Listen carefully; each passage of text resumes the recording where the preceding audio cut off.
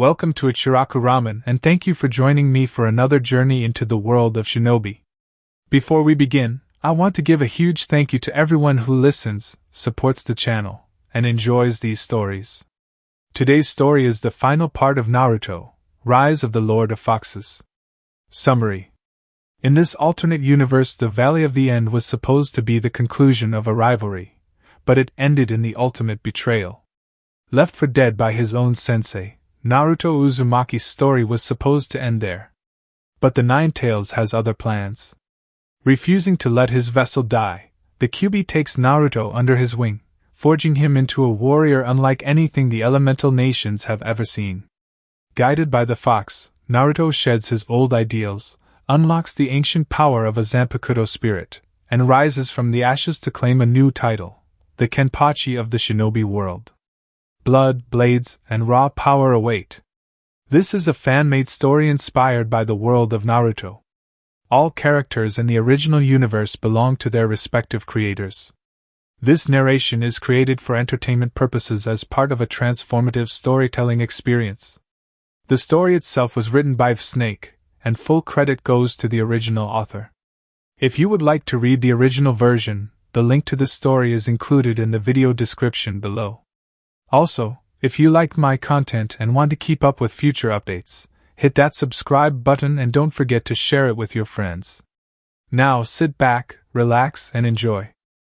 Chapter 9 Road to the Chuunin Exams. When the alarms finally died down on the village hidden in the leaf, all of the people were shocked to learn that the graves of the 4 previous fire shadows and one's own wife had been disturbed. That the graves of their previous leaders had been taken from right under them like taking a candy from a sleeping baby, and that the ones responsible for the theft came from the village hidden in the Shinigami. Out of everyone upset by this were Tsunade and Jiraiya, since they were 2 of the oldest members of Konoha to know all of or related to those that had their remains taken away. The 3 days of talking later, the council was quite livid and demand she finally take action against the Shikage and his village like they should have done originally. After they all found out what happened to Rain Village, the council had been adamant about sending spies into Shinigami Village, which Tsunade did, wanting to know more about the new hidden village herself. They were all sent back maimed and bloody in a box with a note on it telling Leaf not to stick its nose where it doesn't belong. It kept Tsunade from sending more lives to their deaths until she learned why the Shikage seemed so hostile towards Konoha when Mist, Suna, and Waterfall representatives were all welcome to meet with the entity. Full trade relations were set up between Shinigami and Wave, increasing the flow of their economic states several times over. Even the Spring Princess/actress Yuki met the mysterious man to do business with him for future missions she may ask of his ninja to do. She had even suggested that given his permission and cooperation she could perform her movie roles in his hidden village with a significant sum going to Shinigami as a token of her thanks. Though thanks for what exactly no one knew. After hearing the entire report from a temporarily assigned to wheelchaired Kakashi and several ANBU, Tsunade sent a letter to the fire daimyo as fast as she could. Shizen had looked it over, and after correcting it several times, sent it off to have the man give his blessing on Leaf going to war with the Shikage. To go into this war in their current state of favor with the all-wise and powerful fire daimyo, it would be unwise to engage such a conflict without asking. The response they got from the fire daimyo was not the one Tsunade, Shizen, Jiraiya, and all the council members expected. Dear Hokage-sama, I have received your request to give you permission to go to war with Shinigami due to what happened in Konoha a little over a week ago. Believe me when I say that I fully understand your pain in this matter, since most of your family, friends, and sensei were among the late Hokages buried there. However, before you sent me this letter, I also received one from the Shikage himself explaining his said actions towards the Leaf.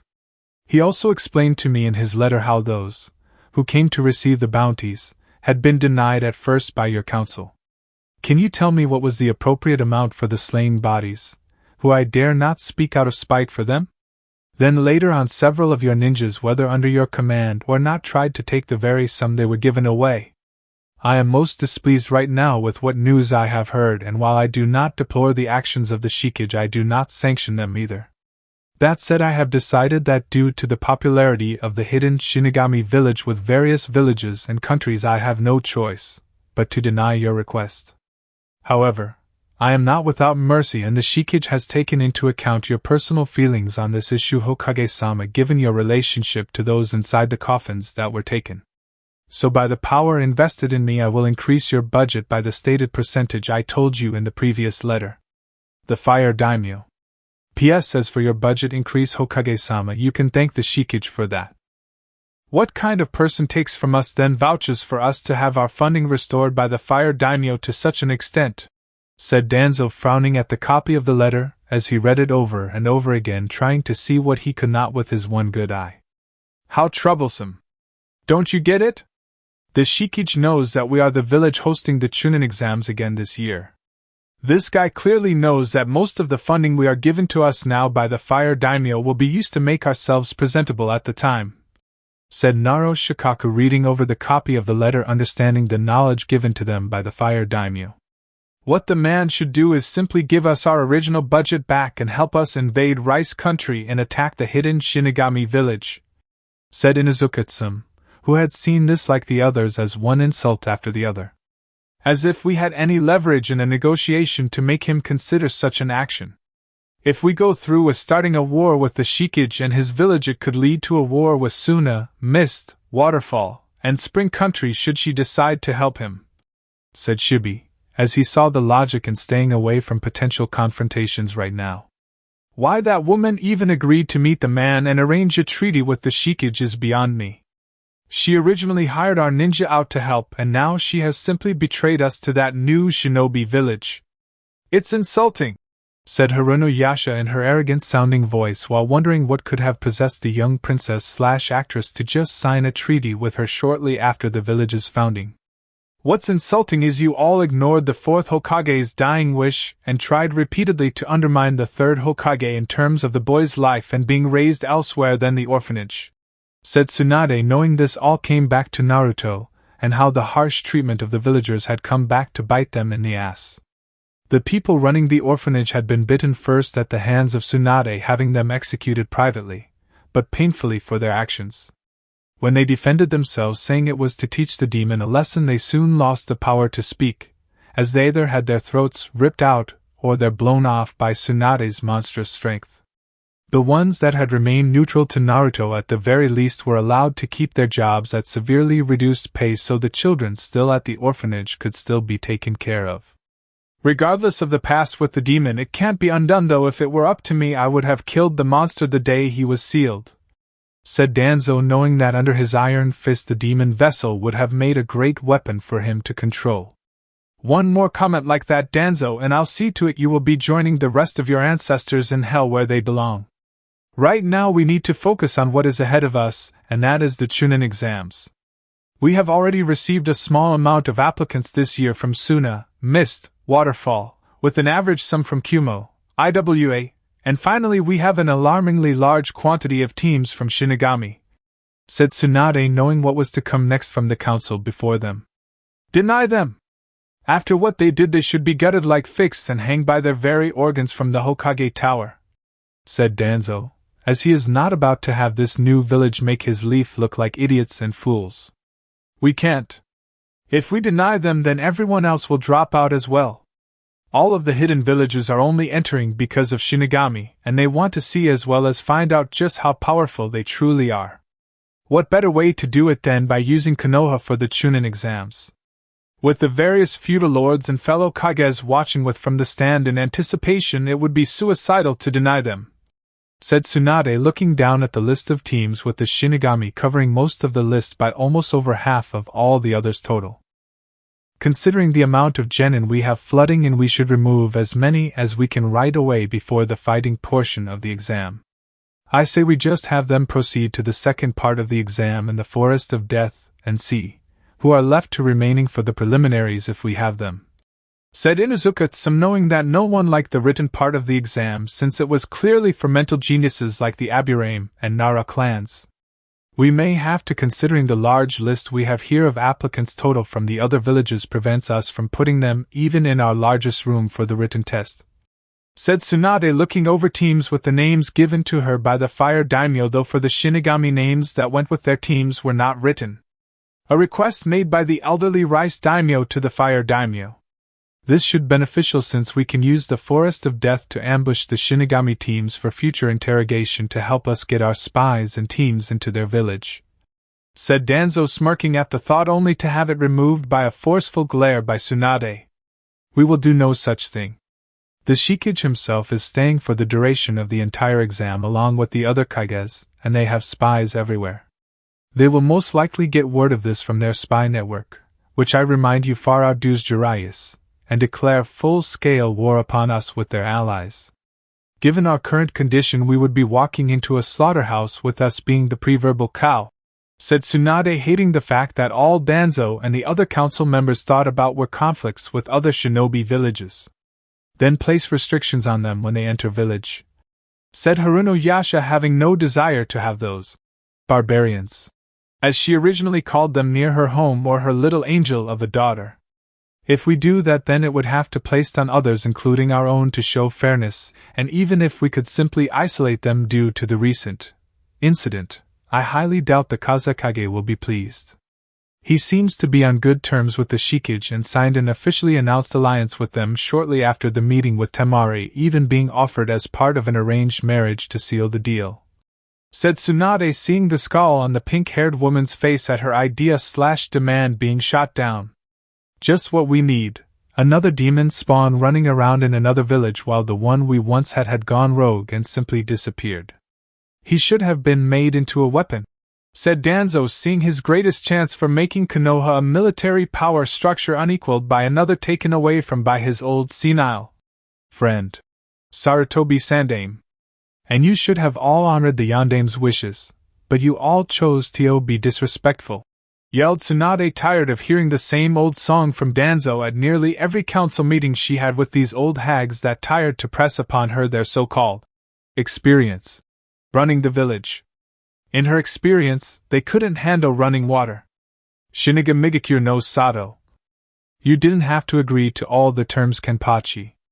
I know you have your father's clan to revive while putting it under your mother's name, but you have to put Hyuga Hinata's feelings into consideration in agreeing to this," said Zangetsu, as he was now wondering why in all of Kami's sweet little creation had his vessel agreed to that part of the alliance agreement.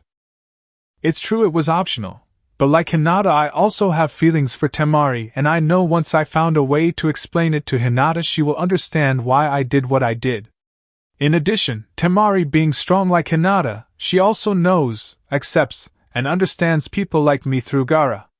That was just several of the reasons why I love her just like I do Hinata. My one and only real stipulation to the arranged marriage was that Hinata marries me and bears my children first, otherwise there can be no such union between me and Temari. A stipulation, which as you know Gaara agreed to since he knows of my strong feelings for my sweet Haim of a Hyuga," said Kenpachi, knowing that it would be very difficult for Hinata to accept sharing him with another woman, but he believed she would understand. "Now that you have your personal life reset back on track, we need to go over more Kage-related matters, with Renji reporting in from his mission in finding Akatsuki's main base. Since you killed 3 of the 9 members, they have to replenish their ranks, which they did with Kisame shortly after you killed him," said Zangetsu, having sent the team of Abarai Renji, Hajime Saito, Sita Sojiro, and Kagaya Kimimaro to look for the main base, going right for the jugular of the organization that had been a bane on so many demon vessels since it was first started. As if the villages that they came from weren't bad enough. "It's high time we put an end to this organization once and for all. As I told Itachi in our last encounter nearly some 2.5 years ago, they would be the hunted, and I will not make myself out to be a liar. Akatsuki has seen its last sun rise," said Kenpachi, getting up from his chair, making a shadow clone to handle paperwork, and left with Zangetsu back in his body to head out to deal with Akatsuki. Parekaku would have to be tortured a little while longer by Yuchiro for a while, as he and Aya Segawa Yamachika played with her, as she liked to call it. "The poor bastards." "Yes!" yelled the spirit of Zaraki Kenpachi, rubbing his hands together with a sadistic smile on his face, knowing he was going to spill more blood like last time. Konoha 2 days later. Hinata was practicing her gentle fist style on a padded practice stump at training ground number 3 when she sensed Inuzuka Kiba walking towards her with a smile on his face. A smile that she simply loathed and hated since he started bragging one night to some people how he had simply won against the Kyuubi in nabbing his Hinata in terms of marriage. He had already made several advances on her to get an early start, as he put it, on their relationship as husband and wife. She brushed him off as one would a strand of hair on one's shoulder that didn't belong and scowled at him before leaving his presence each time he tried. Now Kiba was trying again for what seemed to be the 6th time. Or was it the 7th? Hinata lost track after the 3rd attempt when she had slapped the drink he had given her away one day, not trusting the contents of the glass since he had that all-too-hungry dog-like lust in his eyes. "Hey my Hinata-heim, how are you this wonderful day?" said Kiba, trying to sweet-talk her once again into being more happy with their relationship. Among other things. Granted, the Inuzuka had to share what he considered his Hinata with the Uchiha, but as long as he got his own set of pups from the girl, he didn't give a damn. All he wanted was to be with her as long as he could have her when the Uchiha didn't. Besides, should the young Inuzuka ever find a few ladies along the way to take in on the side, then who was he to argue with it, since Hinata very well couldn't? The Uchiha wouldn't care so long as they didn't get in his way as the tragic avenger. He told everyone so he could kill his older brother. "Don't call me that," Kiba-san, deciding to be as formal as she could, hoping that the ever-ego-inflated Inuzuka would get the hint and leave her alone to train. Apparently the boy was thinking too much with his other head to care what she said to him. "Why? You are a Heim, and for the most part my Heim. Sure, the Uchiha can call you that if he wants to, but I highly doubt it. Come on Hinata, let's go back to my place so we can try to get to know each other better," said Kiba, who after saying that had some perverted thoughts running through his head at what he meant. "Do not be so sure, Kiba. I'm not your wife yet until you become a Chuunin after all the exams, and to do that you have to make it to the final part. If you are not careful, you and your teammates might get eliminated before then," said Hinata, turning to face him with a strong look in her eyes that told the Inuzuka she was not shy or afraid of him. They were strong eyes. Determined eyes. For one, Kiba hated those eyes on her, meaning she was not acting the submissive female in front of the superior alpha male that he clearly, at least he thought, was. The Inuzuka was not about to have this girl, his girl, and soon to be a woman, gain a backbone before they became officially man and wife. Well, man and wife and man, but enough about the technicalities. "Listen, Hinata, I don't care what you think at this moment, all I know is you are coming back home with me whether you like it or not," said Kiba, becoming more feral while his fingers became sharper like claws and he bared his teeth like a dog, showing they were sharper too. "I choose not, Kiba," said Hinata, facing her opponent in the traditional gentle fist style with her Byakugan activated, vowing she would not be touched by Uchiha Sasuke or this runt of an Inuzuka that stood before her. "Big mistake, Hinata. Once I beat you into submission, I take you right here and now as my prized Hyuga bitch," said Kiba, leering at her, know just what position he wanted her, and that would make it all the more fitting. "Such words coming from this fool will only make him more foolish," said a shadowy figure that came up from behind Kiba, who knocked the Inuzuka out with a solid fist to the back of the kid's head. "Hanaya-san!" said Hinata, surprised that the loyal ninja of her Kenpachi-kun was here in the village, where if caught would be tortured and interrogated without mercy to know what secrets her love held within his village. Even if they didn't know he was the shikage of that village. "My apologize, Hinata-sama. But considering you were exhausted from training already and he was at full strength, I felt it was my duty to you as well as Shikage-sama to stop him. Forgive me if I have offended you," said Hanaya, bowing his head out of respect for the young woman before him. "It's all right, Hanaya-san. You better go before someone notices you are here and alerts the others of your presence," said Hinata, looking around for any threat to her protector. "I will take my leave then, but I won't travel far," said Hanaya, disappearing from her sight like a phantom, or a demon depending on your perspective. Hinata decided to leave as well, but not before giving the Inuzuka boy a swift kick to his temple for making unwanted advances on her. Akatsuki main base 4 days later. Explosions were heard everywhere through the base, with the alarms going off in every part of the secret mountain structure. At the moment Itachi, Tobi, Pain, and Konan were running for their lives as Zetsu, Sasori, and Deidara stayed behind to fight in order to give them a chance to escape the surprise attack. Judging by the screams that now echoed within the complex, the three Akatsuki members were now dead in a brutal fashion. "How did they find our base, Pain-sama?" said Konan, looking at the leader of Akatsuki for answers only to find the man had absolutely none to offer. "I don't know, Konan, but for now we need to escape to someplace not even the Kyuubi brat can find us," said Pain, making a right with the others following his every step. "Roar Zabumaru!"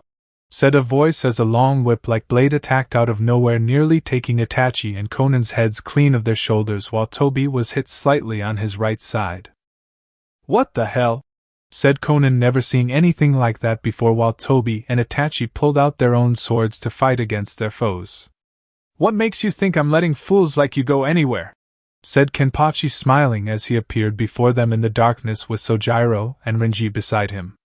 "So the Kyuubi brat decides to grace us with his presence. What an honor you must feel to willingly offer yourself over to the Akatsuki like this," said Pain, trying to regain his lost control of the situation. "Like I would give such power to fools like you. Tell me, Pain, was it? How does it feel to be the leader of Akatsuki, but still take orders from someone like Uchiha Madara?"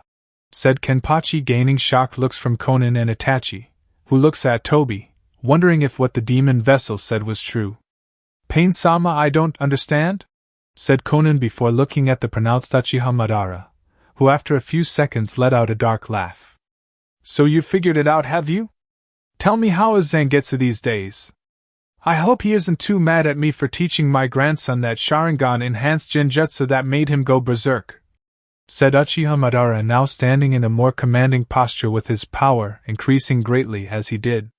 "Look behind you and find out," said Kenpachi, pointing behind the group for them to see Zangetsu with Saido and Kimimaro now beside him, covered heavily in the blood of the three deceased Akatsuki members. "You really think that I would let you and your bastard Uchiha children get away from my judgment, Madara? After the stunts you pulled during your life, I should have used my power to annihilate you. To think you were once a Hyuga of the branch family under the cruel rule of the main house, begging them to stop using the caged bird seal on you.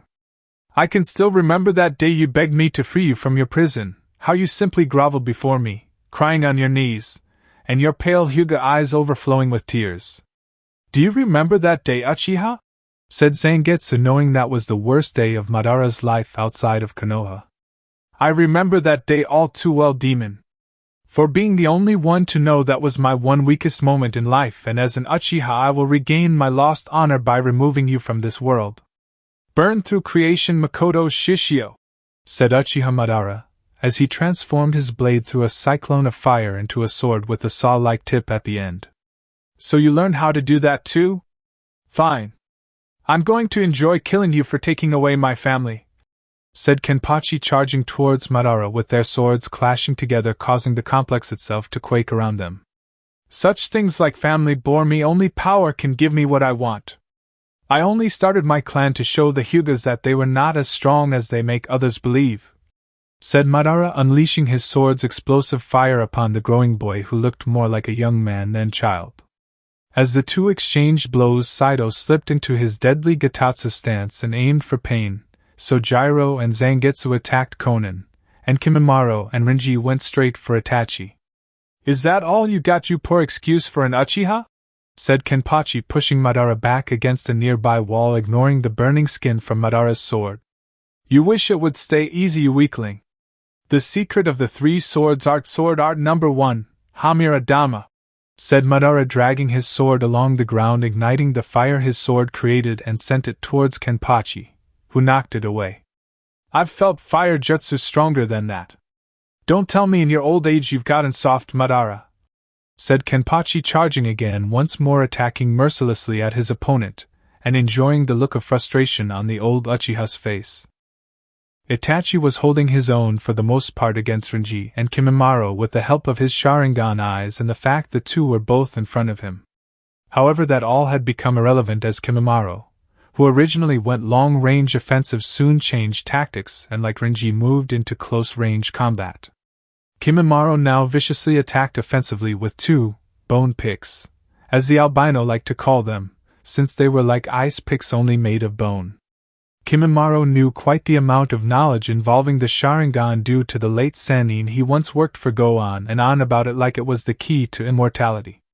What the eyes could do, what they saw before it happened, and the potential to do just about anything he desired if he got a hold of it. On and on Kimimaro had drowned himself in the information, all the while secretly wanting to throw that information out from his head via his mouth. Now he was using the said information against Uchiha Itachi no less, who despite being assaulted in a 2-on-1 fight still held his own, though whether it was skill or just plain luck the albino was not sure. Pain and Konan were not doing so well either, as the corridor, though wide enough to fit all the combatants, was not a spot meant for fight. There was little room to maneuver, and no one wanted to be caught in the crossfire of another person's fight to the death. Mostly due to the fact that the death brought upon such interference, whether voluntary or not, resulted there being a pretty good chance the death becoming your own. For Pain, this warrior in front of him, whose facial structure reminded him of a hungry wolf who is looking at a rabbit, found it hard to avoid the man's strange kenjutsu and taijutsu combo. The man faced various combos that became near misses that if hit would have been lethal wounds to say the very least, and the man did not want to do anybody's work on himself anytime soon. Using several earth jutsus to delay the warrior's wolfish advancement, only for the man to leap off the ground to the ceiling and down at him. "Gatatsu style, zero-gravity stance," said Saito, taking Pain by surprise and overcoming the spikes and ruptured earth around him before launching himself at the leader of Akatsuki. The receiver of the attack barely had time to react and was wounded in Pain's lower left side as the sword went into his ribs, a knee to his upper right, and a solid punch to his jawline, breaking it in 2 places. Saito twisted his sword and slashed horizontally, making the damage become several times worse than it originally was. For Konan it was even worse, as she was dealing with 2 people like Itachi, though the only difference was she was facing a high-speed kenjutsu warrior, and the strongest of all the demon lords. She tried using her paper-like attacks on them, but Sojiro was too fast to hit, and the demon just incinerated her deadly paper attacks upon contact with him. Before she could call up another attack, Sojiro was behind her, Zangetsu was in front of her, and before she knew it she felt a hand from the demon lord himself entering her chest cavity. As Zangetsu slowly squeezed her heart, Konan slowly felt her internal organs now slowly being melted away, while Sojiro, who she could see was going into his Batajutsu stance before severing her head in one swift movement. It was simple to say she received a more merciful death than the others. Itachi was not as fortunate, as he could no longer hold off his 2 attackers after a major miscalculation on his part, lose his right arm at the hands of Renji and his Zabumaru. After that, Kimimaro pinned his bone picks into both the Uchiha's shoulders before making a 3rd bone pick and jamming it into Itachi's left hand. All Itachi could do was scream in pain. Konoha at the moment. Sasuke felt something spark in the back of his mind, as if a feeling of something important had just been taken away from him, but had no idea what. "Hey Sasuke-kun, do you want to practice on our teamwork?" said Sakura, trying to get in her. Sasuke-kun, to warm up to her in hopes she could be Uchiha wife number 2. "No, Sakura, now leave me alone," said Sasuke, as he headed out to find Kakashi to train him in something new that would help prepare him for the Chuunin exams. Akatsuki main base. Konan had fallen, Pain was slowly falling, and Itachi was alive, but now out of the fight, leaving Uchiha Madara against one angry Uzumaki Kenpachi. Why was Kenpachi angry? Well, you would be angry too, if the person responsible for having Zangetsu attack Konoha in a fox-like state made you lose one, if not possibly both, your parents, and then be hated by nearly every single villager from that village. Deciding that swordplay was not the best option at the moment, Uchiha Madara back-flipped away from Fire Style, Raging Fire's Jutsu, said Uchiha Madara, going through 20 hand signs before taking big breath, and unleashed a large stream of fire at Kenpachi before using his sword to create another Hamura dance, sending a second wave. Earth Style, Earth Shield Jutsu, said Kenpachi, slamming his left hand down, creating a shield made from the stone beneath him, protecting him from both flames. Still, the intensity of both attacks eventually destroyed the shield and hit Kenpachi, giving him a few more burns to add to his body despite his chakra shield surrounding his skin. He had only started mastering it about 6 months prior, but was getting the handle on it, making it damn near impenetrable. The only thing that could hurt him was someone or something of equal or stronger force, and from what Zangetsu told him early on, such people and things were quite rare these days. Die and let me feed! Secret of the Three Swords Art, Sword Art number 3, Kaguzuchi! Yelled Madara, losing his patience with the demon vessel, as it was his turn to go on the offensive, creating a cyclone of fire around his sword before swinging his blade at his enemy. I have a much better idea, Uchiha team. Why don't I just send you straight back to hell? Pierce through the darkness, Saraki Kenpachi, said Kenpachi, releasing more chakra from his body, changing his sword, and charged at Madara with a psychotic look in his one-seeable eye. The two clashed with all the power they could muster into their attack, creating a very powerful explosion that shook everything in the Akatsuki base.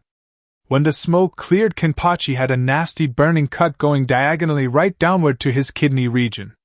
As for Uchiha Madara, his body was mangled nearly beyond repair, as the power behind the explosion seemed to have done a great deal of damage to Madara's apparently already fragile body. The man had clearly used some version of the immortality jutsu that the late Orochimaru used, and Kenpachi was beginning to suspect how the snake Sannin achieved and make the jutsu. The traitorous Sannin had always been working on twisted experiments to achieve a way to become immortal before and after he left Konoha. Kenpachi then remembered what Sasuke had told him about the Valley of the End being the battlefield for Madara and the Shodaime Hokage. Since Madara had been alive since the days of the Shodaime Hokage, it was clear that Madara was the original founder of the immortality jutsu. However, it was clear that Orochimaru's version and Madara's version were different due to the now officially dead Uchiha was still in the body he first stole. Meaning that whatever version that Orochimaru found was the incomplete version Madara started ages ago, and giving it his own variation from what was given in the old Uchiha's notes. Well, now that's over, how do we deal with this guy? Said Rinji, pointing to Itachi, who had his scratched-up headband covering his eyes to prevent him from using his Sharingan on anyone. He stays alive for now, since I intend for him to die in the leaf in a way that will drive Uchiha Sasuke nuts and fill him with rage knowing he couldn't avenge his clan. Before we do that though, I need you Kimimaro to find Uchiha Madara's personal journals he has stashed somewhere in his quarters. From what Zangetsu told me of him, he always had one for each important moment in his life. I want to know what body he used to stay alive all this time, said Kenpachi before raising his sword above him and brining it down on Madara's sword, destroying it. Kenpachi-sama, your sword is different, said Rinji, looking at the man's sword, never seeing the transformed state, with one side being flat and the other side jagged with a yellow corn crop-like hilt. Not really, but then again, you've never seen this form of it before, have you?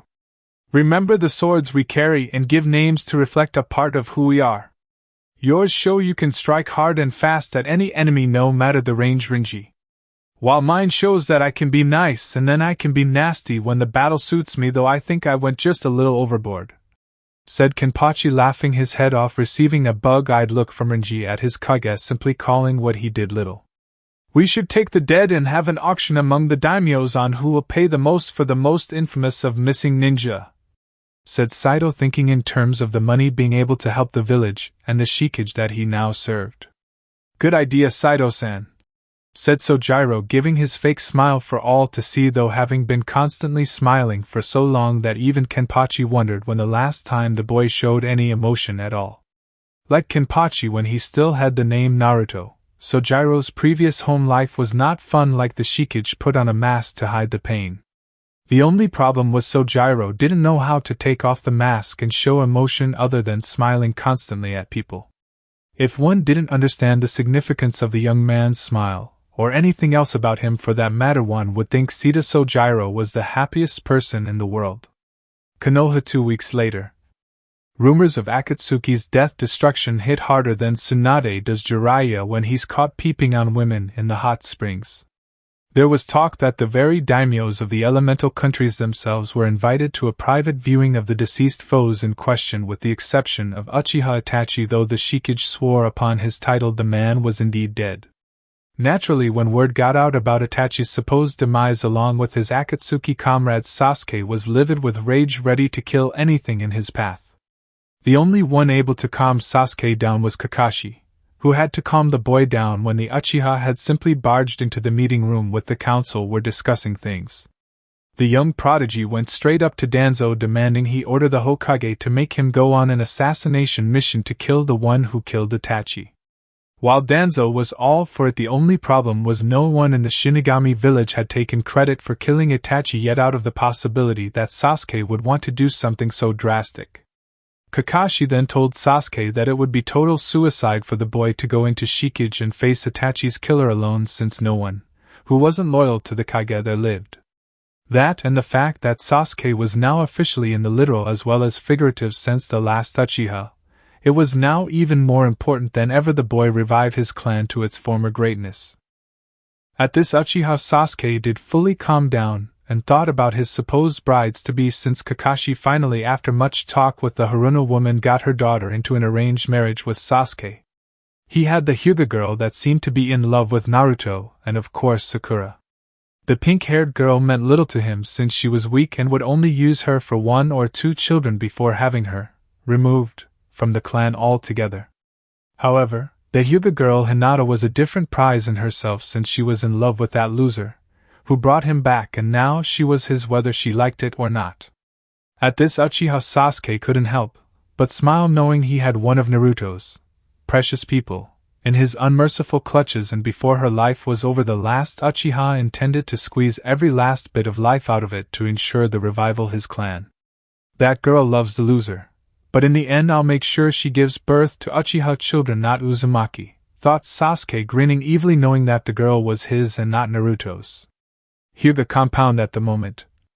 Hinata was once more studying from the many scrolls in her room, only this time she was learning more and more in the medical field. This time she knew as well as Tsunade did when fighting Kabuto that anyone who could heal using this type of knowledge could also kill with it with deadly precision.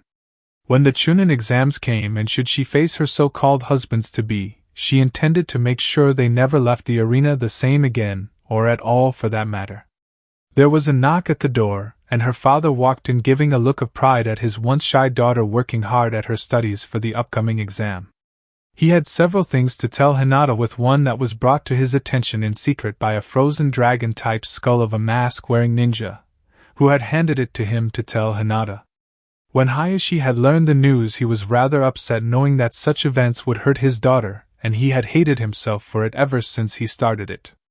"Hinata, I have some information I need to tell you," said Hayashi, closing the sliding door behind him. He approached his daughter and sat on her bed so he wouldn't have to talk louder than he had to. "What kind of news, father?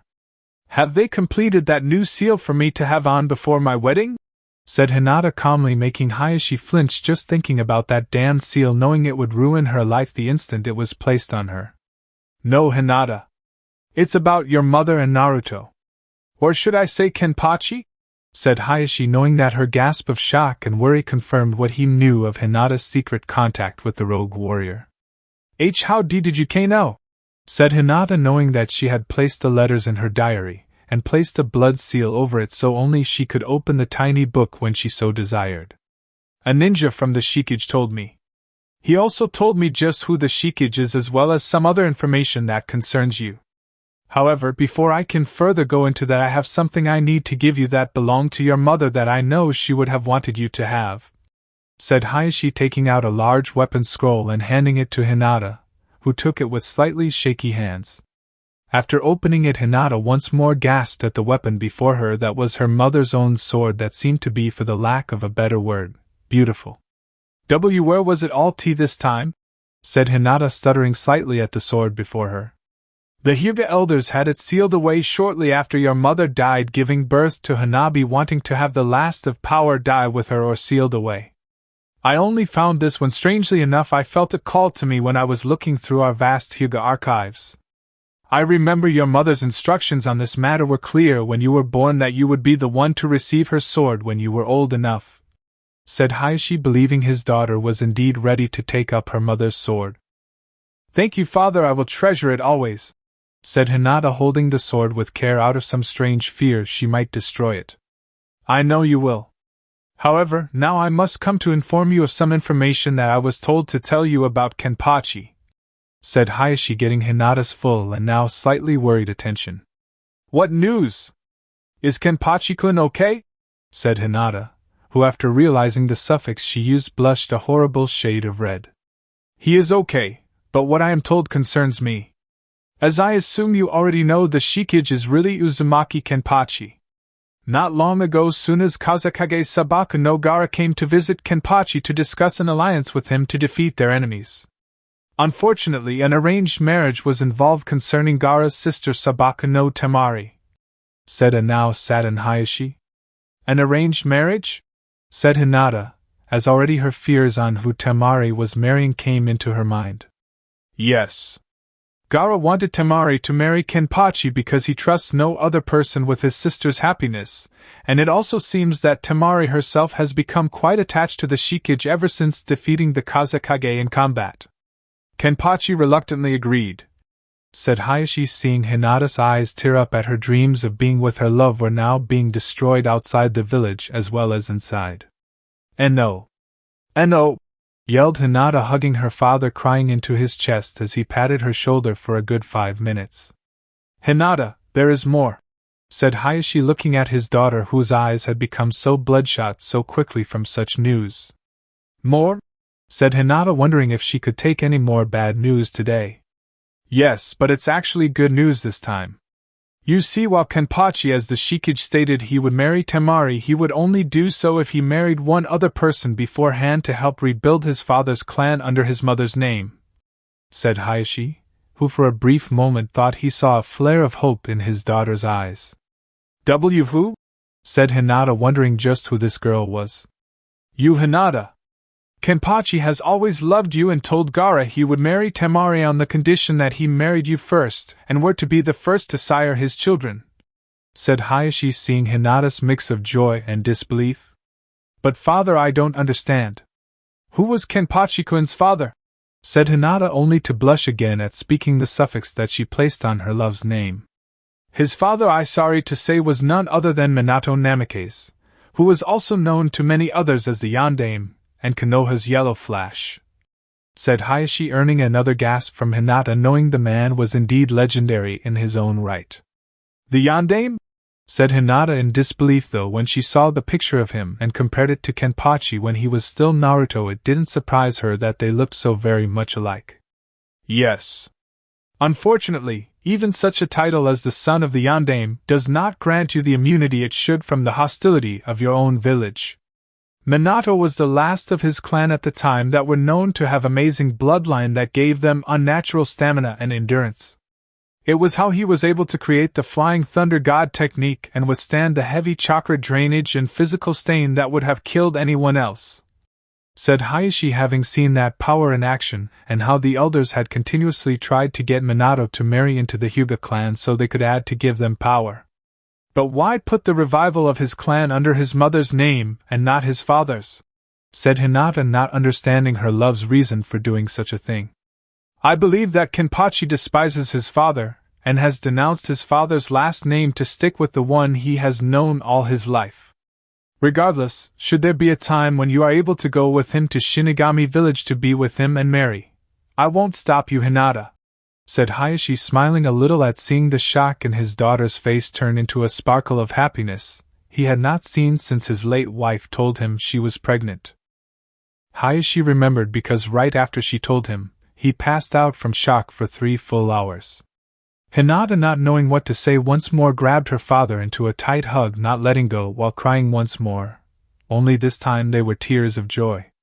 Sure, she would have to share her love with another woman, but it wasn't some Kenpachi fangirl skank like what Sakura or any of the other Sasuke fangirls was like that hoard over the Uchiha, but it was the one person other than her that understood the pain of Kenpachi. Someone who could be trusted not to hate him for who he was, but love him for who he is and never betray him for anyone. Whether Temari knew it or not, Hinata approved of the arranged marriage.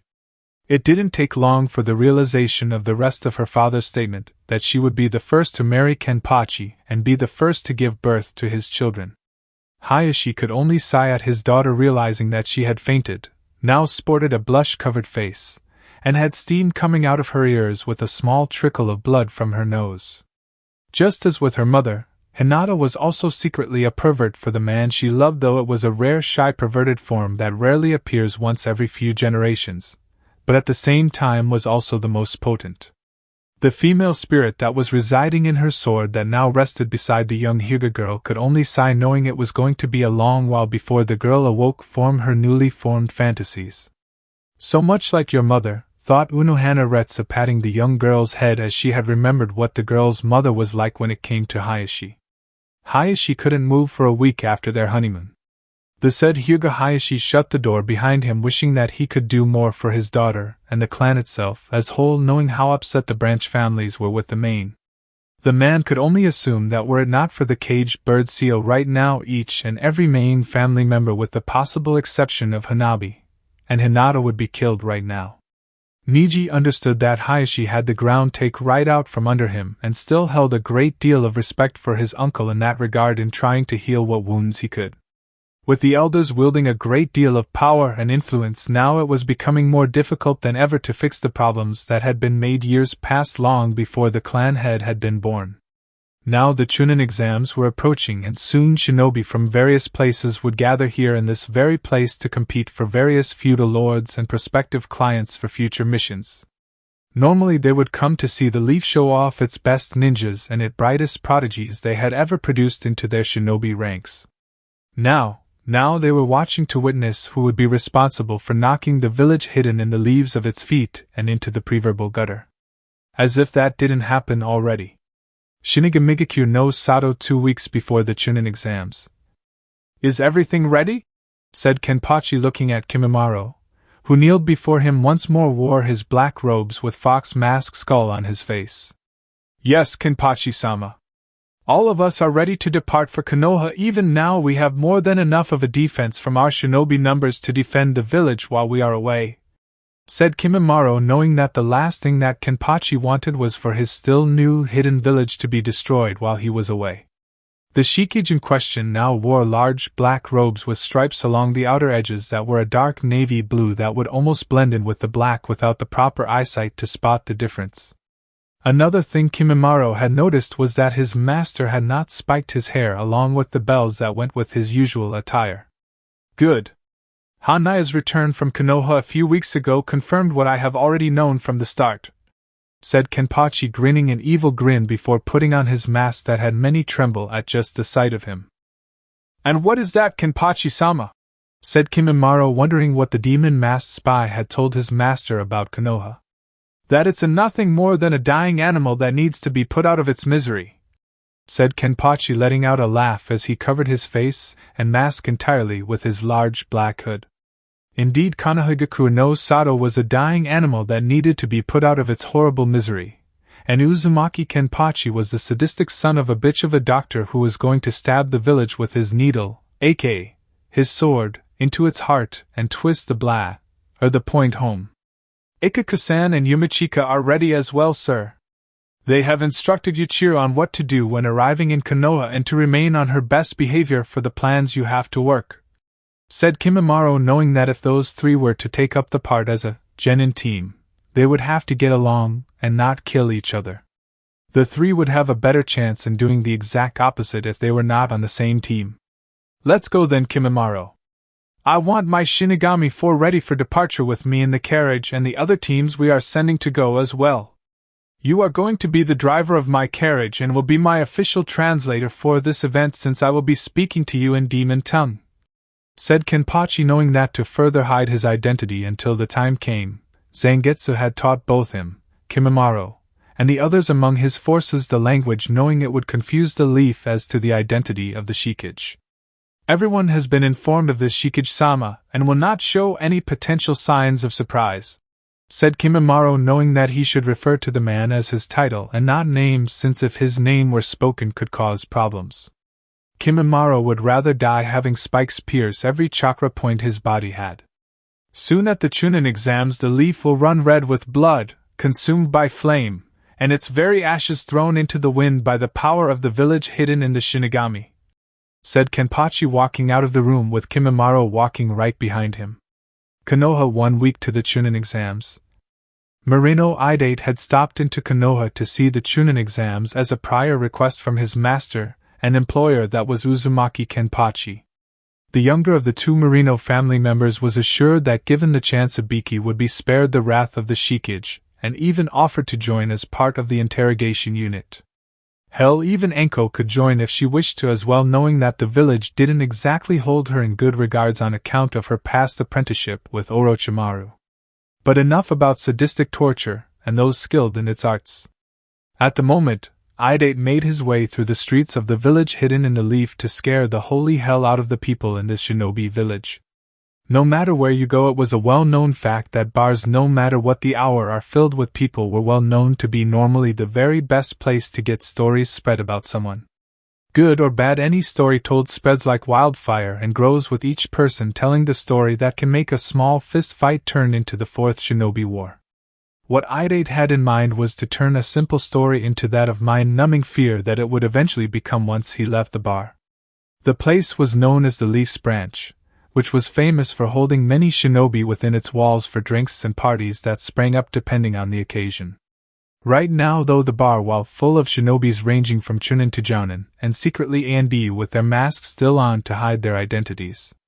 It was very rare for civilians of any stature to enter the bar unless you were friends or family of shinobi. Idate walked in, ignoring the looks some of the people gave him, and noticed that his older brother Ibiki was here with a woman with purple hair. If Idate recalled correctly, was none other than Anko, his right-hand woman in torture and interrogation. Seeing his brother's rarely surprised look that was now on his face meant that Ibiki wasn't expecting to see his younger brother for a long time. Well, I'll be a damned soul in the 9th circle of hell. My little brother Idate has finally come back home, said Ibiki, as he now rose from his seat, smiling at his younger and still shorter brother, pulling him into a bear of a hug. Thanks, Ibiki. But I'm not staying here in Leaf after the Chuunin exams are over to see what runts you decide to pull a hat trick on this time, said Idate, seeing his older brother flinch, knowing that what happened in that particular exam. Just that, huh? Said Ibiki, depressed that his brother still held a small bit of resentment towards him for failing his team during the written test. I'm also here to pass on to you what I know about the Shikage, since I met him in person once, said Idate, saying it loudly enough for everyone to hear and getting the turning of heads that he was looking for. Just as Kenpachi and him had planned for this to go. Bullshit! Everyone knows that the Shikage kills all that are not part of his village when he's outside of it, said Anko, not believing a word the younger Marino spoke. Believe what you want, I met the guy, even if it was under certain circumstances, said Idate, ordering a drink since his brother would vouch for him. What kind of circumstances are you talking about? Said Ibiki, curiously giving his baby brother the drink, hoping that if he wouldn't need to drug another should Idate want to try and order another one. By now the whole bar was listening in. You really want to know? Said Idate before taking a sip of his drink and smiling at the two shinobi in front of him. Come on, Ibiki, the kid's lying. There is no way in heaven or hell that he met the Shikage and lived to tell about it right here to our faces, said Anko, spitting on the wooden table on Idate's side. This from the same person, who no one believed that Orochimaru was done using as a failed experiment for the cursed seal of heaven? Said Idate, looking at her with resolve many don't show to the snake user. Why, you little, said Anko, ready to gut the kid then, and there Ibiki's kin be damned. Anko, calm down. Idate, I want to know about your encounter with him, since not many people can actually describe him without exaggerating about the details, said Ibiki, and hoped that for his brother's sake that he was telling the truth, or else Anko would most likely tear him apart. And that was if she was in a good mood, which she wasn't. If you insist, bro, said Idate, taking bigger swig of his drink and just letting it sit in his mouth for a moment before swallowing. This should be good, thought Anko, wondering what Ibiki's little brother was going to tell them and hoped it was half believable, otherwise she was going to do something very unpleasant. Well, I was in this town not too far in the borders of rock country. I think you may even know it, Ibiki. It's a place called Stonehenge. Anyway, it was night time and I was feeling thirsty, so I went to find a place called the Devil's Nest. To get a simple drink, nothing serious. Now the place I went to, when I entered it, was full of real low-live ninja scum that were from IWA, with a few missing ninja from other villages trying to have one day's peace before going on the run again. Said Idate, laying out the groundwork of his little story so everyone got a good picture of it in their heads. Wait, you went to that place? Either you were smoking some opium or you were taking something else, said Ibiki, having known the said place, and now wondered how in the name of Kami did Idate survive that place. I figured it's late, I'm thirsty, and that as long as I'm here I might as well have at least something to drink of whatever it is they have in the place. Anyway, before you decided to interrupt me, I was at the point where I got my drink, sat down at a table with my back against the wall, and relaxed drinking. Then about 20 minutes later in walks possibly the biggest guy I have ever seen. I mean, he was big as shit, while walking in as if he owned the damned place. Seriously, bro, this guy makes you look like a midget in height by comparison, said Idate, making many people look at Ibiki, picturing him standing tall, and then imagining someone even taller than the scarred man, making some of the weaker ninja in the bar become pale in fear at facing such a foe. Then what happened? Said Anko, actually liking the story so far. Well, and he walked calmly, confidently, and commandingly with the grace you find in the most veteran S-class shinobi when they aren't in combat. He was dark too, but not dark tan skin if that's what you thought I meant. No, this guy was different. It was like he was always living in a shadow that always seemed to shield his face in the dimmed light. I mean, just when you thought his face was going to be revealed, it wasn't. It was as if the lights themselves dimmed just for him, said Idate, trying to give everyone a picture of the whole thing. Yeah, because he probably has a face not even his whore of a mother could love, said a random jounin, getting laughs and howls from everyone in the room, which didn't seem to bother Idate from what Ibiki noticed. Believe what you want, but I know what I saw. Anyway, back to the story at hand. So the guy walks up to the bar, sits down, nearly breaking the stool he's on, and orders a soda. I think it was once that has the taste of cherries in them, said Idate, thinking back before nodding his head at what he just said. Cherry-flavored soda? Hes sounds kind of weak. Go on, said an ANBU wearing a cat mask over his face. Well, at first the guy does nothing except drinking his drink, but then I noticed that he's now leaning over the bar area whispering something to the bartender. Now from where I was I couldn't hear what they were saying, but you could tell the shikage was serious because whatever he said to the bartender made the guy really upset. The way that the bartender narrowed his eyes when the shikage whispered to him made me a little uneasy. I could tell because I could see everyone else looking at those two with suspicion along with their curiosity. Especially when the shikage said something like Nam? No, that's not it. Nami maybe? No, that's not it either. Namikaze? Said Idate, looking at everyone to see their reactions, which made them look at each other with serious faces. What does the shikage want with the fourth's last name? Thought everyone in the bar. Are you sure he said Namikaze? Said Ibiki, looking at his brother with his piercing gaze to seek the truth from him. Yep, that's what it was. Namikaze, said Idate, saying the name loudly for everyone to hear. Well, what happened after that? Said Anko, knowing a good bloodbath was finally about to happen from where she pictured this story going. Well, whatever else was said really upset the bartender, and some of those ninja I mentioned to you in the beginning? They got pissed too. They all started pulling out their swords, their kunais, and stuff, wanting to start some shit with this giant now standing with his back to them. So the shikage, he bolts right off the bar stool faster than I could see. He grabs a weapons summoning scroll and opens it, creating a large cloud of smoke blocking everyone's eyesight. Now I don't know what he does with that huge summoning scroll, but he's up in less than a second and he's wielding the most war-torn sword I have ever fucking seen, said Idate, yelling the last part, making a few people around him jump slightly at the volume of his voice. And? Said one person that wore a Chuunin vest, leaning in to hear more. And that's just the beginning, said Idate, rubbing his eyes, making it look like it was a painful memory he didn't like to remember. So what happened? You didn't do anything or jump in? Said an A&B, really getting into the whole story now, and nearly on the edge of her seat. With what little ninja training I had? I was frozen stiff at the sight. All I could do watch this thing tear the place apart. I mean, it was amazing. Cutthroat scumbags were all coming out of the woodwork dying much-deserved deaths. It was Judgment Night in that place, said Idate, letting a sigh before taking another drink, only to stop for a second to look as if he was deep in thought. So anyway, he grabs one of these guys, though he's really the only guy still breathing after that slaughter. The Shikage notices he has a leaf headband on with a mark over it that tells him he was once from here in Konoha. The Shikage starts getting information out of him, and I could just tell by the whispering and all, this guy was giving up all the goods. I mean, he was spilling his guts, confessing the world for all in the room to hear. This guy told the Shikage everything he knew, said Idate, taking another drink from his cup.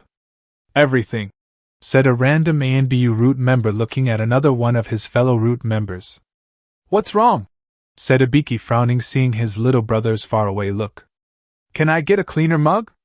This one's dirty, said Idate, making everyone face fault at the comment, and the boy in question laughed sheepishly. Hey, screw you, kid, that's the cleanest mug I've got, said the bartender with several red ticks on the side of his head, while Idate just shrugs and decides to continue. Without warning, hint, or preview, the stranger whips around and sees me, said Idate, now finding he had everyone's full attention back on him once more. You saw his face, said Ibiki, showing a look of surprise that rarely ever appeared on that scarred form of his anymore. His face? No. I saw his eyes. They were lifeless eyes. Soulless eyes. The devil's eyes, said Idate, knowing that Kenpachi normally fought with an eye patch and mask on. Several people shivered while one person unknowingly pissed himself silly. And he didn't do anything to you? Said a Jounin, looking at Idate, wondering what made the kid worthy of being sparred in this massacre. Not really, since he turned his attention to the guy on the floor trying to reach a nearby sword. The Shikage killed him, walked over to the bartender, paid, and left, said Idate, as if it were the simplest thing in the world. So the bartender lived, said the bartender, not too far away from the group, laughing. Huh, said Idate, looking at the guy who was currently balding with his growing age. The bartender never gets killed, said the bartender, laughing even more. You would think that, but, as the stranger neared the door, the bartender tried a sneak attack, so, no man, the bartender got it worse than anybody in that whole damn room, said Idate, finishing his drink and wiping his mouth clean. Everyone was pale in their face, as Orochimaru was naturally white, knowing whoever this guy was, he was one mean son of a bitch. I'll get you another drink on me, if you can tell us what his face looked like, said an ANBU root shinobi, holding out a fresh drink for the man to have. Thanks, pal, but no thanks. I'm getting out of here and to a safe place here in Konoha. I can use our old house, right, bro? Said Idate, getting a nod from Ibiki, who would try to get more info later. Why leaving here so soon? Said Anko, raising an eyebrow at the beau's sudden urge to leave the bar and head back to the old Marino household. Don't you guys know anything? The Shikage is sending his best and brightest here for the Chuunin exams, and he's coming here with them to see them perform, personally, said Idate, leaving in a hurry, while many of the people in the bar were glued to their seats in shock, with some having their drinks spilled over. Some had the strength to poof out of the place to try and confirm this news, and several other people too weak to handle such news simply passed out. Within the next week the gates of hell would open and the Chuunin exams would start. Quick pause, guys, I just want to take a second to say thank you. We actually hit 1,000 subscribers, and that is entirely because of you. I genuinely could not have done it without this community, and it means more than I can put into words. Now we're setting our sights on 2,000, and if you're not subscribed yet, this is your moment. It takes 1 second, and it truly makes a difference. Alright, let's get back to it. Naruto's not going to wait forever. Chapter 10, The Chuunin Exams, Part 1. It was about midday when the carriages carrying the Kages and delegates came, and the riders parked themselves near the main gates. Each one of their respected guests were all being greeted by Tsunade, Jiraiya, and the council. Though the guests greeted back, it was clear that the smiles did not match the eyes that were filled with disappointment, a lot of hate, and resentment towards Konoha's leaders. Finally, however, came the one that all of Konoha had dreaded since Idate had told them all at what happened in Rock Country at the bar known as the Devil's Nest, which from Jiraiya's spy network did confirm actually happened. It had created quite a stir among the Konoha populace, with Sasuke wanting to fight the Shikage even more while Danzo wanting to have the enigma that was the Shikage eliminated. When the carriages pulled up, everyone was frightened at the sight of them, as they were a shadow black, mixed with blood red along the sides, and they had spikes made from solid bone from a large animal as a defense should the vehicle ever caught in motion. Not only that, but the driver of the heavily armored, black-colored, red-eyed horse was none other than one of the druids the Shikage seemed to have at his disposal. Next to the druid was a Shinigami ninja wearing a fox skull mask, with long white hair, and enough chakra to possibly choke a Kage with if necessary. When the carriages finally stopped, the Shinigami ninja got off the horse with a fox-like grace, making Tsunade suspect if he was Naruto in disguise. She, along with the council, who were thinking this, were interrupted from their thoughts when the horse reeled back on its two hind legs before blowing a stream of fire from its nostrils. Indeed, the Shikage is truly frightening when it comes to displaying his power, thought Tsunade, sensing Sasuke watching from atop a nearby building waiting for the opportune moment to strike. Normally she would want to help stop such a thing from happening, knowing that the very outcome, regardless of the attack being successful, or would be bad overall. Still, it could provide her with some information on the Shikage's power or those around him with such strange powers. As the white-haired ninja approached the door, 4 more Shinigami ninja appeared across from each other wearing skull masks as well. They were next to the door, 2 in a row, kneeling with their right hand in a semi-fisted form on the ground.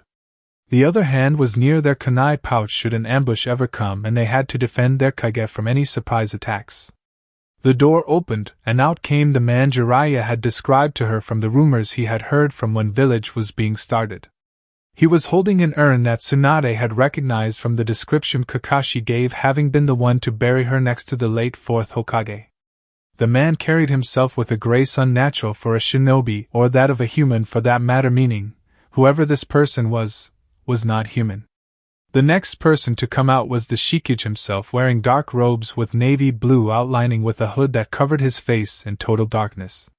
His hands were covered in dark gloves and his feet were hidden beyond the robes he wore, which the back held the kanji for the Demon of Death Valley.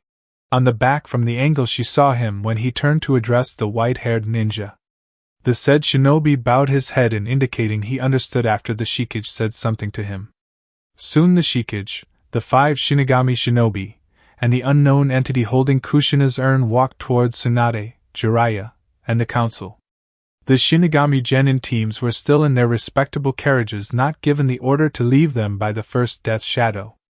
It was already drawing quite a crowd from the various feudal lords and kages that were with their own bodyguards near their carriages. Shikage-sama, I welcome you to Kanehigakura no Sato for the duration of the Chuunin exams. I trust you will find that despite our recent problems that there will be no hostility from our village to you. Just as we expect none from you in return, said Tsunade, smiling into the unseeingly ending darkness of the hood the mysterious man wore, surprised that it shielded his true identity so well. She was even more surprised when he started talking in a strange language that no one in Konoha possibly knew or understand. He had made several hand gestures between both himself and his apparently second-in-command before point at her, and then Konoha in general. Shikage-sama says that you will have to forgive his choice in speaking of his tongue in this matter, as he only speaks one ancient language and dares not speak ours, which he considers the language of the arrogant. Any and all questions or comments that you wish to address will be answered by me, as I am the official translator for him while staying in Konoha, Hokage-sama, said Kimimaro behind his mask, bowing his head to Tsunade, knowing that despite his long hair no one other than Shinigami, the Kazekage, the 2 of the Kazekage's siblings, and the 2 women that came from Water Country knew of his true identity. It was possible that Kakashi knew, but his pride or his mind rather could not compensate the idea of a former sound ninja, who was supposed to be dead, now alive and breathing. breathing healthily, Kimimaro mentally added to himself while smirking. I see. Perhaps before you and your genin teams retire at the hotel we have set up for all of you along with other hidden villages, you could answer a few brief questions? Said Tsunade, as several things had been bothering her since both the Water Country daimyo and Mizukage came out of their carriages, unleashing a great deal of killer intent at them. She, along with the others, now watched the masked ninja and his Kage now speak to each other in the strange language, not knowing what they could be saying. It had become slightly unnerving and made her feel slightly nervous on the inside, though she refused to show it on the outside. The Shikage will answer what he can through me, but he will only answer questions he sees fit to ask and will simply not speak to me as a sign to proceed to the next question, said Kimimaro, wondering what questions the female Hokage was going to ask. That is reasonable. My first question is this: why are both the Water Daimyo and the Mizukage hiding their true faces and appearances as much as possible from us? They try to muffle their voices so we won't possibly recognize them, and when Kakashi tried to speak to the Mizukage, she sent enough killer intent at him to leave him vulnerable to an attack, said Tsunade, knowing that whatever influence the Shikage had over the two was the source of such changes. Shikage-sama has informed me that they hide their true faces and forms to shield their identities from everyone since they have many enemies in and out of Konoha.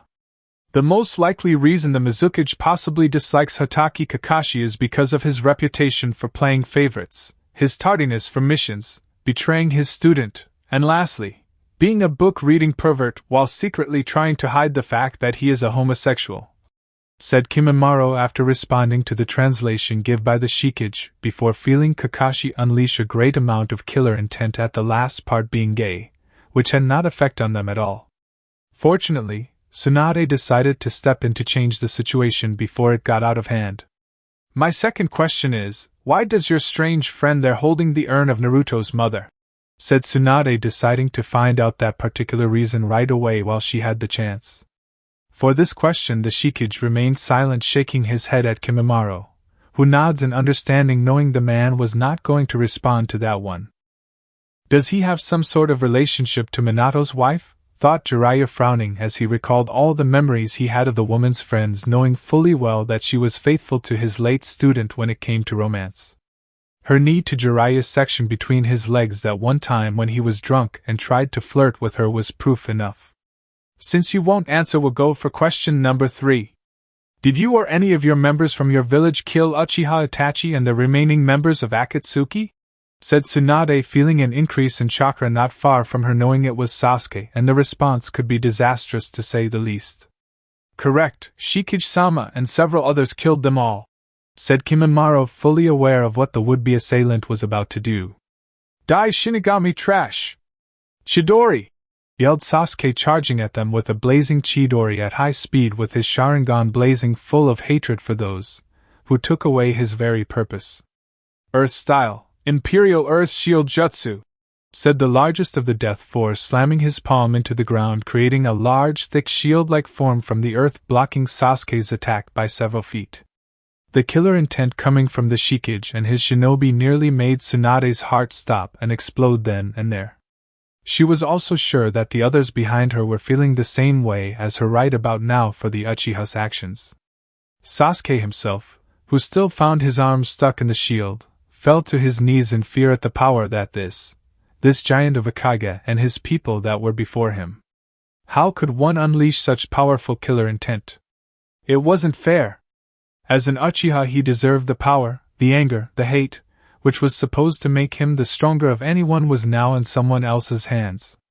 After 5 more additional minutes the killer intent left the Shikage and his shinobi before the robed Kage snapped his fingers, making the earth jutsu crumple back into the ground. Then the Shikage began to speak in the unknown language at a furious and angry pace while pointing between her and the Uchiha, before opening his hand and then turning it into a viciously closed fist. Shikage-sama says that if the Uchiha or anyone else from Konoha tries that again, then the Leaf Village will have to deal with his unmatched fury. He also says he will make Konoha run red with blood by killing every single person in the village, down to the last child if need be, said Kimimaro, who for various reasons was hesitant in saying the last part due to his experience with the old Mizukage regime concerning bloodline limits. Tsunade's eyes widened at the threat, knowing the man could carry it out with so many of his allies with him, and IWA teams were just looking for a reason to kill the leaf shinobi around them. She would have to stop such things from going into further motion before such events possibly occurred at the hands of Uchiha, or the council in general. There will be no need for threats, Shikage-sama, as I give you my word that no one will harm you or your team unless it's under Chuunin exam regulations, said Tsunade, hoping her words would please the Shikage somewhat. What Tsunade got was a deep, dark, bellowing laugh, as if what she just said was nothing but a joke to him, and quite frankly she didn't like it. A/N. Real quick for the laugh, think Jabba the Hutt's laugh from ROTJ. The female Hokage didn't like it even more so when the black-robed Shikage started to talk and moved his hands in a semi-lazy voice to further add insult to injury. Shikage-sama says your word has little to no value, just as Konoha lost its value when your village shunned the teaching of the previous Hokages before you. And you wonder why we took them from you, said Kimimaro, knowing the last part was his own opinion in the matter. I have, said Tsunade, but was interrupted by the individual holding the urn with his coat being pulled by an unknown wind. The Shikage has had enough of your questions and words coming from a place filled with the arrogant and the foolish. We will be heading to our hotel where we can rest for the upcoming exam, said Zangetsu, who was unfazed by Tsunade's fierce glare and returned it with one of his own. Then, without another word being spoken, Zangetsu covered all the Shinigami shinobi around him in his cape before heading to the designated hotel, leaving Tsunade and the others speechless. The hotel in question, the Royal Leaf, where all the hidden villages were staying on their own separate floors, was still one of the more exquisite places in Konoha. Ironically, the place was going to go under due to the events prior to the Chuunin exam with the loss of funds the hidden village usually received. Now the hotel was filled with a fully employed staff, who were all working round the clock to meet the requests of the various delegates staying with them. I love it when Zangetsu does that in such a beautifully dignified way, said Yumichika, smiling behind his swan skull mask, finding that Zangetsu was, like him, enjoyed doing things in a graceful and elegant manner. At least he thought so anyway. Zan-chan is just doing what he needs to sway Ni-chan, said Yuichiro, not seeing the evil glare Yumichika sent him, steam coming out of his ears, and all due to her nickname for him.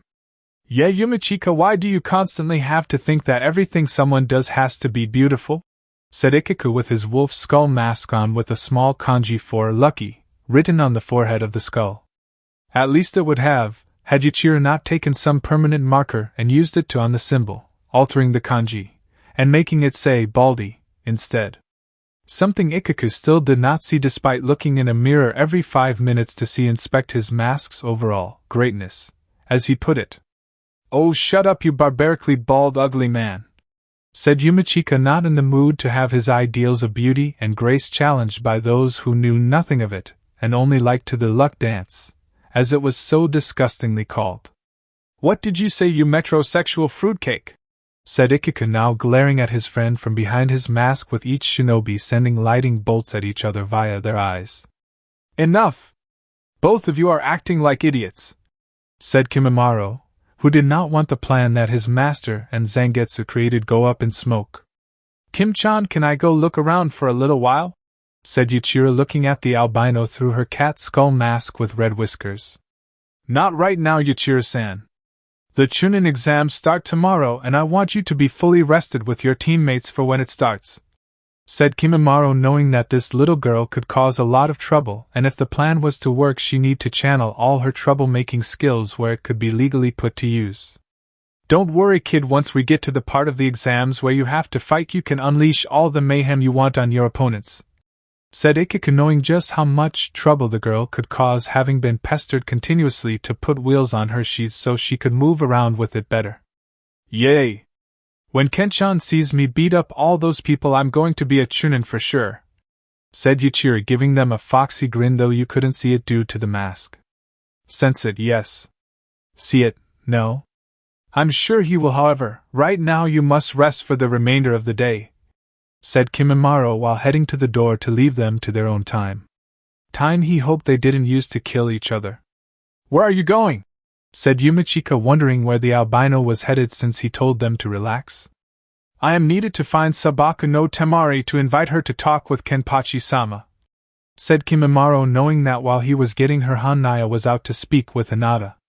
With that, the albino left to find the fan user from Suna, knowing that she would be glad to see him after all this time since she didn't get a chance to earlier. Elsewhere, a single female ANBU from Mist was speaking to her Mizukage and Water Daimyo about the important recon information that she had done.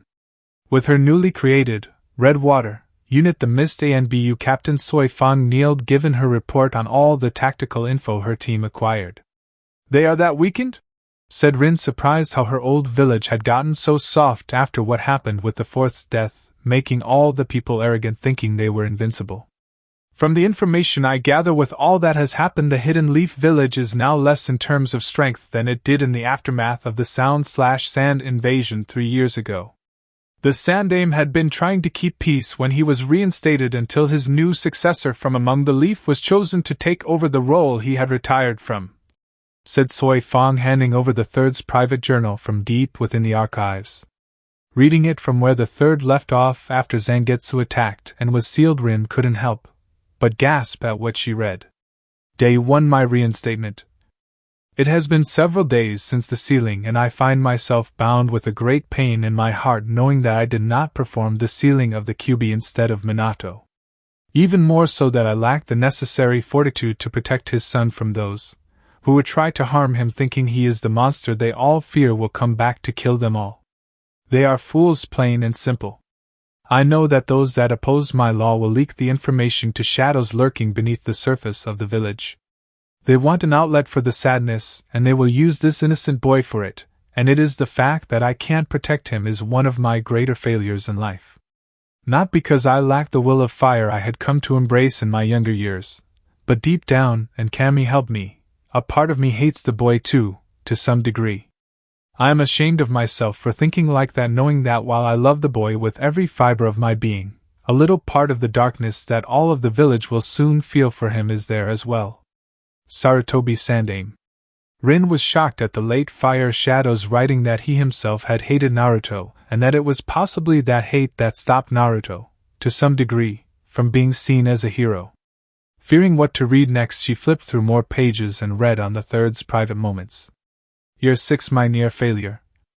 I saw through my crystal ball the orphanage caretaker try to strangle Naruto with her bare hands, calling him those horrible names that my law strictly forbids, and over a thing like asking for some food.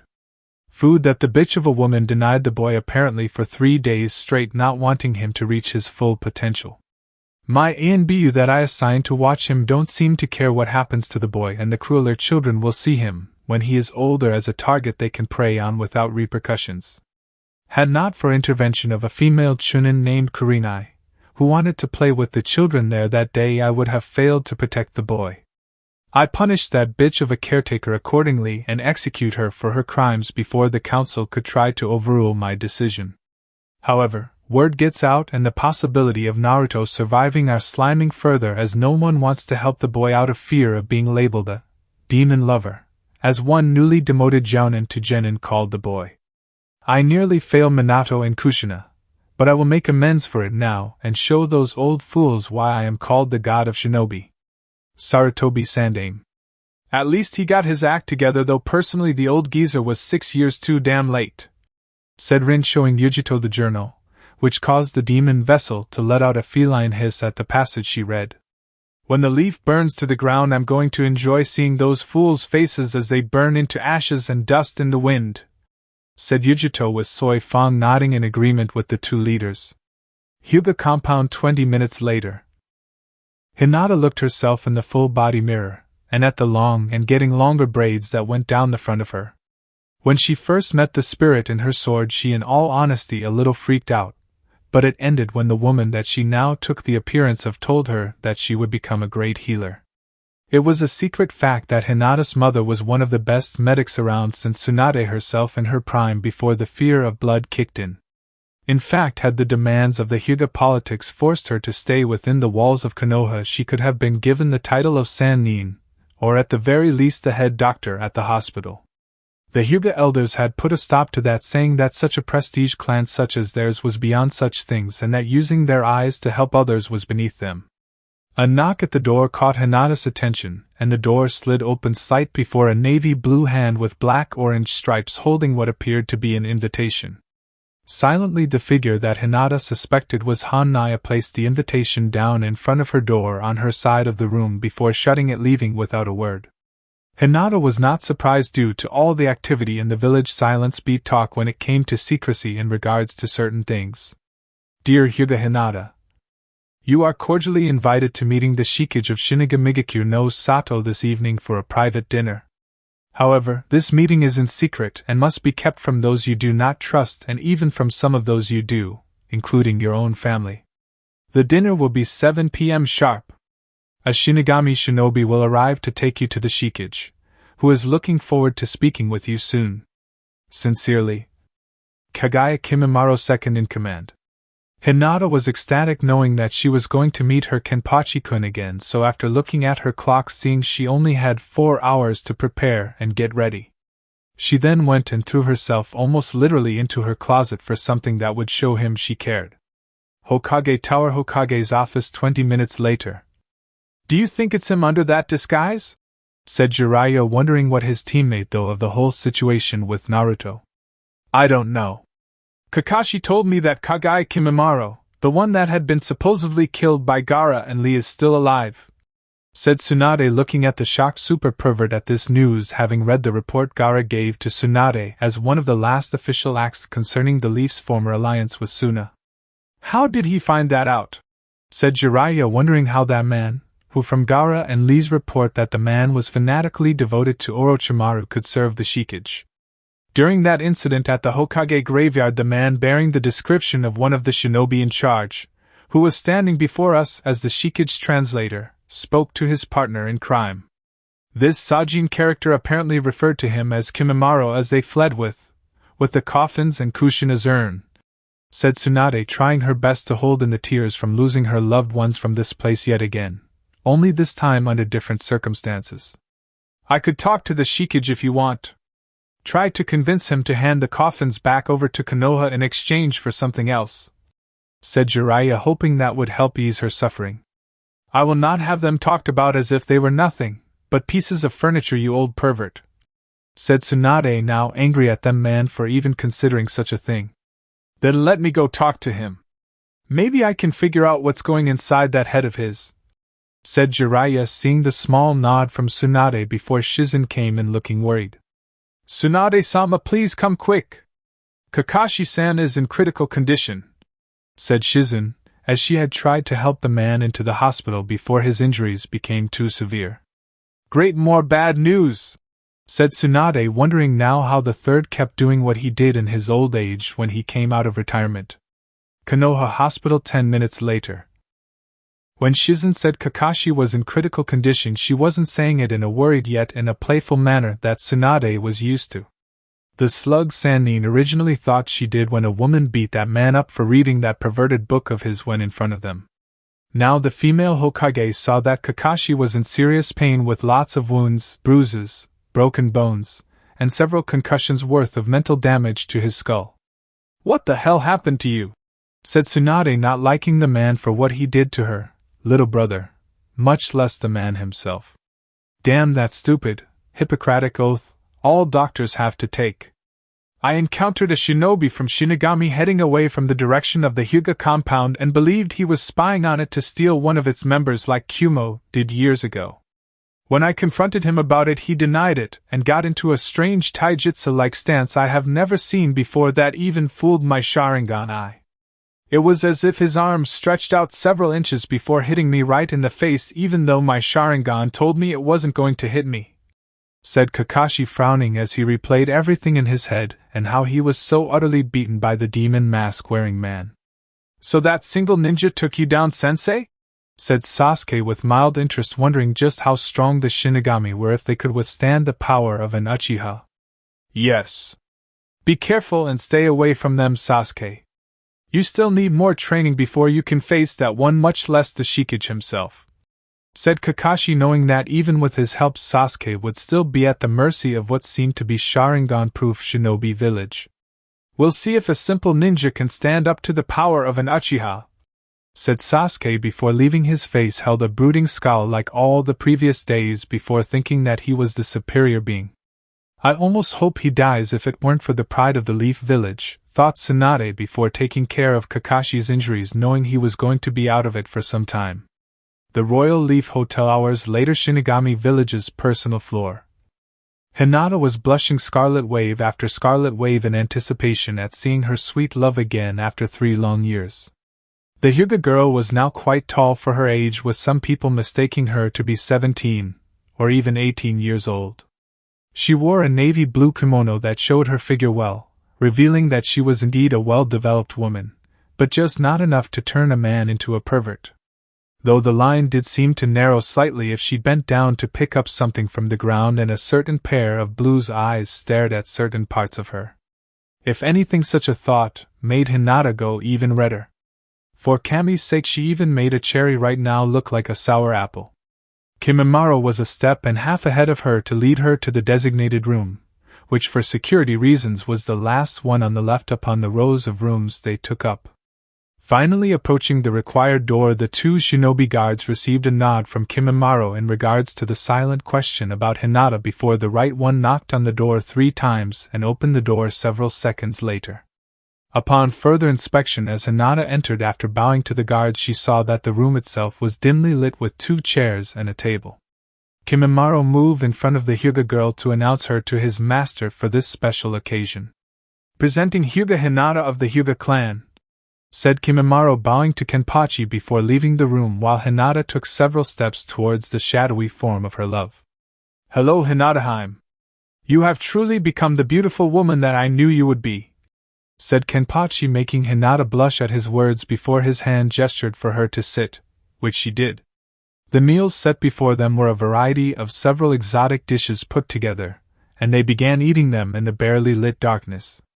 However, despite this darkness, it was calm, quiet, and secure for her, like a couple should feel on a date when alone eating a romantic dinner. I had longed to see you again, Kenpachi-kun. I'm glad I have, said Hinata calmly, though with a tad bit of nervousness in the beginning for breaking the beautiful silence. A shadowy shark-like smile appeared on Kenpachi's face that was barely seeable even to Hinata, who was half tempted to use her bloodline limit to see him through the darkness. As if sensing her thought, Kenpachi snaps his fingers once and the lights illuminated the whole room, revealing the plush suite that he was in along with the large bed meant for 2.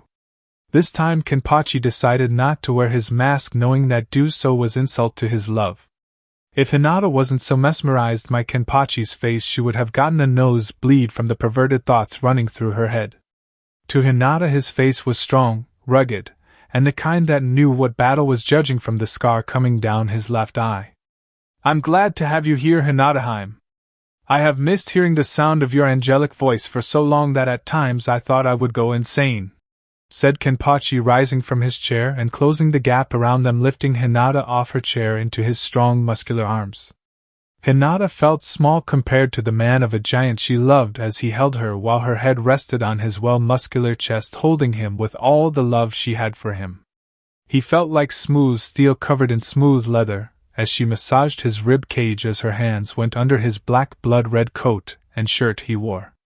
Go, man! Go! Yeah, my vessel is going to get some fun tonight. With any luck she's a screamer, and judging from my kid's fantasies he loves a screamer, thought Zaraki Kenpachi, laughing his head off within the mindscape, while Zangetsu put headphones on his ears and listened to Rob Zombie's song, Super Beast. Kenpachi-kun, is it true you are in an arranged marriage with Sabaka no Temari?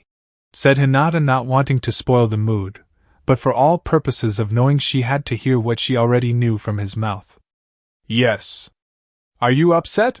Said Kenpachi, looking down at her with some difficulty due to his massive height. I was a little when I found out from my father. Why didn't you tell me in your letter?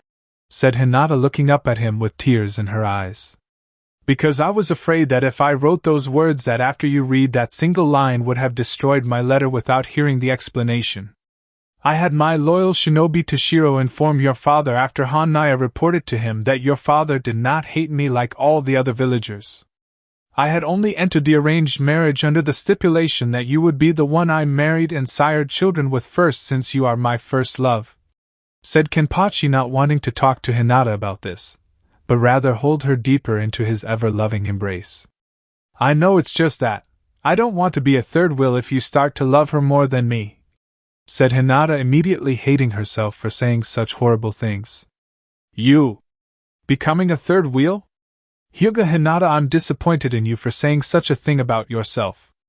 Gaara cares for his sister with all his heart, and she cares for me as I do for both you and her, for all the same qualities you each possess that are similar yet different at the same time," said Kenpachi, holding a slightly crying Hinata in his arms before kissing her on the forehead, remembering his recent talk with Temari few hours prior to this. Flashback earlier. Temari was practically skipping her way to see her future husband to be in the near future, as the shinobi, who summoned her to his room, had informed her of meeting with him. She first thought that he wanted to start early on getting to know each other better as husband and wife, but shook those perverted thoughts away, remembering that stipulation that prevented that from officially happening. Temari entered the room, finding that Kenpachi, as she found out that he called himself, no longer wore the dark robes and hood over his face, though the fox skull mask was still on his face. "Ah, Temari-chan, how good it is to see you again. I haven't been able to be in your ever-beautiful presence since I spoke with Gaara regarding the alliance between both our two villages," said Kenpachi, removing his mask so she could see his face as she did when he showed Gaara who was the founder of the hidden Shinigami village. "And I have missed you, Kenpachi-kun. I can't wait for us to be married, even if I can't be the first one to give you kids. Still, being married to you is a good start to that path that will one day allow us to have children," said Temari, as she now embraced him in a full affectionate hug. "Don't forget Hinata is a part of this too. I don't want either of you fighting over me in hopes I will favor either one of you more than other," said Kenpachi, as he remembered Temari's ever-competitive nature from the last Chuunin exams. Tenten remembered all too well from the prelims. "Hinata-san knows of the stipulation? Does she agree?" said Temari, hopefully, knowing that the only thing standing in her way of being an Uzumaki was Hinata's decision. "I am going to talk to her in a few hours, so I hope to get a positive answer from her soon on the matter," said Kenpachi, looking at the woman from Suna, looking at him with hope-filled eyes. "I know Hinata-san will agree. She loves you just as much as I do," said Temari, giving Kenpachi one last hug before leaving towards the door, swaying her hips as she went. "One more thing, Temari, in case Gaara hasn't mentioned it yet. When the fighting part of the exam starts, our group will sit together in our own private Kage booth on the opposite side of the Hokage. Gaara will be sitting beside me on my left, with Yujito-san as the still mysterious Mizukage will be on my right. As you know, Rin has become the new water daimyo and will also join us later on to prove that we have an alliance with each other. It will give the people from Kumo, IWA, and Konoha a lot to talk about. Then halfway into the tournament I reveal myself to them all, making them regret the day they started to hate me like they did. I intend to make them remember the very fear they felt when Zangetsu attacked by unleashing my fury on their arrogant souls," said Kenpachi, licking his lips in a very predator-like fashion in anticipation of a fight. "I look forward to that moment, Kenpachi-kun," said Temari, smiling a genuine smile at her love before leaving the room to talk to her brother more about the upcoming exam. End flashback. "I'm sorry I ever doubted you, Kenpachi-kun," said Hinata as she enjoyed the clear and beautiful sound of her love's strong heartbeat as she placed her ear against. "It's all right, Hinata, you have nothing to be ashamed of. And for the record, I have never been ashamed at anything you've done, and I never will," said Kenpachi, leaning down and planting a solid kiss on her lips. Hinata didn't know what unseen perverted force drove her on for the next 4 to 6 hours, but before she knew it, she went from simply kissing Kenpachi on the lips to laying on the large bed, completely naked, next to one naked Uzumaki Kenpachi, and sighing contentedly into her lover's chest as she slept. As for Kenpachi, all he could wonder was how Hinata's back could move at such an angle and not be paralyzed from the waist down. Regardless, it was one of the small handful of moments that he truly felt happy in life, but even more so with his soul feeling that same happiness as well. "Hinata-chan, I swear on my soul you never have to be ashamed of yourself ever again, thought Kenpachi before his mind fell into the land of dreams filled with him and Hinata enjoying life and having their kids playing without a worry in the world. The hotel would later receive complaints about the noises in the morning, thus burying the royal leaf heavily in mountains upon mountains of paperwork. Next day, the official start of the Chuunin exams. Forest of Death entrance. All of the Kages approached the entrance to the Forest of Death with their prized genin teams, each with their own uniqueness, though considering the number of genin from the hidden Shinigami village proved quite intimidating. Shinigami Genin Team No. 1 aka Team Soul Reapers, which were Madare Meikaku, Kusajishi Ichiraku, and Ayasegawa Yumachika, with their sensei being, rumored, the Shikage himself. Shinigami Genin Team No. 2 aka Team Anawabanshu, which were Hanaya, Makamachi Masao, and Shinomori Aoshi, with their sensei being the legendary Kashiwazaki Ninji.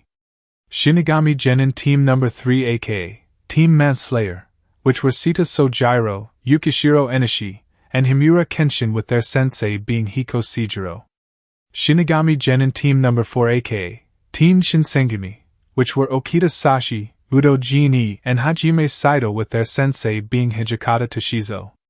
Shinigami Genin Team No. 5 aka Team Sekihōtai, which were Sagara Sanosuke, Takani Megumi, and Myojin Yahiko, with the sensei being Sagara Sozo.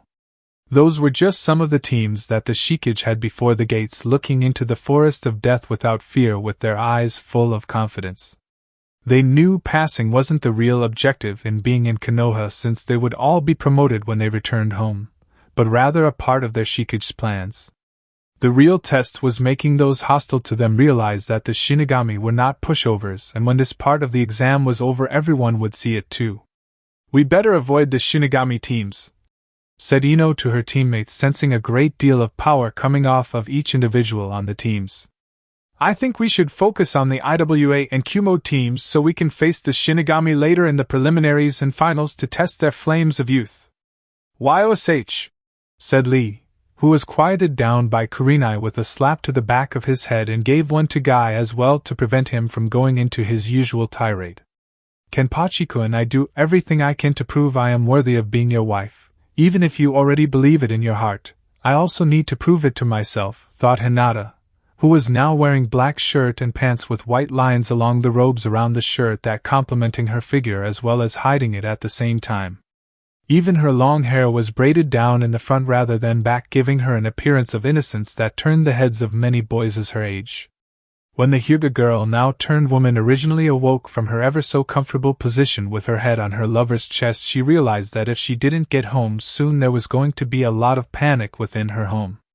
If they found out just what she did and who she did it with, the elders would branch her with the caged bird seal, or that other seal they had been working on for when she was married to Uchiha Sasuke and Inuzuka Kiba. It didn't help in the fact that the clock closest to Hinata told her was that she had less than 15 minutes to get home before Niji knocked on her door to awaken her from her sleep. If she didn't answer, then Niji would get worried and open the door or use his Byakugan to see through it, only to find she wasn't there. She started imagining what their expressions were like if and when they found out about this intimacy with her Kenpachi.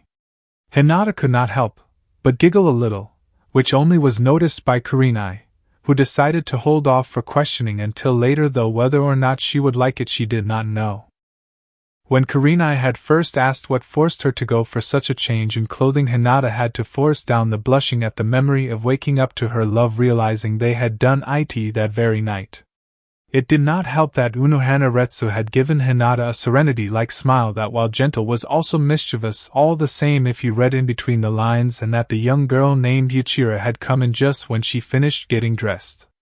The girl looking between both her and Ken-chan, as the fox girl called him, and before Hinata knew, Yuichiro started calling her Mommy-chan really loud as she hugged the shocked Hyuga near into fainting.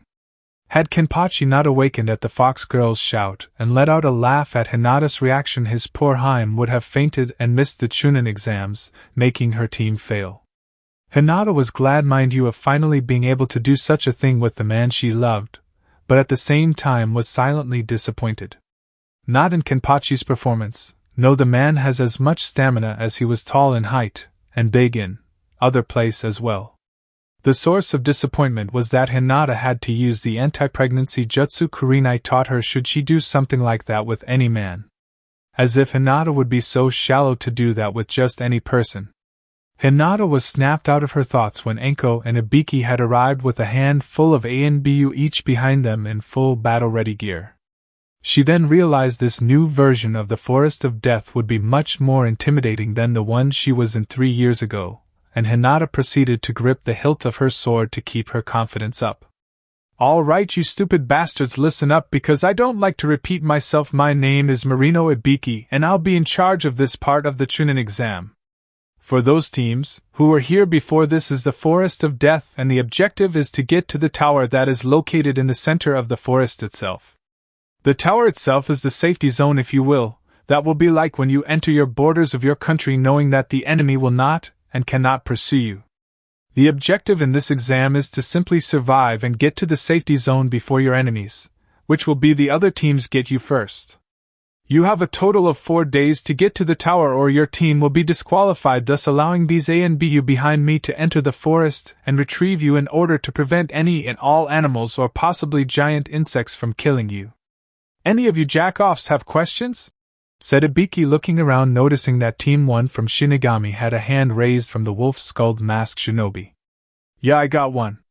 "Why are you making this so damn easy?" said Ichiraku, chuckling behind his mask while the other Shinigami teams did the same, who clearly were going to enjoy this. "You're badasses now, but if and when you get through here you will think twice before entering here. It's the stuff nightmares are made of," said Enko, giving off a sadistic grin while twirling a kunai in her hand, wishing she could cut them and lick their blood. "Please, lady, we've seen what nightmares are made of, and this Forest of Death, as you all call it, is not it by far, I promise you," said Enishi, wearing a tiger skull mask, his hand twitching for his sword to kill them, but a near-invisible look from their sensei stopped him. "All right, enough talk.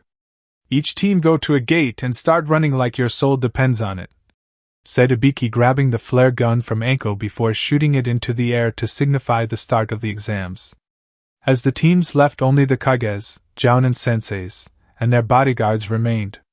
"Ah, so you are the infamous Shikage I keep hearing about," said Ikamaru Jin, the newly made Yandame Reikage of Kyuubi, walking towards the group with a strange grin on his albino white face. Jin watched as the man in dark robes spoke the unknown language that graces his ears before turning to Kimimaro, who turned to address the Yandame Reikage. "And you are the Reikage of Kyuubi, who killed the Sandame during your little uprising, if Shikage-sama recalls correctly," said Kimimaro, feeling his master's rage at the Kage slowly growing at the face of the grinning man before him. "Please, Shikage-sama, you make it sound like I wanted to kill the old man for the title when I was the one that was going to take his place regardless if I rebelled against him in the end. All I did was speed things up so I could have the title sooner rather than later. Don't you agree, Sachikage-sama?" said Jin, looking at the man now walking up to him with glasses and a calm look on his face that hid for the most part the cruelness that was beneath it. "While I must admit it is one way to be a Kage of a village, it did seem to be quite bold, all things considered, since you were the next in line to be the Reikage. I imagine the poor Sandame Reikage didn't take your ambitious assault very well due to him being on the receiving end of your blade," said Aizen Sosuke, the fifth Sachikage, with his one and only bodyguard behind him, looking at the group as a whole yet not looking at the same time. "Again, my actions are taken out of context, but I still don't see the problem allowing and expressing myself towards the Sandame Reikage in such a manner," said Jin, with his grin increasing even more, making everyone around him not loyal to him on edge. "Then perhaps your successor won't mind doing the same to you when it's your turn to step down, Reikage-sama," said Yujito behind her mask, but he rage at the man was beyond comprehension at the moment. "Ah, the newly elected Mizukage graces us with her presence," said Jin, making those around them that didn't know seem shocked that another female Kage had appeared. "Sachikage-sama, we have to go. It is getting far too crowded for my liking, and I wish to get you away from those who might try to cause unnecessary bloodshed," said Kaname Tosen, who despite being blind could sense danger almost everywhere around them. "Of course, Tosen-san, I understand. As my faithful bodyguard said, I must go now and await the news of my Genin team's victory. Good day, Shikage-sama, Mizukage-sama, and Reikage-sama," said Aizen before leaving, not even acknowledging Gaara or his siblings before leaving with Tosen back to their hotel. I must go as well, though not for too long, since my teams I know will do exceptionally well since they were trained by me, said the Raikage, leaving the remaining 2 Kages to their own devices. Gaara scowled at the smiling Psycho before walking over to the other 2 Kages with the Water Daimyo Rin along with the Mist Ambu Captain Soi Fang not far from them. Charming little bastard, isn't he? Said Temari, looking slightly at Kenpachi in his dark robes of the Shikage, wishing to see him without it. I sense there is something wrong with their genin teams. They are unnatural even for us, and I don't like it, said Yujito, sensing Tsunade and Jiraiya looking at them not far away with suspicious eyes. We will have to deal with them later. For now, let's just deal with what's in front of us, said Kenpachi in a whispery tone so low not even an Inuzuka could have heard him. I will have Baki find out more about Aizen before the finals start next month. Until then, we must remain sharp and look for more enemies that lurk further beyond, deep in the shadows, said Gaara, making many raise their eyebrows at his words. That was deep, said Sakan from his position, watching the Kazekage of Sun walk away with his siblings, wondering how the boy could think with such depth like that. No one asked you, asshole, said Tayuya, who scowled at Sakan behind her bird skull mask, but stopped when her Shikage turned and stared at her to mentally tell her that now was not the time. Elsewhere. Danzo-sama, everything is ready, said a Root Anbu ninja, bowing before his leader. Good. Tell them to engage the Shinigami ninja whenever the opportunity presents itself, and if possible bring them back alive for our own version of interrogation, said Danzo, not liking the fact that there were too many Kages around Konoha at the moment, along with the current one at that. Soon, when Konoha was in a panic looking for a hero, Danzo would appear with his root ninja and smite the enemies that were in their walls. With the vast majority of the council supporting him along with the villagers themselves, all he had to do was either kill Tsunade or prove she was unfit to be one, thus giving him control over Konoha as its new Hokage until Sasuke was ready. The Uchiha prodigy was a lot like him when he was younger, and only wanted power to rule over all those around him with iron fist. All Danzo had to do was remove the competition and those that would not support him throughout the chaos that would come from this Chuunin exams. Sure, it would cripple Konoha in the short run, but eventually the populace would be overrun with Uchiha offspring if he gave enough women to the sole ruler of the clan to populate it with the Sharingan bloodline to fully make up for the loss in the ranks. With this new growth, they would attract the more darker clients that Konoha normally didn't take up despite wanting to pay more for a job well done.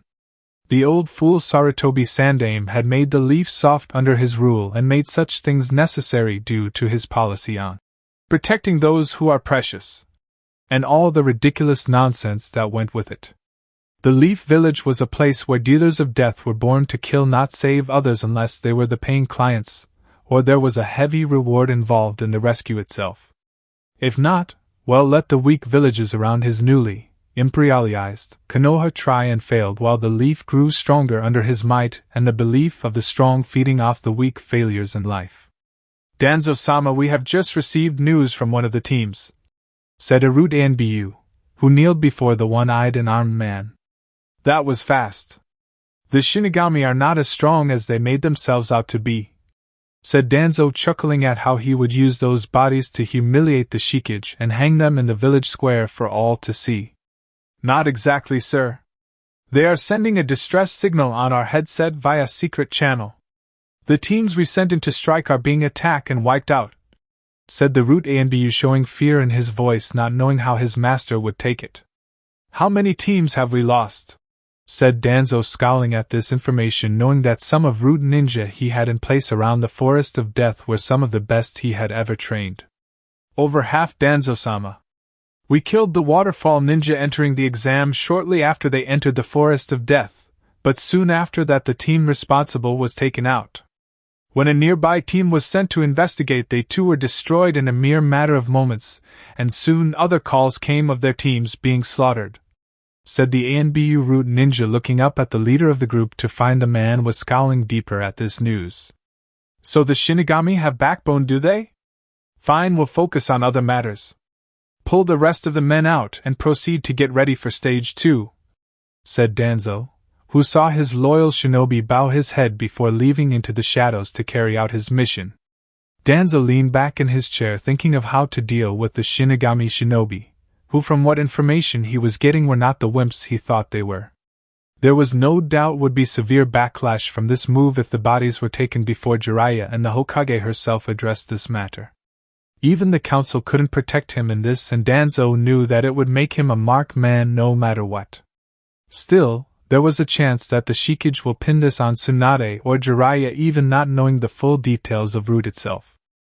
For the moment, Danzo could and would do nothing except keep his men and his spies within the hidden village awake to alert him of any problems that may be a threat to him.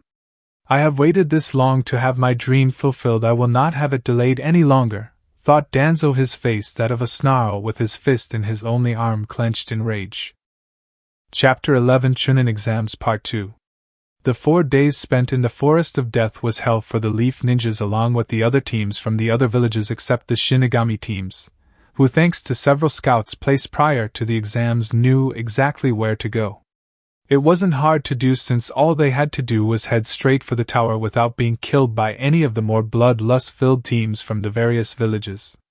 Some of the rookies had been engaged upon by Kumo and IWA teams on several occasions only to push back the teams back. However, the fact that Root A and BU were attacking and impeding the Shinigami ninjas' progress was causing quite an annoyance among them. After getting together for a secret joint team meeting, it was decided that a public example had to be made to one of them.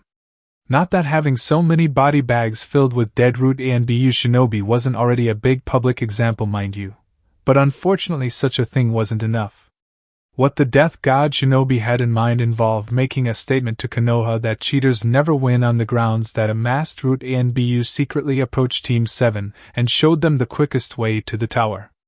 Kiba and Sasuke originally objected the approach, but it was stopped when the man told them by doing this they could show up the other teams and allow them to rest while the others came in worn out. Sakura had no problem with that since she didn't like this place any more than she did the last time she was in it. Her lack of training had made her weak, with her only real strength being chakra control along with a few weak jutsus and the ability to resist weak genjutsus. When Team 7 left, the Root A and BU was knocked out by a surprise attack by Yahiko, who then tied him up and had Sanosuke pick up the man before heading to the tower. Chuunin Exam Tower the 4th day. The arena used for preliminary fights was filled quite largely at this point before all the teams were accounted for, with Team 7 of Konoha being the first to arrive. Of course the council wanted to be there to rub it in like salt on a wound, stating that Team 7 was the model ninja team of Konoha. Despite their best efforts, however, the Shikage did not once lash out at them with his still unknown tongue or unleash his killer intent at being outdone by his enemies as they fully expected him to. Hell, the man didn't even try to turn his head towards them when they tried talking to him from a distance, and had it not been the occasional talking between the Shikage and his translator while the Death Four looked around occasionally for potential threats to their death shadow. Soon the Konoha, Suna, Mist, Kumo, and IWA shinobis arrived looking a little torn up, but still nothing serious that could prove life-threatening in the end of the day. Well, it seems the great Shinigami village isn't so great after all if they can't get past the Forest of Death. Right, Haruno-san? Said Inuzuka-tsum, turning to her fellow council member, who like her twisted her lip up into a cruel sneer as they looked at the hooded figure of the Shikage. Yes. Of course, I had no doubt that my sweet angel Sakura could get through it a second time with your strong son Kiba, along with our prodigy, and future 6th Hokage Uchiha Sasuke, said Haruno Yasha, eyeing the Shikage viciously at Konoha's little, but notable victory over them. I'm afraid we will have to continue the exams without them. I apologize, Shikage-sama, and so many of your teams losing so early in the beginning, said Tsunade in her Hokage robes with Jiraiya beside her, gauging the Shikage for whatever reaction he may give off. All the man did was stand still and didn't move a muscle the entire time. Since your teams are not here, Shikage-sama, it would be best if you and your little group leave Konoha and don't show your face until the next, said Yasha before the door on the opposite side of the room was smashed open, sending rubble everywhere. Sorry we're late, but it's kind of difficult to get through this place carrying body bags full of these bastards that tried to jump us and try have one of their teams cheat, said Ikaku, coming in with nearly all the Shinigami team's members covered in blood and weapons still drawn. Nearly all due to Genie having been cut down by Saito due to the now deceased warrior's bloodlust and urge to kill, which were constantly becoming a disgrace to the very name of Shinsengumi as of late. "You're too late! You didn't get here on time, you are all disqualified," said Some, growling at the Shinigami shinobi with everything she had. "Shut up, you ugly woman, for a dog. It is because of people like you that help create such an ugly world," said Yumachika lazily before parting some hair covering his mask. "Besides, you have no room to talk since your son's team cheated," said Kenshin behind his dragon skull mask with his long red hair no longer tied down due to the fighting. "How dare you! You are just jealous because my son's team got to the tower on the very first day while it took all of you the entire 4 days to reach here," said Some, now looking as smug as ever when she looked at the Shinigami shinobis before her. "Bitcha lady son had outside help. Tell them, Feather-chan," said Yuichiro, now getting the attention of everyone in the room. "What did you call me, you little runt?" yelled Some, growling fiercely, and looked ready only to stop when a great deal of killer intent came from the Shikage, Yuichiro's teammates, and fellow shinobi, each giving her a look that said, "Back the hell off, bitch," which was exactly what Some did for the moment. "Despite what she called you, which I personally feel is appropriate given your behavior, there is still the matter of the route A and B we encountered trying to halt us from getting here in the first place," said Aoshi, snapping his fingers, and Shinigami parted, revealing a large pile of body bags with the masked heads sticking out. "My men!" said Danzo, only to realize he had been caught in self-incrimination. "Not only that, but we have the poor bastard that helped Team 7 get here so fast, and I think you all damn well know him considering his past history with Konoha," said Enishi, who stomped his foot down heavily once before Sanasuke appeared carrying an unconscious, tied up, and masked shinobi before dumping him before the Shikage.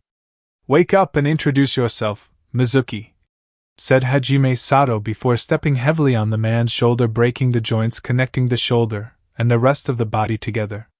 Needless to say, it made the man wake up screaming like a little girl.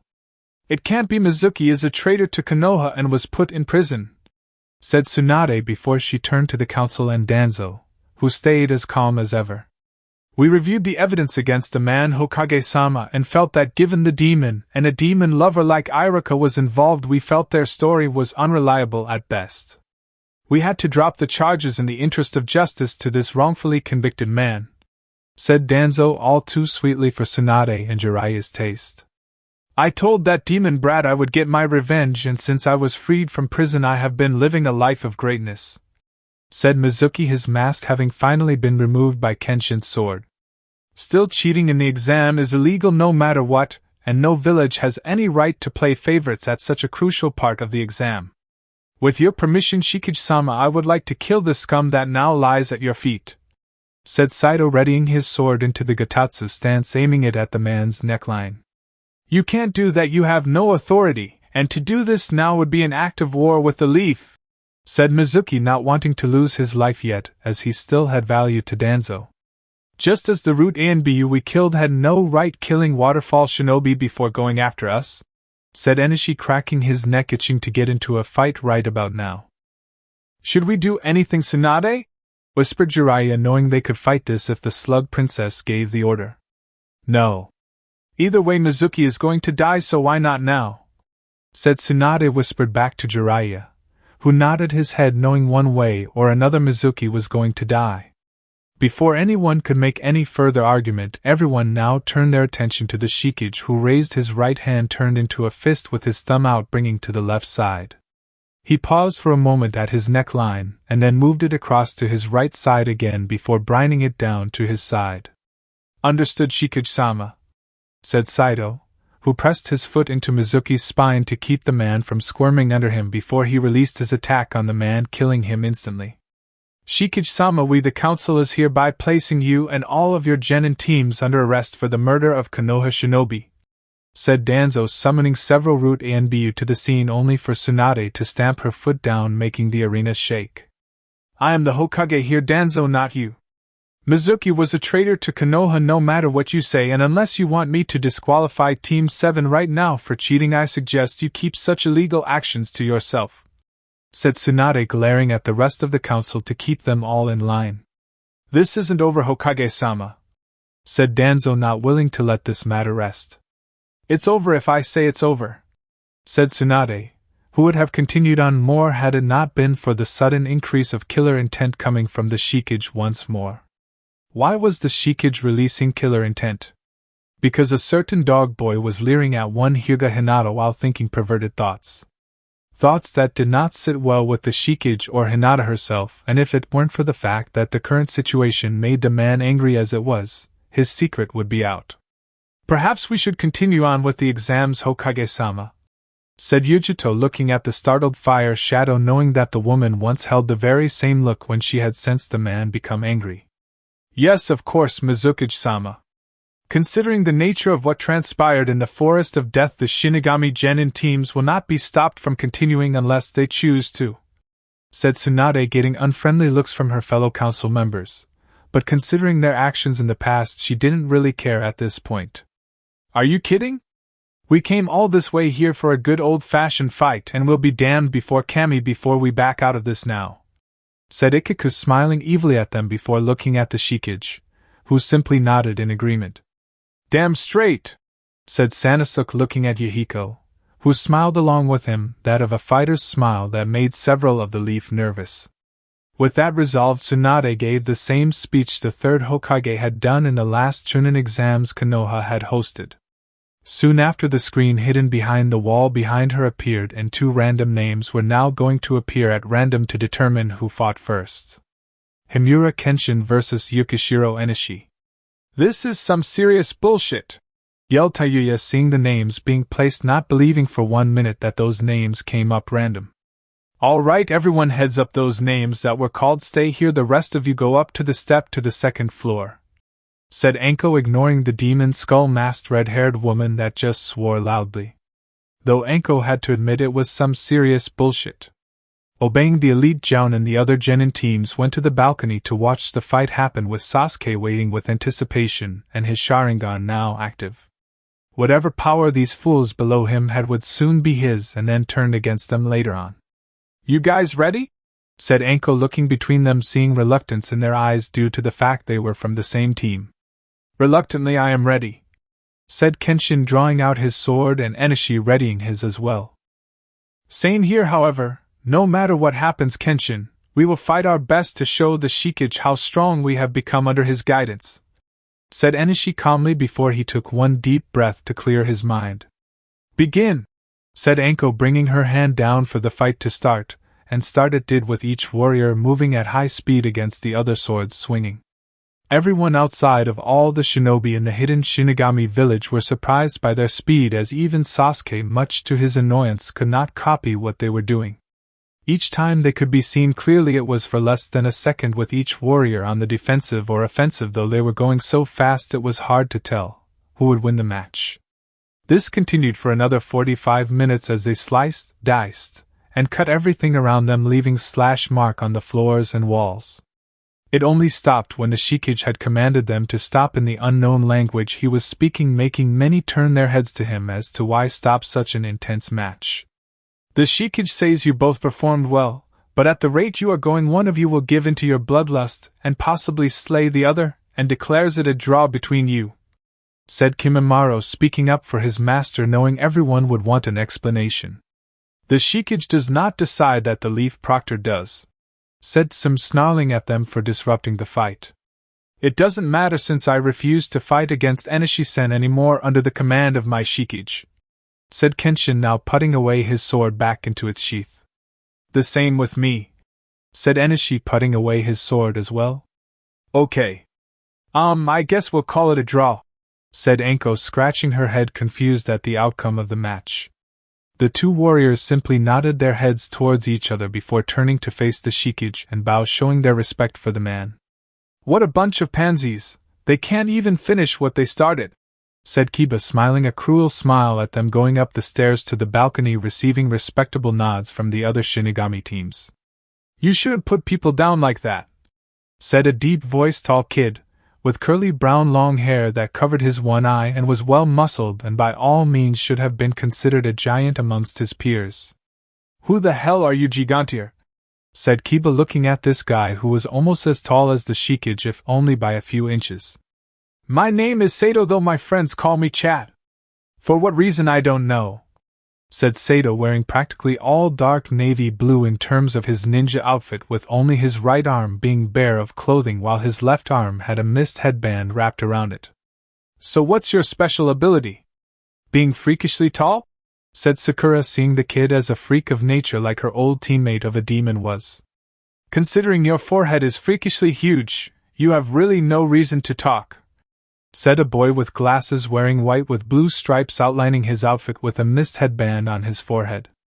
As if Kabuto wasn't bad enough in the last Chuunin exams, now we another four-eyed freak comes along, and from another village no less, said Sasuke, who now stared at the boy in the full belief that having eyeglasses meant poor eyesight, which meant weakness, and that was something Uchiha Sasuke did not bond well with. While your opinion is well noted, Uchiha, I would like to point out that such a thing is much better than a traitor to his own village for its very enemy, said Yuri Ishida before pushing his glasses up with his gloved hand. You shut up! Sasuke-kun is better than anyone here, yelled Sakura, trying to punch the daylights out of the man, only for the blow to be stopped by a strong triangular shield that absorbed the blow like it was nothing. You will stop your fighting until it's time to end these preliminaries, said a very sweet yet serious-sounding girl with long orange hair, moving into Team 7's line of sight to the left of Sato, wearing navy blue mixed with gray. And who might you be? Said Sakura, looking at the rather busty young girl before her, and already seeing her as a threat to being near her Sasuke-kun. In no way Oriheim from Mist, said Oriheim, not wanting to give out any more knowledge about herself than usual since she had been warned about it by her sensei Soi Fang. Well, back off, you bimbo, Sasuke-kun is mine, said Sakura, going right into her fangirl state, trying to protect her interest. I hate it when people jump to conclusions, but for the record, Oriheim's not interested in the Uchiha traitor, said Ishida, knowing fully well just who the girl had sights on. Oh yeah, who then? Said Kiba, drooling slightly at seeing the young woman's frontal assets, only to have a large butcher's knife-shaped sword pressed around his neck. Me, you dumbass, and unless you want me to cut your other head off for you to eat, I would suggest you not ogle her. She doesn't like it, said a boy with orange spiky hair wearing a mist headband on his right arm. Ichigo, do you have to be so rough with people? Said a girl behind him that was shorter than he was, with black hair with a mist headband loosely around her neck, her sword still in its sheath by her side. Do you have to draw a picture of things like a 2-year-old to explain complicated things to people, Rukia? Said Ichigo, which made the said girl fume, as she wasn't the best when it came to drawing things. Come on, you guys, knock it off, you're missing the fights, said Shiba Ganju, wishing the two would knock off their bickering for once. Sure enough, they were, as soon as Genin teams had been decimated quickly after two of them faced off against Kumo, and the final one lost brutally to IWA. Something is unnatural about those teams from IWA and Kumo. According to my senses from Shikaku, it's demonic, yet not as strong as mine, Yujito's, and or Kenpachi's. They must have sealed weaker demons into their ninja to give them power, and judging by the way this is going, they have done remarkably well, thought Gaara, his eyes narrowing quite dangerously, and wished he could kill the fools that had killed his genin teams. However, restraint was the better part of valor, and for the moment, Gaara would restrain himself from killing, if only for a little while longer. The other matches soon came to be called out at random, or as random, looking to make it not look like the whole thing was fixed to weaken the other villages' chances in further competing in the exams. Shinigami Shinobi mostly faced Shinigami Shinobi, with a few exceptions in the form of Kumo, Mist, or IWA, but not the Leaf. The Shinigami Shinobi fought each other the most and tied, but some were too injured by the IWA and Kumo Shinobi in the matches that they couldn't continue to the next round. Though the same was said for Kumo and IWA, leaving only one shinobi from IWA to possibly compete in the next part of the exam. So far, Ikaku, Yuichiro, Yumachika, Saito, Sojiro, Aoshi, Miseo, and Hanaya were the remaining members of all the Shinigami Genin teams to qualify for the next part of the exam. You leave shinobis are a bunch of pussies and not facing off against one of us because you know we can kick your ass all over the place," said Tayuya, trying to be the voice for her Shikage, who was mentally thinking the same thing only with a few less choice words that the red-haired woman had used. Still, it pissed off the council, so the point clearly struck home as only Tenten, Sasuke, Hinata, Kiba, and Choji had advanced as well into the finals. Lee had lost painfully to Sojiro, whose speed far surpassed the green spandex-wearing boy with weights both on and off by having deep cuts in his legs and arms. The damage that was done required the bull-haired, cut-shaped genin to quit if he ever wanted to continue ever being a ninja again when he was healed. Ino lost to Miseo after a brutal taijutsu fight, which the platinum blonde lost due to her competition being the proud student of the Anawabanshu, and its leader, as they called him. Sakura lost badly to Ichiraku, who called the young Haruno girl Flat-chan, due to the fact that she wasn't heavy on the physical chest portions of a woman. Sakura tried to get in a few good hits only to have them miss horribly as Ichiraku proved she was faster than she looked. It left Sakura open to an attack, which the fox girl did by jumping repeatedly up and down on Sakura's spine. It was even more painful to see when they saw Ichiraku enhancing the stomping with her chakra that left a large crater in the arena floor, and were horrified to learn she also had weights on. To add insult to injury, the stomping had put a great deal of pressure to Sakura's bladder, making her relieve herself of liquid and solid waste that were in her body into her shorts before she was carried away on a stretcher. One that would soon be destroyed after dropping the Haruno girl off.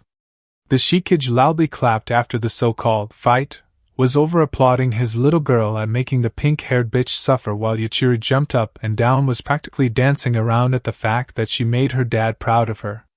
The pink-haired demon of a mother of that said bitch was now rushing to the medical area to comfort her, Angel, over loss and the sheer embarrassment their family had suffered. Oriheim beat Yahiko, though it severely drained her afterwards. Sanosuke had fought a worthy fight with Sato only to lose just barely to the boy-slash-man when it came down to a fist-fight contest. Who knew the kid, who used one eye while the other was covered with hair, could alter his arm into something like that and win no less? Megumi soon forfeited when her match was up against Ichigo, since her field was that of a medical specialist in the group and not of combat, but the orange-haired youth told her it was all right. Hinata had the unfortunate fate of fighting twice against both Rukia and Ganju, who she defeated using the family gentle fist style. It was difficult on account of the fact that she had to prevent the others from seeing all of the advanced training she had done, though she did have to reveal her protection of the 8 trigrams 64 palms technique. Though it was a small price to pay, and in the end her love clapped at her performance of defending herself against Ganju's explosive attacks and water jutsus he unleashed upon her. Sasuke and Kiba each fought one of the weakened IWA shinobi, killing them with one of their usual signature attacks, Chidori and Man-Beast clone piercing Fang combo that they were known for. Little did the two-leaf shinobi know that had they faced their opponents at full strength, they would have been killed outright in their fight. As for last to fight, which was Okita's, he was regrettably killed, the strange Kumo ninja simply nicknamed Shrieker, in his match after the crouching toad-like man unleashed poison-covered maggots filled with acid shooting from his mouth. That strange bug-like creature exploded soon after, causing the acidic fumes to attack the young warrior's lungs. Once Okita breathed or the burns themselves got into the lungs of its victim, Okita felt the breathing part of his organs become extremely weak. Even now, the effect of such a deadly poison made the infected Shinsengumi member die painfully in a matter of mere moments. Still, the youngest member of the Shinsengumi team was able to kill his enemy in a last-ditch effort when, having his back turned, used the Gatatsu Zero stance and shot his sword at the surprised ninja, impaling him hard into the wall, killing the Kumo shinobi in an equally painful manner.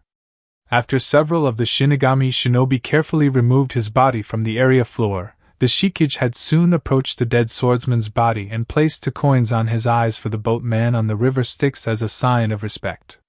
After that was done, and he was prepared to be sent home, it was time to announce the fighters for the fighting section of the exam, which not surprisingly were different this time. Match number 1, Miss Shinobi Kurosaki Ichigo vs. IWA Shinobi Jigerjax Grimjow. Match number 2, Leaf Shinobi Tenten vs Shinigami Shinobi Makamachi Miseo. Match number 3, Shinigami Shinobi Kusajishi Ichira vs Leaf Shinobi Inuzuka Kiba. Match number 4, Shinigami Shinobi Hanaya vs Mist Shinobi Yasutora Sato. Match number 5, Leaf Shinobi Akamichi Choji vs Shinigami Shinobi Ayasegawa Yumichika. Match number 6, Mist Shinobi Yuryu Ishida vs Shinigami Shinobi Madarame Mikaku. Match number 7, Shinigami Shinobi Sita Sojiro vs Mist Shinobi Inoue Oriheim. Match number 8, Shinigami Shinobi Shinomori Ayashio vs Shinigami Shinobi Hajime Saito. Match number 9, Leaf Shinobi Uchiha Sasuke vs Leaf Shinobi Hyuga Hinata. The final match got everyone's attention, and it was duly noted that Sasuke had a smirk going close to a piscotic smile before turning his gaze on the slightly terrified Hinata. For Sasuke it meant teaching his woman just who was in charge of their marriage before it even began, and in front of the very people of the village no less. He couldn't wait for the next part of the exam, knowing that when he fought Hinata he would make her submit in front of everyone, making it clear she was his woman, and not some demon loser. His thoughts were interrupted, however, when more churka pressure came down upon the room, but at the same time felt like it was directed at him for some reason. It didn't take long for everyone to notice the power was coming from the Shikage, though why he was angry no one could really be sure. No one outside of Shinigami, Suna, or Mist anyway. Kimimaro, not wanting his Shikage to give away his identity away, placed a hand on the man's robed shoulder and pressured it 3 times. It was a secret signal they had all created for him to calm down should he be upset beyond any further approach in such a manner. Slowly the pressure from Kenpachi's churka left the area enough for the people around him to breathe again, and if Tayuya wasn't so out of it at the moment she would have said a few choice words that would have blown their cover sky high. Please forgive Shikage's temper, Hokage-sama. To make it up to you, he wishes to invite you, Kazekage-sama, and Nezuko-sama for dinner tonight, said Kimimaro, bowing his upper body to signify an apology. Very well, I accept the invitation on the condition Jiraiya of the Sannin can join me as my personal bodyguard, said Tsunade, wanting this play out in her favor, knowing that with all the pull Shinigami had at the moment a potential meeting could prove to the Fire de Mio that things were looking up for the Leaf Village. Shikage-sama has no problems with you bringing the Toad Sannin with you, but that is as far as bringing guests with you goes. We will see you both at 7 p.m. sharp, said Kimimaro, stressing being on time was a necessity in this case. Before anyone could say anything further, all the Shinigami left in a poof of dark smoke, leaving several stunned shinobi in their wake. That power felt so familiar. Could it be him? No, that loser fell off the face of the earth after what happened in Wave Country, according to Sakura. It's more likely he went into seclusion due to his shame of being a no-talent shinobi. Still, I will have to keep my eye on him, thought Sasuke, looking over at the Raikage, seeing that stupid grin on his face, and wondered if the Cloud Shadow might wish for an Uchiha to fight for him. He would have to find out later. Royal Leaf Hotel that night. It was interesting for Tsunade to see Jiraiya actually look presentable for once without his usual Sannin attire, but in a nice professional attire unlike that horrible Toad Sannin one. The two walked into the hotel, seeing it was swarmed with shinobi from Shinigami, Mist, and Suna talking to one another as if they were all best friends, which puzzled them to no end. I see you arrived, said a wolf skull-masked Shinigami with the kanji, Baldi, written on it. Beside him was a little girl with a cat mask on with pink whiskers with a fox-like tail sticking out, and a swan skull-masked Shinigami shinobi with strange eyebrows that rivaled Guy and Lee's own in the way of being strange. Tsunade and Jiraiya instantly recognized them as the 3 competitors entered into the Chuunin exams. We're on time if that's what you mean, said Jiraiya, not liking to dress up in something so nice and fancy since it wasn't his style. That and Tsunade had forbidden him from doing his usual Toad Hermit dance, to avoid any embarrassment that he may create while with her. Jiraiya had in turn told her that no matter what she couldn't punch him out the window since it would make her look equally as bad. That little reminder/remark nearly caused Jiraiya to miss this little get-together. Follow us then, said Yumichika, escorting the two to the elevator to take them to the top floor where their Shikage stayed. How are you all you Shinigami shinobi getting along with the other shinobis from Mist and Suna? Said Tsunade, trying to strike up a suitable conversation out of her escorts. Just fine actually. Unlike the Leaf Village here, we actually are all very well respected for the missions we've been on. Shikage-sama only has us go on the most challenging of missions to prove ourselves worthy before him. We're talking life and death missions that are vital in taking, and none of those boring D-ranked missions you guys always do for what you count for teamwork. Said Ichiraku, knowing that the selection process for genin teams was not about having a balanced team skill-wise, but rather balanced in how the people on the team get along and can work together. The teams were put together with people you could trust your very life with or give your life for them if need be. Enough said. I will make sure to have a mental note of that for when our next year genin teams are created, said Tsunade, while inside she wanted to tear the bald man to pieces. Boy, is she in for a surprise in a month when Fox is out of the bag, thought Yumachika, the two over finding the female Hokage to be quite beautiful despite hiding her real self, and seeing her Sannin tag along looking nice as well, but his facial structure was clearly ugly. And what's your name, little one? Said Jiraiya, believing that no kid could resist his ever-handsome face. He wished. The tiniest of the entire group just looked at Jiraiya, tilting her head slightly before facing front, looking back towards the elevator doors before they opened, revealing their intended floor. This is our floor, time to go, wrinkly boob and super pervy man, said Yuichiro before she started skipping out the elevator door and down the hallway.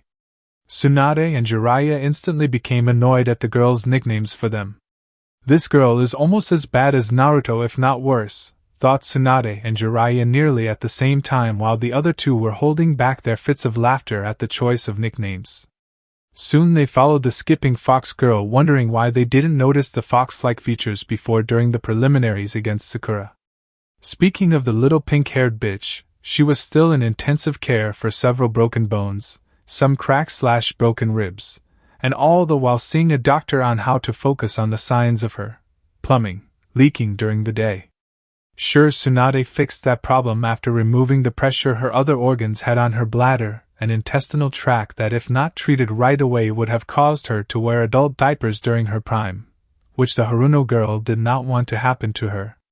Once they reached the last door on the left, the two guards looked at the invited guests before one knocked 3 times and opening it 1 second later, allowing them to enter.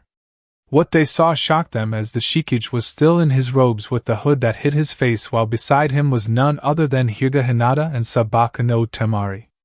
Both girls were both wearing high-class kimono dresses of what seemed to be made of the highest quality and design. Greetings, Death-chan. I hereby announce wrinkly boob and super pervy man are here to meet you, said Yuichiro, bowing to her Ken-chan, knowing that now was not the time to reveal his identity even by her casual nickname for him. Still, it didn't stop the little fox girl from giving him another nickname. Temari-san? Hinata? What are you doing here? Said Tsunade, looking at the two girls for answers only to find them not speaking to give her any. They came here as Shikage-sama's guests, said Kimimaro near a corner of the room closest to the window, keeping the curtains closed for safety reasons. Temari, I can understand, but what about Hinata? Said Jiraiya, on account of the fact that the Kazekage had given his sister away in an arranged marriage to the Shikage. Is this an interrogation? Then quit complaining on why we're here and just be glad that you have someone with you for this at all, said Temari, glaring at the Hokage while she succeeded in sticking up for Hinata, who was trying to keep a calm yet serious face of a mask on. She's got a point, thought Jiraiya, knowing that it was a small mercy that he got invited to this invitation, much less Tsunade herself being asked. Fair enough, I suppose, said Tsunade, sitting down at the large table in the room with Jiraiya next to her, the Kazekage Gaara on one side at the middle, with the Mizukage Rin on the other, while Temari and Hinata sat on each side of the Shikage. After they all sat down, the Death Four came in and gave them their food, which was a dish that came from, strangely enough, originated in village hid in the waterfall. The meal consisted of fish, vegetables, spices, and a bowl of fruit found only in that area, which was why it was such a delicacy anywhere else. How has Konoha been since I was last here, Hokage-sama? Said Gaara before taking a bite of his food, which was quite delicious in his mind on account he rarely ever had it. Being in a dessert, and all has that effect on one's taste buds. It's had its ups and downs, though I'm afraid to admit it's been more of the latter than the former," said Tsunade, hoping to bring the Shikage into the conversation this way. "Well, considering what your village did to that poor boy, Naruto, wasn't it?" said Yujito behind her mask before removing the bottom half of it after hitting a secret switch so she could eat and still keep her identity a secret. "It wasn't my idea for Kakashi to try and kill Naruto," said Tsunade, finding their gaze on her to be most uncomfortable, seeing as they were all questioning her about what she had let happen. "But what about sending the Anbu and Jiraiya to engage Uzumaki after you discovered he was not as dead to kill him?" said Kimimaro, knowing straight from his master mouth how they came for him after that little stunt Hatake pulled. "How do you know that?" said Jiraiya, looking over at the man hiding behind his skull mask, wondering if that was who they thought he was or not. "We have countless spies everywhere, and unlike the Leaf, we are quite good at seeing the whole truth when others can't," said Kimimaro, not taking his eyes off the pair of Leaf Shinobi. "What do you think, Shikage-sama, about everything that happened during the preliminary fights?" said Tsunade, trying to change the subject on the whole matter, even if just for a moment. Kimimaro was going to move to stand beside his Shikage to translate for him, when the said man, that was Kenpachi, raised a black glove telling him to stop, indicating he was going to speak for himself. They heard a long growl from his throat that sounded like an angry rabid dog, mixing with a sound that seemed like he was trying to focus his speech muscles to speak the words he wanted to say. "Aside from what has occurred with Konoha's Team 7, I think that all the matches today went rather well," said the now demonic voice Kenpachi generated after secretly executing several one-handed signs under the table to do it. A/N, think Anubis from Stargate, SG-1. Enjoy. "Wait. I thought you didn't speak human tongue?" said Tsunade, frowning at the robed man, wondering why all the deception. "I think my translator misspoke before. I can speak human tongue, but most of the time I choose not to speak it due to the people around me being idiots and fools," said Kenpachi behind his robes, not having his skull mask on so he could eat with the rest of them. "Why not reveal your face then? We are neither idiots nor fools, so you can trust us with your true identity," said Jiraiya, trying to get the man to reveal who he was so they knew who they were dealing with. "You know he won't do that, just as I won't reveal my face or my water daimyo will to you either, since we know that most of the people in Leaf can't keep secrets," said Yujito, eating some of the fresh apple slices in her bowl, loving the taste of them. "I won't just sit here and have you all badmouth the Leaf village that my grandfather founded over a century ago by two upstart unknowns and those that support them," said Tsunade, having all she could take of them insulting the village that, while she hated for being stupid, felt compelled to defend for the sake of her ancestors. The Hokage/Sannin would have done more when rising from her chair with Jiraiya half out of his already had she not felt the intense churka pressure the Shikage was generating. The amount of power he created practically commanded her to sit back down or face the consequences of her disobeying such strength that was before her. "You would do well to know your place, Hokage-sama. Your village has fallen to the way of power-hungry fools under your guidance, and you have the nerve to call me and Nezuko-sama upstarts. This is an insult worthy of war between our villages. Make no mistake, Slug Princess, if you think that there is power behind your words, then you have fallen almost as far as the villagers that reside in this dying place. I wanted you both to come here tonight in order to see if you had become what I had hoped you and the Toad Sannin had not. Now I see you are nothing but shadows of your once great former selves. Your younger selves wouldn't have let this village become what it has now. You both sicken me greatly," said Kenpachi, scowling at the two people before him, now seeing them as the failures they truly were, without a spine if they can't stand up to the people of Konoha given such legendary skills. How his bastard father ever became strong under the Toad Sannin was beyond him. "Hey! You leave Tsunadeheim alone," said Jiraiya, not liking how this guy was now nearly driving his former teammate and love interest nearly into tears. "If either of you or any of those in the village can handle the bitter truth, then you two should get out," said Kenpachi, emphasizing on the get out part more than usual, which to Jiraiya was code for something, though what exactly he didn't know. "Bastard!" said Tsunade, ready to dive over the table to strange the neck of the Shikage with all her strength, even if it meant dying at the hands of those loyal to him. Jiraiya, however, stopped her and held her in his arms, looking between her and the death shadow of the Shinigami village with piercing eyes for a moment. Without another word, the Toad Sannin turned around with Tsunade and left the room to get her some place safe enough to dry her tears and tell her what he knew.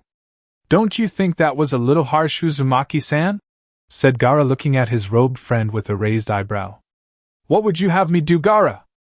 Tell her who I am, then have her blab it everywhere so everyone knows, and then have over half the village come at us for being here.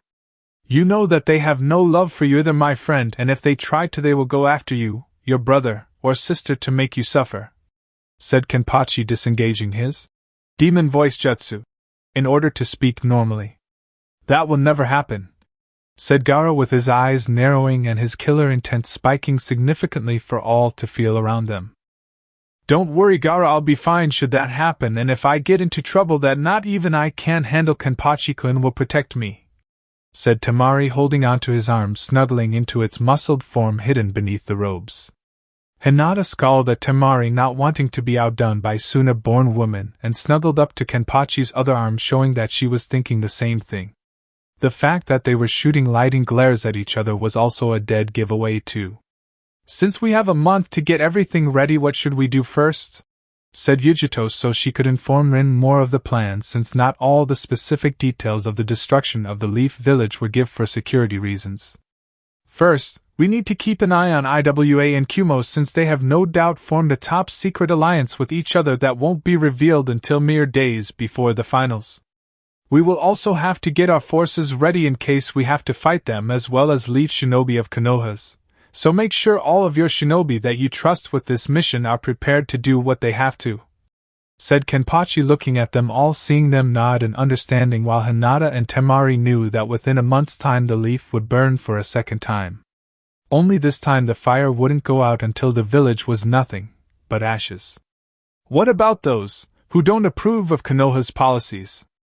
I heard rumors that the Abdurames want out of here, but need time to get everything ready," said Hinata, as she knew her father, the entire branch family, and some of the main house of the Hyuga clan wanted out, but couldn't, knowing what would happen if they tried. "Our favorite nine-tailed demon Lord Zangetsu will take care of that while everyone is seeing the Chuunin exams, and by the time anyone notices anything it will be too late," said Kenpachi, knowing that such a thing as transporting anything from a single person to a clan house was nothing that a demon lord couldn't handle. The simple fact that the said demon lord was speaking to each of the clan heads from the Akimichi, the Naras, and the Yamanaka clan was further proof that the plan was still running smoothly. "What about the prodigy that is the Uchiha team? I think we need to do something to really send him over the deep end before the finals that will make him want to fight you over, Hinata," said Rin to Kenpachi, knowing that the boy's instability was what made the boy so weak. "Leave that to me. What I have in mind will drive him and all those loyal to him insane and cowering in fear at what we can do," said Kenpachi, letting out a chuckle at what he had planned for the spoiled Uchiha, knowing that it would drive the last Uchiha wild with rage. Just then Hanaya phased into the room and silently handed Kenpachi a large scroll with a blood seal on it, indicating whoever this scroll belonged to was only for family only. The security around this scroll was weak at best and pathetic at worst, Shikage-sama, said Hanaya, who under his Kage's orders broke into the Hokage's office and took the necessary scroll that held Kenpachi's family inheritance. As always, what the Leaf should treasure the most they ignore out of their own ignorance and stupidity, said Kenpachi, taking his family scroll from Hanaya before he opened it after biting his thumb and smearing his blood over the seal. Inside the scroll was none other than the special kunais with seals drawn on them and the instructions in using the infamous Flying Thunder God technique that single-handedly beat the village of Iwa into submission in the last Shinobi War when used by his father. Oh, how Kenpachi hated that man that held that title, and with good reason, since that man had caused him to face hell on earth from this very village out of his own stupidity. All on the belief that the villagers and Shinobi he gave his very life for would actually follow through with his last wish. Clearly his mother was the brains of the family, because only an idiot would believe that such a dying wish would be carried out. Unacceptable. Should we proceed to phase 2 of the plan, Shikage-sama? Said Hanaya, his head now bowing towards his Kage to await new orders. Yes. Tell Toshiro and Ranjiku to remove Itachi's body from its cryogenic state and to prepare that sword of his to be put to good use," said Kenpachi, laughing as he pictured Sasuke's face when he saw the surprise that awaited the spoiled Sharingan user. Tsunade office 15 minutes later. "That heartless bastard! How dare he speak to me like that? What right does that guy have to judge me or you in what we do or how Konoha is run?" said Tsunade, pounding on her desk with all her might, making the seals on her desk that absorbed her blows were now becoming strained from the assault. "Got to admit the man has a way with words. Even more so at the end at what he was secretly telling us," said Jiraiya, running a hand through his white hair before letting out a small sigh. "What do you mean? He was insulting us and telling us to get out of Konoha," said an angry Tsunade while half tempted to punch Jiraiya for taking this in such a calm manner. "Yes, and anyone else that doesn't approve of Konoha. Remember, you have to look underneath the underneath with this to find that something is going to go down during the Chuunin exams in a month, and he wants everyone here that disapproves of the leaf to get out," said Jiraiya, wondering exactly how the Kage of the Shinigami village was going to do that. "If that's the case, we have to warn everybody involved," said Tsunade, knowing that a lot of preparation would be involved in saving what lives she could. Seconds later, the lights in the room went off and only the moonlight coming in from the windows allowed the two-leaf shinobi to see if just barely around them. "Don't bother, they already know," said a figure from the shadows appearing before them with his crimson coat blowing in an unseen and felt wind. "You! How did you get in here? What are you doing here? And what do you mean when you said they already know?" said Tsunade, who didn't feel like taking on this weirdo at the moment. "I can get in anywhere I choose to enter. The reason behind how I do it is currently none of your concern for the time being," said Zangetsu. The shadows behind him that he had used to hide him gave his form a shadowy and intimidating look. "You didn't answer my last question," said Tsunade, glaring at the supposed man before her, still ready to fight this intruder with the help of Jiraiya. "True, but as I said, it's currently none of your concern. All that you really need to know is when the time is right, you will have to choose between what is right for the village or for those around you. Sides will be taken when the fighting starts, and the one I serve does not want you to be part of the opposition to him, or anyone close to him for that matter," said Zangetsu, slowly fading back into the shadows and out of the room itself. "Wait. Tell us his name. Who is the Shikage?" said Jiraiya, wondering how this person could do what he was doing and if that person was a person at all. "You still haven't figured it out, it seems. Then you will have to find out with the rest of the Leaf Village, and when you do, that will be when you must choose," said Zangetsu before disappearing permanently into the darkness of the room with the lights turning back on mere seconds later. "Jiraiya, during the remaining month that is to come between now and the finals, I want your spy network to run overtime and find out what the hell is going on," said Tsunade, as she seethed while clenching her fists, wishing she could pound the living crap out of something. "Don't worry, I'll get my people on it and be back just in time for the finals for when they start, while being at your side so another surprise attack like Sensei experienced does not happen," said Jiraiya, knowing that if something remotely happened to Tsunade he could never forgive himself. Elsewhere at the moment. "It was such a pity your genin teams were killed so soon," said Aizen, sitting in his chair sipping some tea in his hotel room with Tozen standing next to him, while the yandere raikage that was Ikemara Jin. "Yes, it was, but then again so were all of yours as well, except that one with that ever so strange jaw of his. Though from the calm look on your face they seem to mean nothing to you in terms of value. A means to an end, perhaps?" said Jin, smiling his ever so freaky smile that if Tozen could see would feel nervous around. "Considering how Uzumaki Naruto fell off the face of the earth after Mist Village as well as Water Country in general performed a major transformation, I had to make sure that I had a backup plan for the destruction of Konoha. I'm also pleased you wish to join me in its total destruction, Raikage-sama," said Aizen, smiling at his partner in crime. "Yes, well, I would imagine that during the time of the Yandere Hokage it would have been impossible for you to get revenge on Konoha, but now, well, let's just say I don't expect you to lose much on your side of things. After all, it was Namake's Minato that killed your ANBU captain of a father in the last Shinobi War, so I think it's perfect karma that you destroy what he holds dear," said Jin, eat a cookie from his plate in tiny bites. Yes, I think that is very good karma in my bingo book, though I can't help but wonder what the Shikage, Kazakage, and Mizukage will do once we start our attack on Konoha, said Aizen, not liking how those mentioned variables would factor into his plans. Maybe they will let us kill them and leave, since they are either hostile or neutral towards the Hidden Leaf Village, but then again you never know, said Jin, taking a sip more of his tea. There is something about the Shikage that worries me, Aizen-sama. You must be wary of him and not underestimate his power, said Tozen, not wanting to make his master seem weak, but to keep the man he served from dying under the other Kage's hands. Regardless, when the time is right, Konoha will fall before me, and anyone else that tries to stand in our way will too, said Aizen, confidently looking out the window night sky, knowing that if there were certain unforeseen enemies that arrived to stop him, he, along with Tozen and the Raikage himself, would destroy them like rats. Konoha, undisclosed location 2 weeks later. Uchiha Itachi shivered as the ice around him melted, but couldn't see anything as his eyes were still covered by his leaf headband to prevent him from possibly doing anything in the near future. Not that Itachi could use his Sharingan, considering that his whole body was currently numb from the ice that had consumed around his body. While it felt like he was dying when experiencing it, the power behind the ice was in actuality preserving him in his wounded state after his fight with the loyal shinobi of Uzumaki Kenpachi. Hey, wake up, Uchiha team, said a rough voice before he was backhanded by a hard fist to his jaw, making him lose a tooth and some blood dripping down the side of his mouth.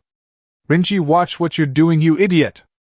A few more light taps like that and you could have accidentally removed his headband from his eyes, and if we're not careful, use the Sharingan on us, said another voice that Itachi didn't recognize, but sounded rough like Kisame's always sounded. Why am I still alive? Said Itachi after several minutes of silence, after deciding to make it known to them that he was in fact awake enough to talk. To be the next pawn in this little game of chess, Itachi team, said Kenpachi, now with a huge smile on his face, with his very voice, and even his chakra signature forever burned into Itachi's mind, practically seeing the huge grin on the man's face.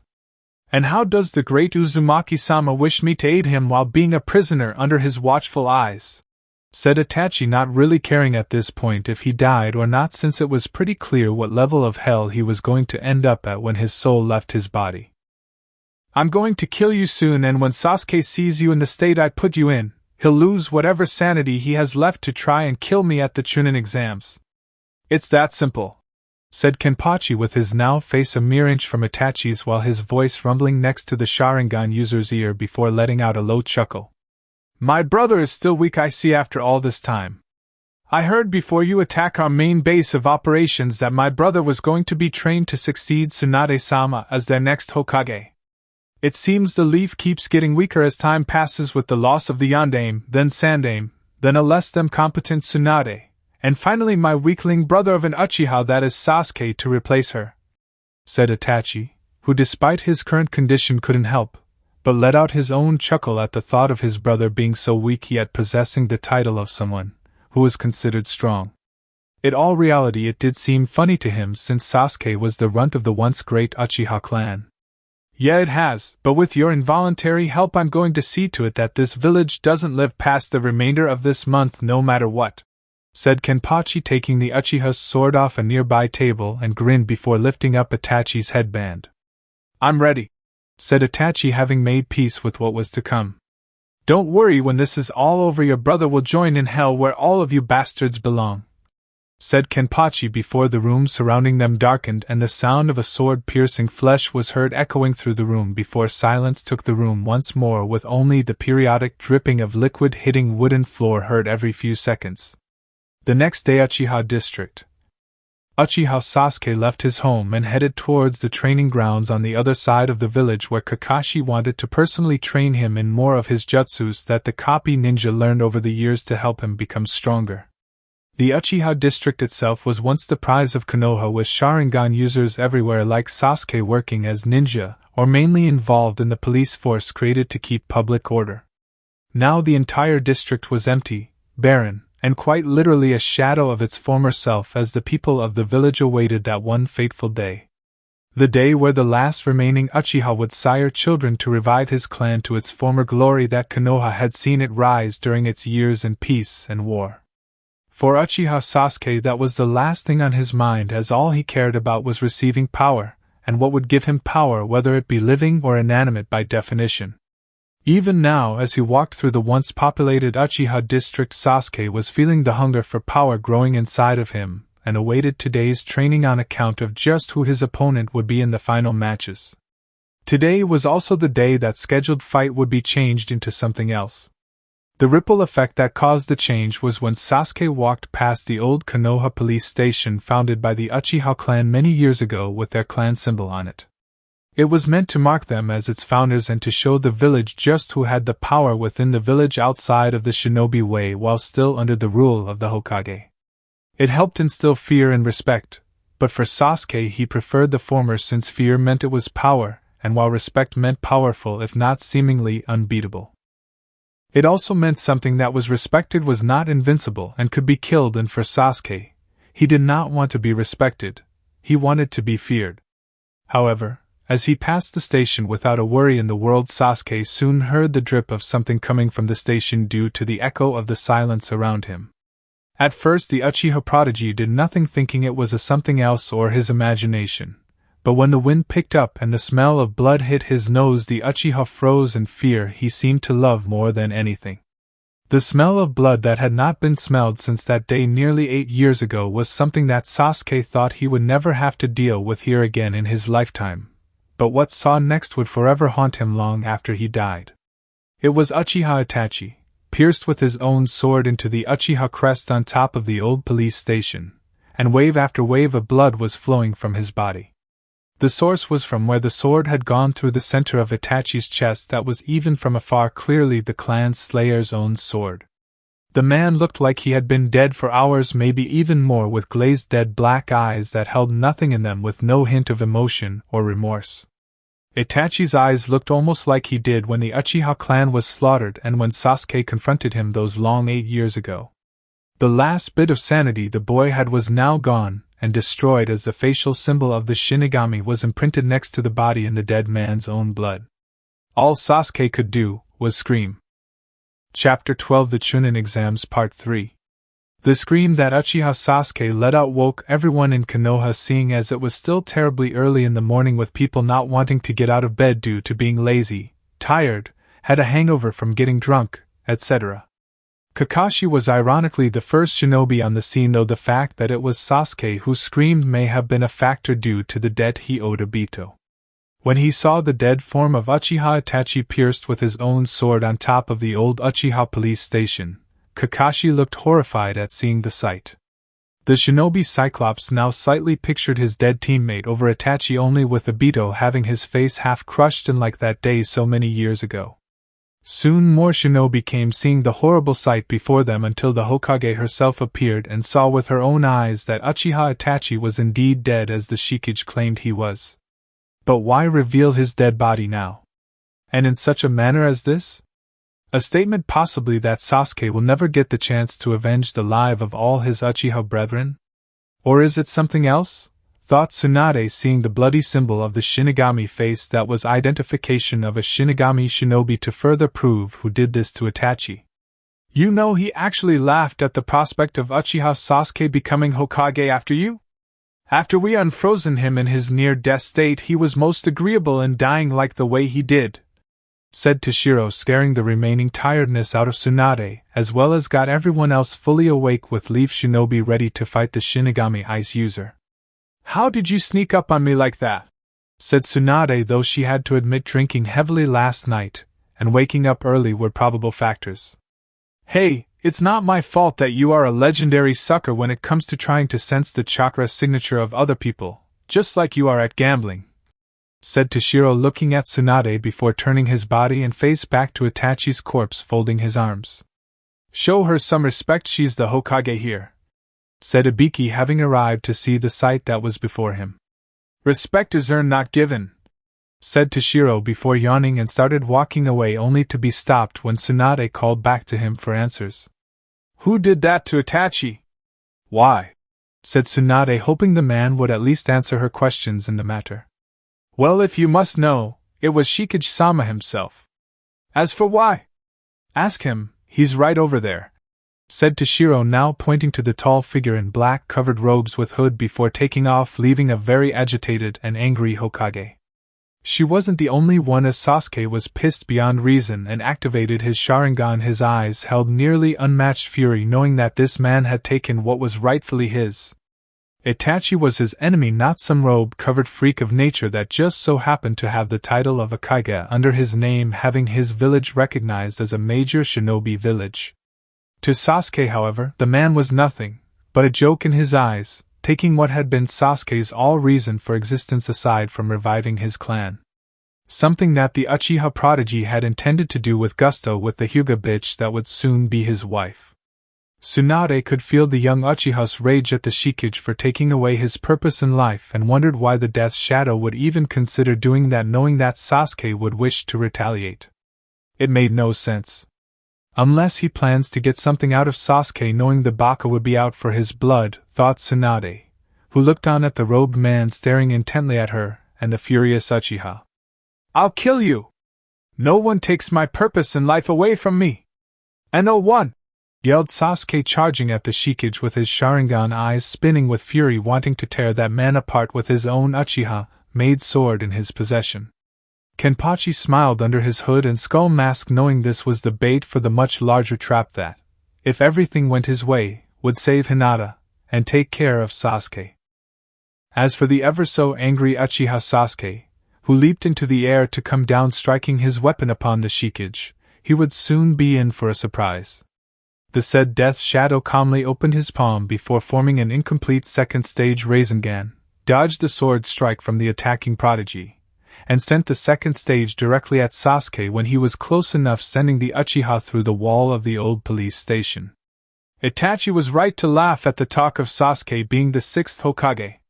What a joke he has become in my presence, said Kenpachi, finding that this would be much better than for him and Kimimaro translate everything he wanted to say to them. I will kill you. I must have power, said Sasuke, trying to get up despite the cuts and bruises covering his body before collapsing only to be caught by Kakashi. Once trash and always worse than trash, said Kenpachi, walking up to the two now in a slow, almost painfully suspenseful manner. Take another step and it will be your last, said Kakashi, readying his lightning blade to strike out at the Death Shadow with his Sharingan I exposed to use. Save your chakra, fool. You are going to need it in training your stupid student for his fight in 2 weeks, against me, said Kenpachi, knowing that when Sasuke was once again conscious he would accept whatever terms were stated for what he had planned at the stadium in 2 weeks. What? Said Kakashi, as the rest of the Leaf Shinobi and civilians were shocked by this sudden news. You heard me, fool. I, the Shikage of Shinigami no Sato, hereby challenge one Uchiha Sasuke to a fight at the Chuunin exams in place of his original fight with one Hyuga Hinata. If your so-called Uchiha prodigy wins against me, then Tsunade-sama must step down as Hokage right then and there to make him the new sixth fire shadow of Konohagakure no Sato. However, if I win, Hyuga Hinata will no longer have to be married to either Uchiha Sasuke or Inuzuka Kiba in that double marriage the council set up, said Kenpachi, looking into Kakashi's eyes, grinning at the copycat man before looking at Tsunade, who was a little shocked at hearing such a challenge. And if you lose? Said Kakashi, wanting to know the terms for the Shikage in losing the fight, since there was always a penalty for failing.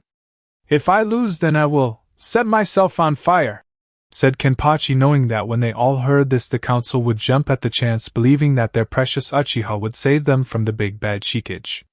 You'll do what? Said Tsunade, not believing this man would do this for one person's freedom, such a horrible marriage, without something in return. I think we all heard Shikage-sama correctly, Hokage-sama. Our Death Shadow said he would set himself on fire and breathe his last breath, said Kimimaro, appearing beside his master to be another pair of eyes for the man in case any of the shinobi around them got any hero-type-like ideas. And if Sasuke loses? Said Kakashi, wondering what the stakes would be when it came to the welfare of the Uchiha prodigy.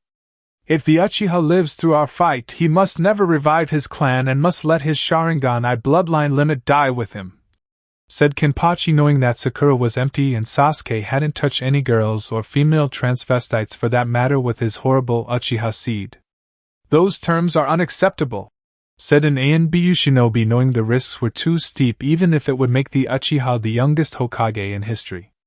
I thought you assholes were confident of your Uchiha prodigy team? What's wrong? You have a spine transplant with a shitty bitch chicken, said Tayuya, now appearing, as well as the rest of the Death Four. Why don't we let the Uchiha decide? Said Kenpachi, knowing the team would never back down from a fight that guaranteed him power beyond his wildest dreams and the title of the one who killed the Shodan Shikage. It was now that they realized by everyone that Sasuke had regained consciousness, and was now looking at the Shikage with furious anger while weighing his options of what would happen if he won or lost. On one hand, he could become the youngest Hokage in Konoha's history. On the other hand, he would have to risk his clan should he lose, not only with the woman of choice, but also reviving the Uchiha name altogether. Sasuke also knew that if he could win against the Shikage, the man would have no choice but to kill himself in front of everyone in the entire stadium. Then the history books would say the one responsible for it would be Uchiha Sasuke, the sixth Hokage and Uchiha hero of Konoha that would surpass the Yondaime in that status. I accept, said Sasuke, his face showing some form of psychotic expression as he looked up at the Shikage while several ANBU medics healed his wounds. Sasuke, said Kakashi, not sure his student was making the right choice in this, since the Shikage, as half his name stated, was Kage, and therefore extremely powerful. I know what I'm doing, Kakashi-sensei. I can win against him, said Sasuke, getting up, and walked right up to the robed figure to prove he wasn't afraid, or at least not afraid right now in front of an entire army of Leaf Shinobi that would give their lives for him. I'm so glad you have confidence in your abilities, Uchiha-san, for the only way to lose this fight is to make the other warrior bleed first, said the Shikage, knowing that this little stipulation would make several people worried. What? Said Sasuke, looking shocked at this little announcement. Shikage-sama considers this fight to be a first blood fight in which you can only win by making your opponent bleed first, said Kimimaro, wondering just what possessed his lord and master to declare such a match, though considering the opponent, the match now made was obvious done for the sport of it all. Why make such a fight like this? Said Tsunade, wondering what kind of test this was since never heard of it. Shinobi must constantly risk their lives and are sometimes killed in one shot, whether it's a sword, kunai, and or jutsu that causes the killing blow. If he cannot risk getting bloodied up during the Chuunin exams, then how can he become a strong Hokage in the near future? Said Kenpachi, making a valid point in the matter, knowing the most precise shot from any weapon hitting just once could end your career or life as a shinobi. It doesn't matter what type of fight it is, I'll still win. I'm the last Uchiha in the known world, and I will not lose to someone who won't reveal his face to the public eyes, said Sasuke, knowing that if he could get the man to reveal himself, it would give him some sort of measure as to what he was up against. I will reveal just who is behind these robes when our match starts, Uchiha, but when you find out, you may not like your chances, said Kenpachi, letting out an evil laugh before turning around and leaving with his bodyguards and Kimimaro. Come on, Sasuke, we need to get you ready for this, said Kakashi, taking the Uchiha, and went, poof, before anyone could stop him. 2 weeks later, Konoha Stadium day of the Chuunin exams. Word had gotten out about the change in the last match, with Sasuke facing the Shikage in a first blood type fight with several classified stipulations about what would happen to the winner and loser. It was also decided that should the Uchiha prodigy come out of this fight victorious against the Shikage, he was to fight Hinata to see if her skills were that of a Chuunin. Ever since that moment, Kakashi had been training Sasuke non-stop in using his Sharingan, and to teach what he could to the boy to be Hokage, knowing that if there was any hope of beating a Kage-level person, it needed someone who was trained by one. The council demanded to Tsunade that Sasuke see the forbidden jutsus from the scroll of sealing to give the Uchiha prodigy the edge he needed in his fight against the Shikage. They believed it would solidify the boy's victory over the Death Shadow and remove this threat from their borders once and for all, to make the daimyo see the promising power Konoha had. Tsunade crushed that outright, as the jutsus were forbidden for a reason, and in using them without understanding them would be dangerous for the entire public. Sakura had been allowed to get out of the hospital in a wheelchair, and with the help of her mother was taken to the council box to see the upcoming fights. Sasuke's teammate had been informed of the challenge by the Shikage and the stipulations by him thanks to her mother. Sakura, being the most notorious of all the fangirls in Konoha aside from her mother, which she inherited it from, believed that her Sasuke-kun would win, and would sweep her off her feet to his compound in the Uchiha district to help revive his clan. Now practically everyone in Konoha were watching the Chuunin exams, from common folk to the daimyos of the elemental countries, waiting with much anticipation at the fights to come. One by one the competitors from Shinigami, Mist, and the one from IWA entered the arena ready to fight against their designated opponents. All they needed now was a proctor/referee, which was strangely enough not available. I don't believe this. Last time it was the fighters that were late, now it's the proctor for the matches. What's next? The Hokage herself doesn't show up on time? Said a person in the crowd, who was becoming quite impatient in waiting for the matches to start. He wasn't the only one. We came here to see them fight, now get a ref in there so we can see them fight, said yet another impatient spectator from the land of jungle, who came all the way at great expense to see the bloodbath that was going to unfold in the arena.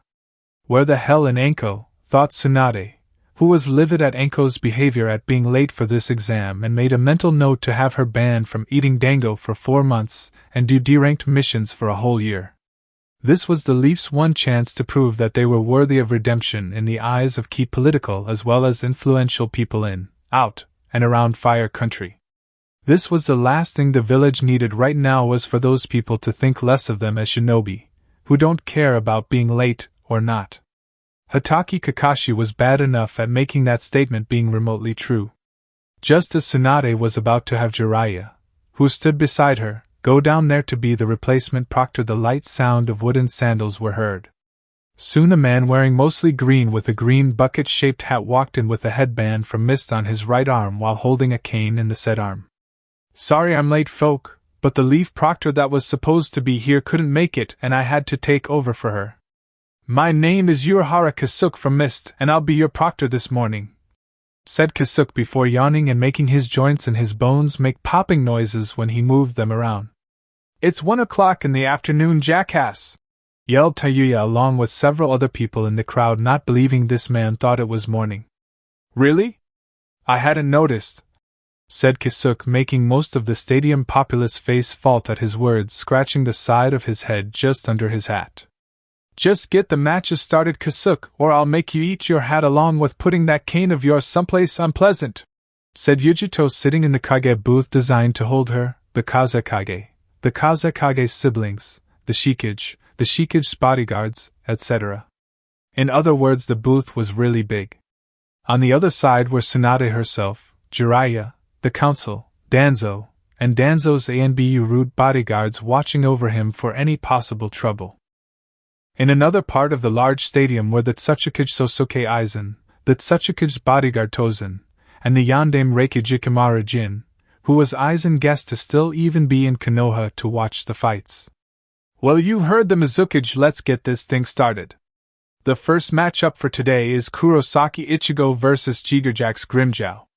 Everyone else other than me, who does not have either of those names, go up to the designated fighter's box until it is your turn for you to be down here for your fight, said Kasuke, pointing to the fighter's box that was on the second floor of the stadium. I may not have anything against you, but I can honestly say I'm going to enjoy this fight, said Ichigo, readying his weapon at Grimmjow, who readied his while staring at the spiky orange color-haired kid before him. Bring it on, kid, I look forward to covering the ground with what remains I don't hack to pieces, said Grimmjow, grinning widely at Ichigo, breathing slightly faster as the urge to kill came off of him. First fight of the Chuunin exam finals, begin, said Kasuke, bringing his hand down, signaling them to start the fight, and start they did. The fight started mostly showing their kenjutsu in the ways of using a sword, with Ichigo having slight advantage since Hidden Village of the Mist was the place to learn it. As they crossed blades, Ichigo got in a good shot at Grimmjow's chest, leaving a wound that if not treated with healing chakra would become a scar in the future. Take this. Earth style, granite spikes jutsu, said Grimmjow, sending a large wave of granite spike towards Ichigo, who dodged them, flipping back several times before moving to the left. Your attack is too slow, said Ichigo, only to find out to his horror that Grimmjow was right behind him. Whoever said I wanted my attack to hit you? Said Grimmjow, hitting Ichigo in the face with a backhanded fist along with the hilt of his sword for extra damage.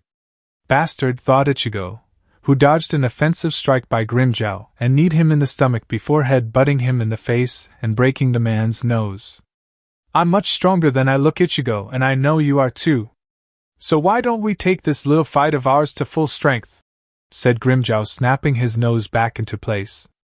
So you want to fight, huh? Then let's take this to the next level then. Kenjutsu Ultimate Secret Art, Bankai, said Ichigo before exploding with an amazing amount of chakra and transforming his sword along with himself into something else. Not bad, Ichigo, but we in IWA got something like that too, only we gave it a different name that felt more appropriate for us ever since our loss during the last Shinobi War. IWA Kenjutsu Ultimate Secret Art, Resurrection, said Grimmjow, transforming into something not considered human, but more predatory, as Grimmjow was now on all four legs, and looked like it was born from necromancy. Well, that's new, thought Kasuke, looking slightly over in the direction of the Shikage special booth and looked at the Mizukage, who looked back at him. Time to die, Ichigo, said Grimmjow in an almost demonic voice before charging at the said shinobi, who used his speed to barely move out of the way of the pouncing cat-like creature before him. You have to catch me first, Grimmchan, said Ichigo, making the animal like Grimmjow hiss and growl at the orange-haired youth before charging him again. Ichigo leaped into the air, waiting for the moment in which to strike that cane when the large form of a necromancy-looking cat leaped into the air with him moving in the air.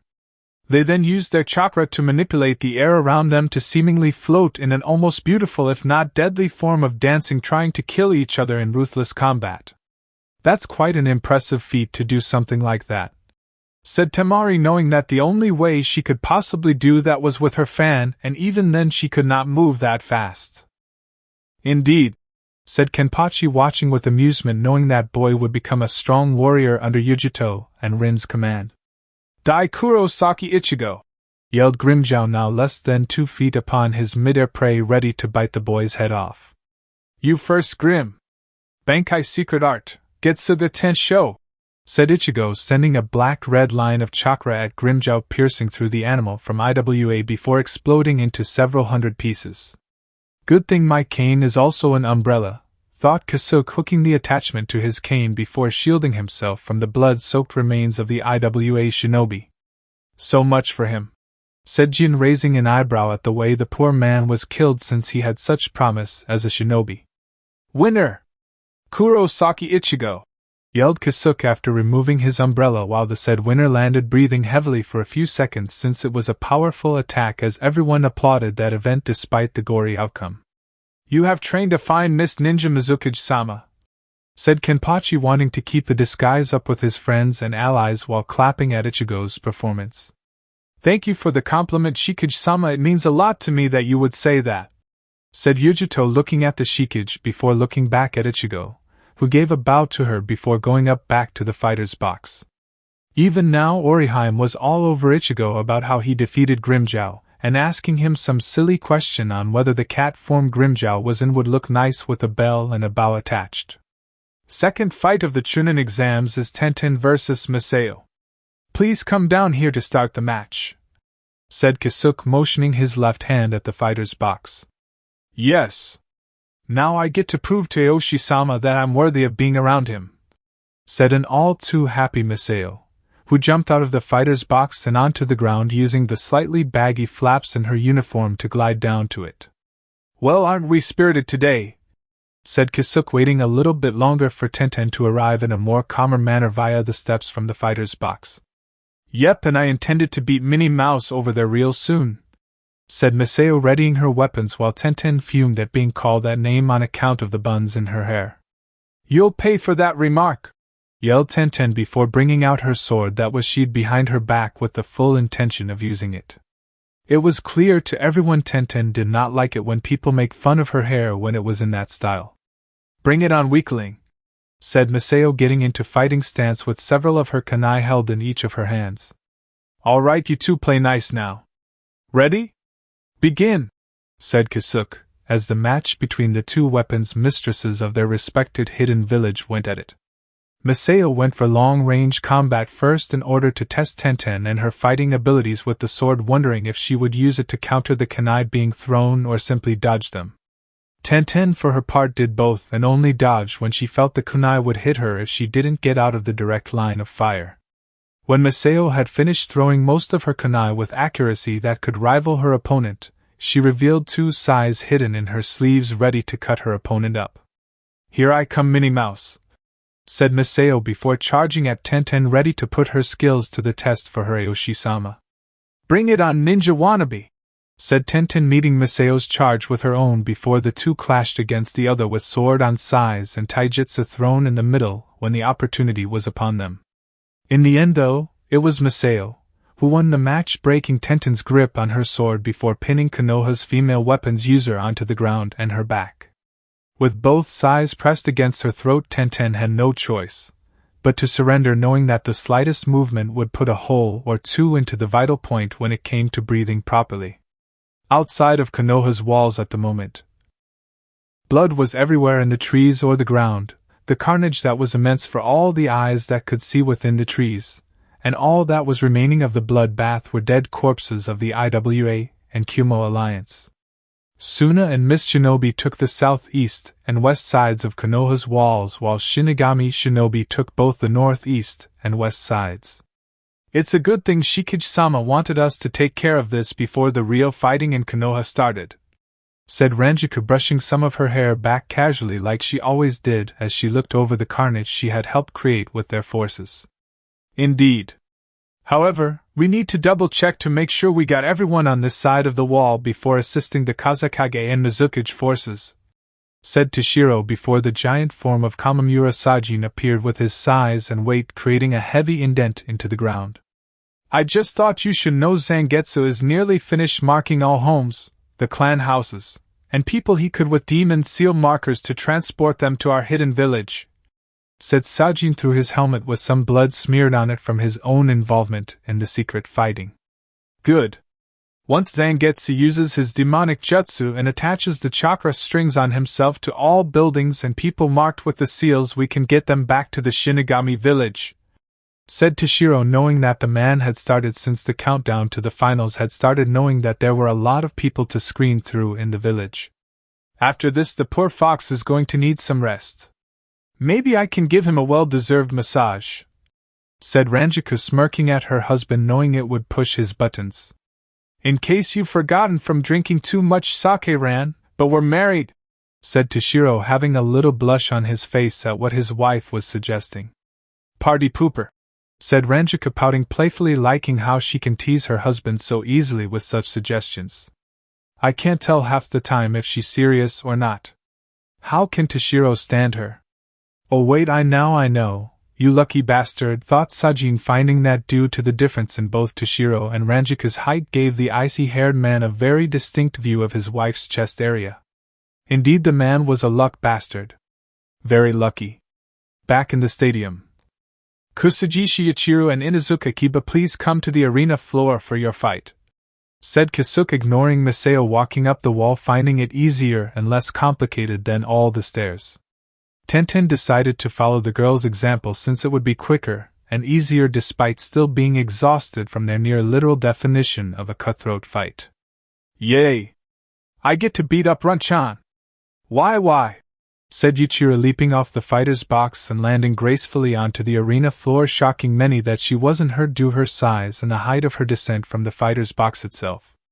Kiba was just plain pissed because of her nickname for him. "You better watch your mouth, you little midget, before I decide to send what's left of you back home in a bloody mess when this is over," said an angry Kiba, now walking arena floor the standard way, growling at this little girl that smelled strangely of foxes. "Run-chan is not acting nice." "I know! Hey Death-chan! Can I neuter Runty-chan to make him less mean at the end of the fight?" said Yuichiro, smiling behind her mask at her robed father while pointing at Kiba, who was now paling at the thought of losing his two baby-making seed generators and quite possibly his one-eyed weasel.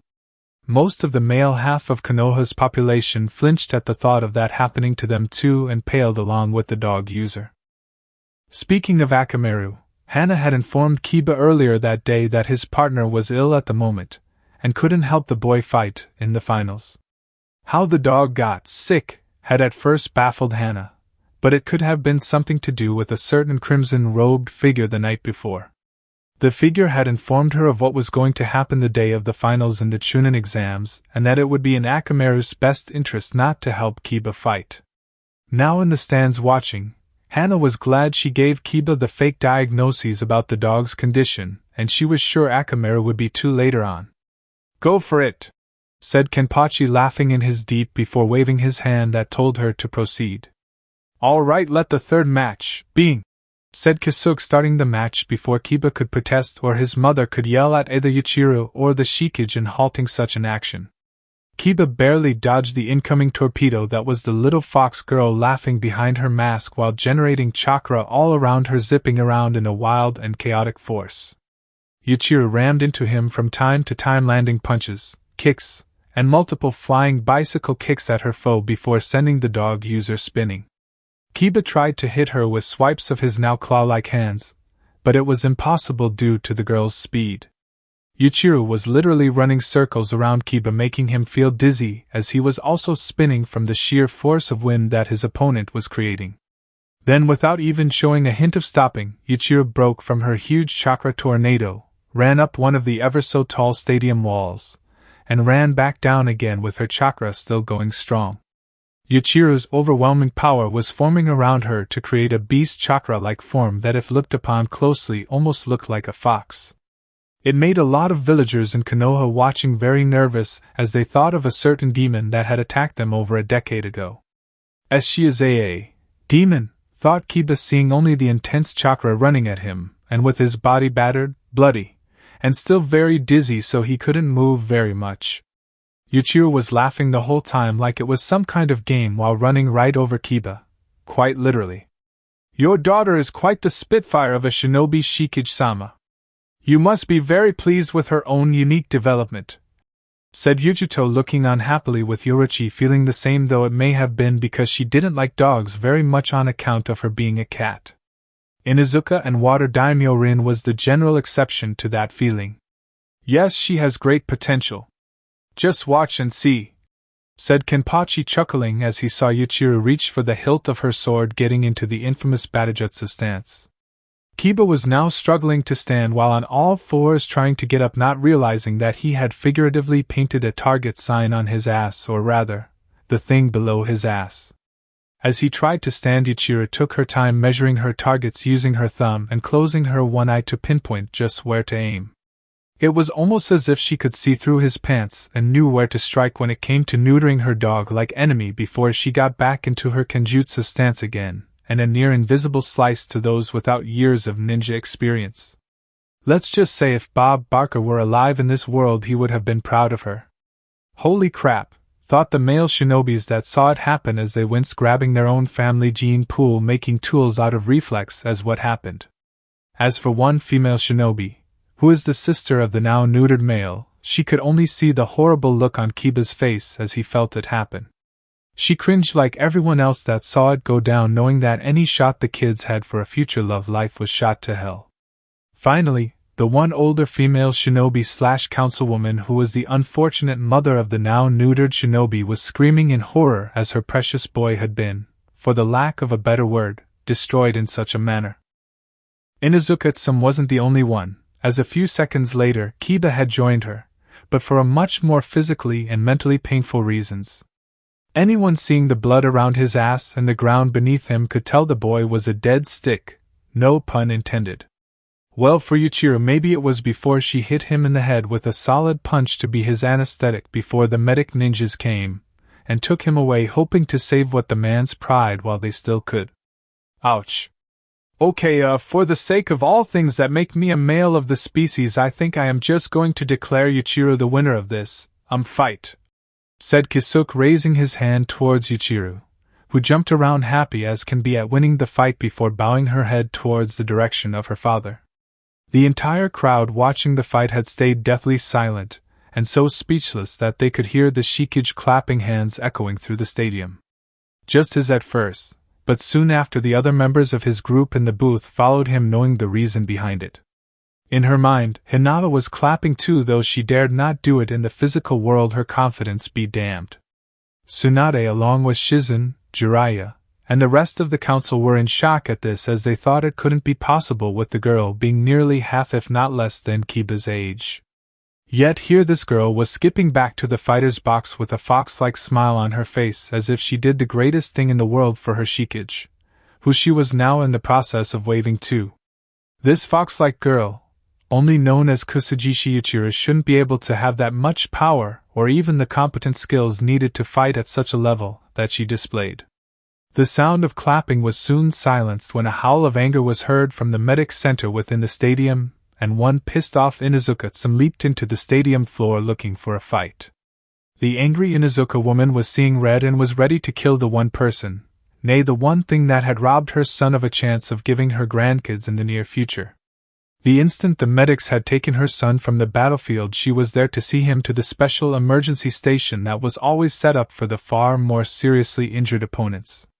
When she saw her son's dog bone and 2 tennis balls sliced completely off from where they were supposed to be attached, she lost it, heading back out to avenge her son's loss at being a father or loving women in general.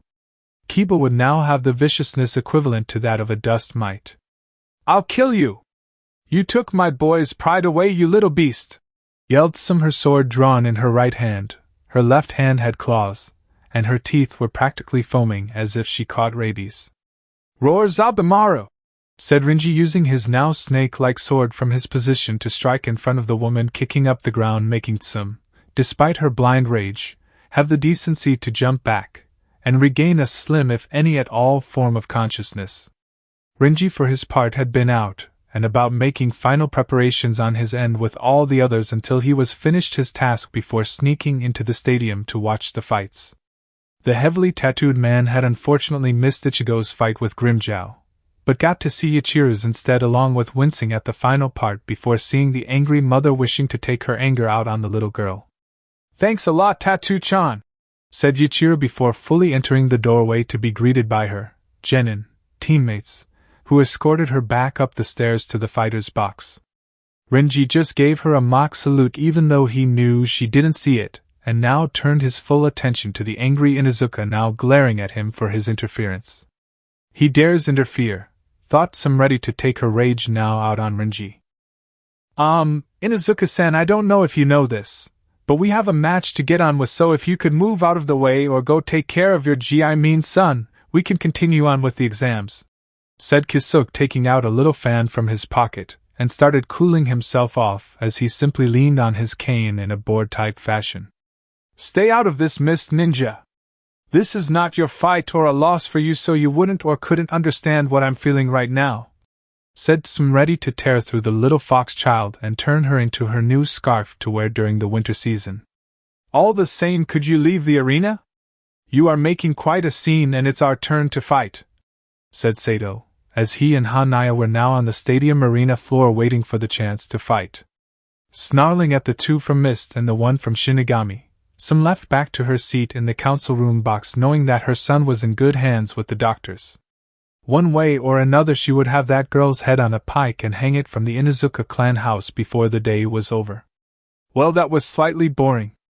Well, ladies and gentlemen, without any further delay, let the next match between Hanaya and Sato officially begin, said Kisuk, bringing his hand down, and the 2 warriors got ready for battle. The 2 shinobi took their fighting stance, with Sato changing his arm like he did in the preliminary fights and Hanaya getting into his Kenpo Taijutsu style of fighting. Each of them swore upon themselves they would show what they could do on the beliefs that they stood for and not fall unless they could no longer live before the fight was officially over. Fortunately, for both villages they represent, that is, the fight never got to that point, as the 2 taijutsu-based combatants had taken such damage that neither could get up. A partially cracked masked Hanaya had summoned his deadly claws hidden beneath his gloves, used what little chakra he had left for speed to leap over the giant man, and slashed deeply into Sato's back before succumbing to chakra depletion. Sato fell into unconsciousness due to lack of blood and chakra depletion on account of his right arm using so much of the latter. Several mist and Shinigami shinobi appeared and took them away, not trusting the leaf medics to take the necessary care to keep them alive. Kasuke declared the match a draw. It was about that time that Rin made her move as planned and rose from her seat before heading towards the Shikage's extensively large booth, making heads both commoner to Kage turn their heads in her direction. When she arrived, the Shikage, Kazekage, and the Mizukage greeted her warmly before inviting her to sit with them in a chair given to her by one of the Death Four. Everyone was of course shocked that some of the most key influential people in all of the elemental countries would be sitting together on one large booth at the Chuunin exams. Will Akimichi Choji and Ayasegawa Yumichika please head to the arena floor to begin the 5th match of the Chuunin exam finals? Said Kasuke, once more waving his little fan at his face to keep himself cooled off under the hot sun. Damn you, global warming. Despite you coming from an ugly place, I will do the honorable and beautiful thing to do here and give you a chance to forfeit this fight. The Shikage speaks highly of you as well as the Akimichi clan for understanding how it feels being discriminated against. Just like the Nara and Aburaim clan get ridiculed for their bloodlines, that makes the weird, or as most people here to consider, unnatural, said Yumichika, waving back some hair from his face. Thanks, but no thanks, pal. I have so much to prove from the last Chuunin exam that if I back out now I would be insulting everyone else that came before me given that offer and denied, said Choji with his face filled with determination and strength. For a moment, you almost sounded beautiful. Nevertheless, I have a duty to my Shikage, and though I respect you, I must unfortunately destroy you now. Please forgive me for my actions, Shikage-sama, said Yumichika, drawing his sword before raising it to his chest while it pointed upward like a swordsman giving a salute before a duel with another. I won't go down. I owe it to Hinata, Tenten, Shino, and to you two above everyone else, Naruto, for fighting with everything you had plus more, thought Choji, ready to fight, having practiced these past 3 years to train himself to go faster, thus removing himself of his clan's natural weakness. Hopefully your clan won't hold it against me if I kill you here in such an ever-beautiful manner. Bloom for me, Fuji Kajaku, said Yumichika, as his sword glowed and turned into 4 mean-looking scythe heads that looked like they could destroy anything or quite possibly anyone that was on the receiving end of their wrath. Just so you know, I may be bigger in size than most here in Konoha, but that does not make me slow, said Choji before activating his clan armor to become more defined and tight around his body to allow him to move with less resistance. Then consider this a test of speed. Run, said Yumichika, swinging his sword down on Choji, who moved out of the way if just barely. The ground where Choji once stood now had 4 deep cuts, making the plump individual very nervous in the fact that if Yumichika hit him just once with that sword he would be royally screwed. Well, at least it can't be worse than training with Tenten when she threw her weapons at me to increase my speed and, holy crap, thought Choji, as Yumichika was soon swinging his blade down upon him, cutting some of his hair in the near miss.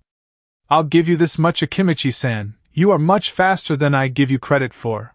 But still I am much faster than you by far, said Yumichika, smiling at his enemy, though you couldn't see it due to his swan skull mask blocking the view of it. Choji dodged several more times, landing several kicks and punches to his opponent when he was drawn in, only for Yumichika to laugh occasionally. Even though the man was rubbing his rib cage from one of the harder hits, it seemed to barely stop movements of the feminine man's attempts to literally slice the fat out of him. Okay, since hurting you at my current size isn't working, I will just have to increase it by several times. Akimichi clan art, expansion jutsu, said Choji, going through several hand signs and expanding his physical body several times his natural size. Nice, but doubling your size by several times its natural state is really not the smartest thing to do. All it does is make you an even bigger target.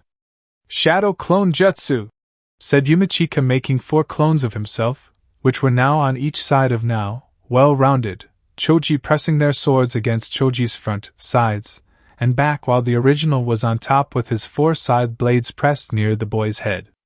How did you know the shadow clone jutsu? That technique is only known in Konoha and can only be done by one person, said Choji, shocked that someone else other than Naruto, and possibly several jounin, could do that jutsu. A very beautiful person taught it to us upon traveling to Shinigami and offered to teach us it in exchange for a few days' rest," said Yumachika, leaving subtle hints in his lie of the identity of the shadow clone jutsu teacher. "Proctor, I forfeit on account that I would be dead right now if I move and be killed by my opponent," said Choji, slightly depressed that he had come so far and yet was not able to go even farther like he had hoped. "Akimichi Choji forfeits, the winner is Ayasegawa Yumachika," said Kisuke, getting a lot of booing from the crowd, not liking the fact that one of their own lost to the Shinigami Shinobi. Such an ugly response.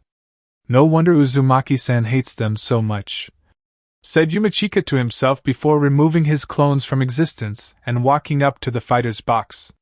He didn't know that Choji heard him. He knew Naruto?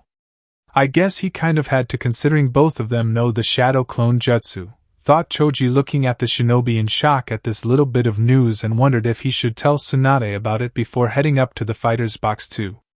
Okay people, now before we continue we're going to have what I like to call the halftime show before we resume fighting. Ladies and gentlemen, please give a warm round of applause to the temporarily resurrected band AC/DC as they come from the other side to play for you at the request of the Shikage. Hell's bells, said Kisuke, backing up as smoke from the center of the arena floor as the sounds of bells one hears in a temple sounded off. Sound of the guitar being played followed later by drums. I'm a rolling thunder, a pouring rain. I'm coming on like a hurricane. My lightning's flashing across the sky. You're only young but you're gonna die. I won't take no prisoners, won't spare no lives. Nobody's putting up a fight. I got my bell, I'm gonna take you to hell. I'm gonna get you, Satan, get you. Hell's bells. Yeah, hell's bells. You got me ringing hell's bells. My temperature's high, hell's bells. I'll give you black sensations up and down your spine. If you're into evil, you're a friend of mine. See my white light flashing as I split the night. 'Cause if God's on the left, then I'm sticking to the right. I won't take no prisoners, won't spare no lives. Nobody's putting up a fight. I got my bell, I'm gonna take you to hell. I'm gonna get you, Satan, get you. Hell's bells. Yeah, hell's bells. You got me ringing hell's bells. My temperature's high, hell's bells. Sounds of the electric guitar going crazy. Yow. Hell's bells, Satan's coming to you. Hell's bells, he's ringing them now. Hell's bells, the temperature's high. Hell's bells, across the sky. Hell's bells, they're talking you down. Hell's bells, they're dragging you around. Hell's bells, gonna split the night. Hell's bells, there's no way to fight, yeah. Sound of the electric guitar building up. Ow, ow, ow, ow. Sound of an electric guitar going higher in pitch before ending smoothly. When the music stopped, the Shikage was on his feet with those in his booth along with all their shinobi clapping at the performance given. It was a good song worthy of this day since it represented the Shikage's fight with the Uchiha that would happen soon in the day. After the halftime show, the next 3 fights went by fast as the Shikage had secretly planned with the first one Nijito so the fight with Sasuke could start sooner. With Yuryu Ishida, he forfeited his own match against Madarame Ikaku since the two would soon be needed later for the battle to come. Sita Sojiro surprised even the Shikage as he forfeited, stating that it went against his belief to harm an angel like Ino Oriheim before bowing to his Shikage as a form of an apology. Finally, the second-to-last fight between one Shinomori Aoshi and Hajime Saito was a double forfeit due to both participants of the match refused to fight each other, knowing it would be a draw between them if they did. Besides, they too would be needed for later, and they also wanted to be conscious for the fight between their Shikage aka Uzumaki Kenpachi and Uchiha Sasuke. Well, that was quick and boring, but I think we can make it up to you folks with the next match I think we are all looking forward to. Would the Shikage of Shinigami no Sato and Uchiha Sasuke of Konoha please enter the ring for your match? Said Kisuke, looking up at the two before taking a few steps back, knowing that when these two fight it was going to be nasty. Kimimaro, please go to Hyuga Hinata, escort her up here to sit in my seat, said the Shikage, rising from his chair while Kimimaro bowed and left to do as ordered. Why do you want her here, Shikage-sama? Said Rin, looking at robed warrior walking towards the steps that would lead him to his fight with Sasuke. Simple water, Daimyo-sama. I want Hyuga Hinata to be treated like royalty that she is, and there is no better place to start than in the guest seat of the Death Shadow," said the Shikage before leaving their line of sight as he headed towards the area floor. Uchiha Sasuke was thrilled that he would finally have a chance at that inferior creature that was the Shikage and destroy the hidden Shinigami village in one match. No doubt the man never planned out a successor so early in the game, and with the Death Shadow gone, Sasuke could recruit as many of them to his side as he wished. Who knows? Maybe he could find a woman he found attractive worthy of being his wife, who would be strong and give him strong Uchiha children when the time came. As he entered the arena floor, he heard the cheers of the people calling his name, with the fangirls all screaming, "Sasuke Kyuubi!" wishing he would make love to them. There was no doubt they wanted to help in the restoration of his clan, but for him they were all weak and he didn't want weak Uchiha children in his clan. Sasuke was so into the people around him that he failed to notice the dark clouds forming above the stadium and the temperature cooling area down as a result.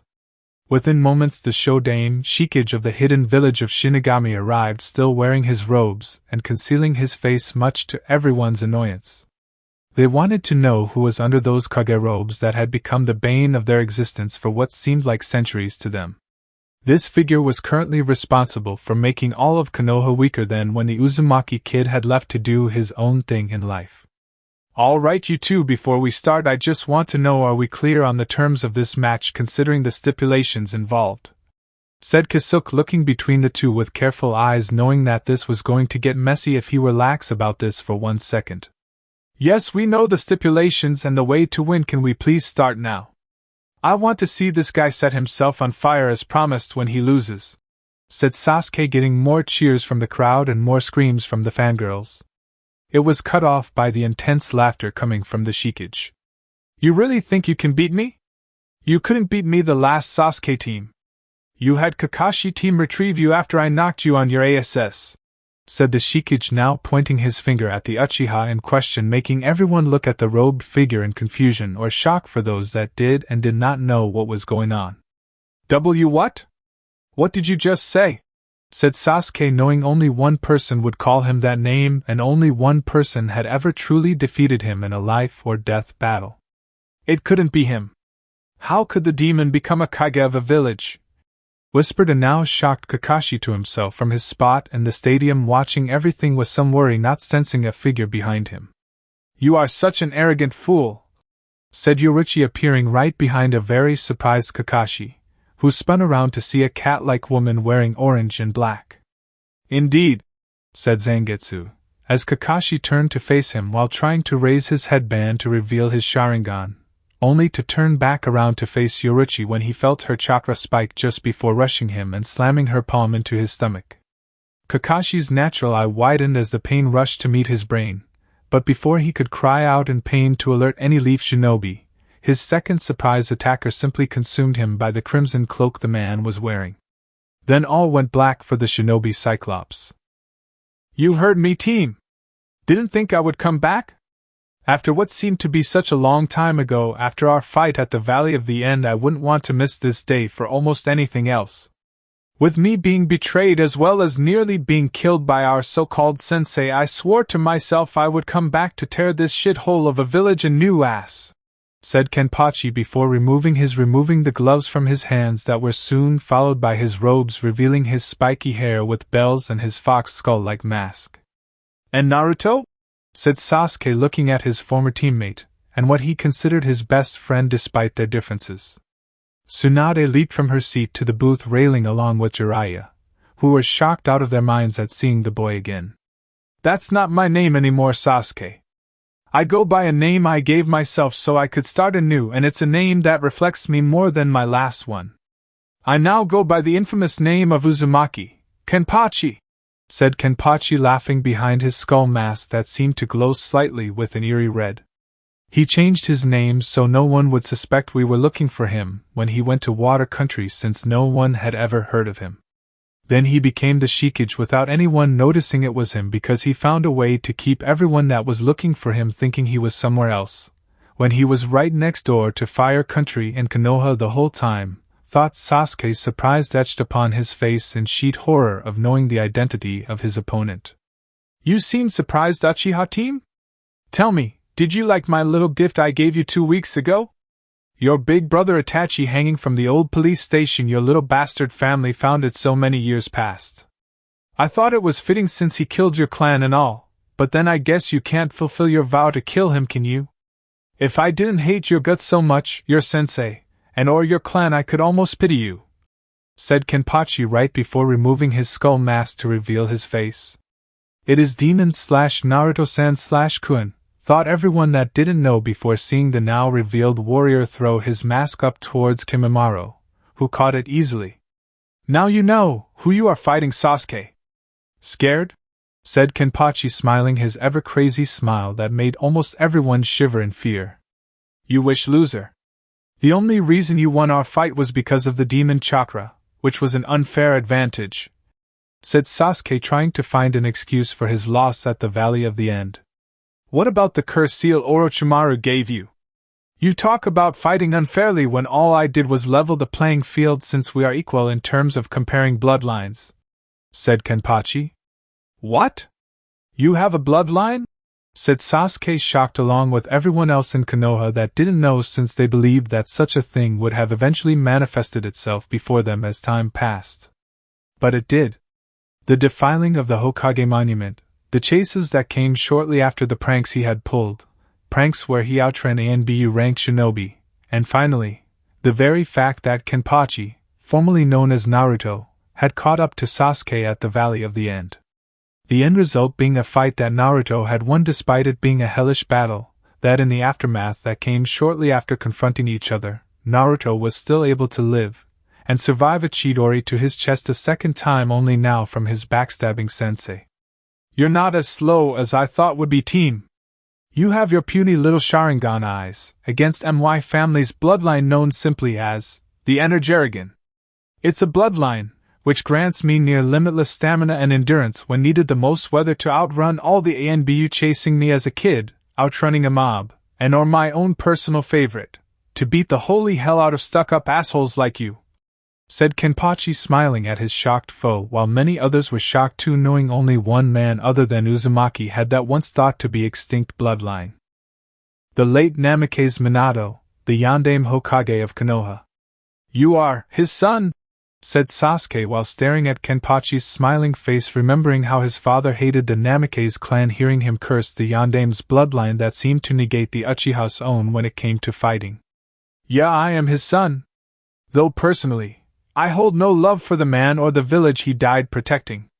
Not after all the shit these people put me through when I was younger, said Kenpachi, turning his head slowly towards the Hokage booth before glaring harshly at the council members that had deprived him of his inheritance for so long. The said council members trembled in fear instantly. Poor Kenpachi-kun. So many years of suffering have scarred him more than any weapon human or demon-made ever could, thought Hinata, while Temari was thinking the same thing, though she sent some killer intent towards a frightened Sakura, who was looking at her equally fear-filled mother for help. Cry to mommy all you want, you pink-haired little bitch, but before this day is over your head will be removed from your skinny little body after I help Kenpachi-kun make you suffer.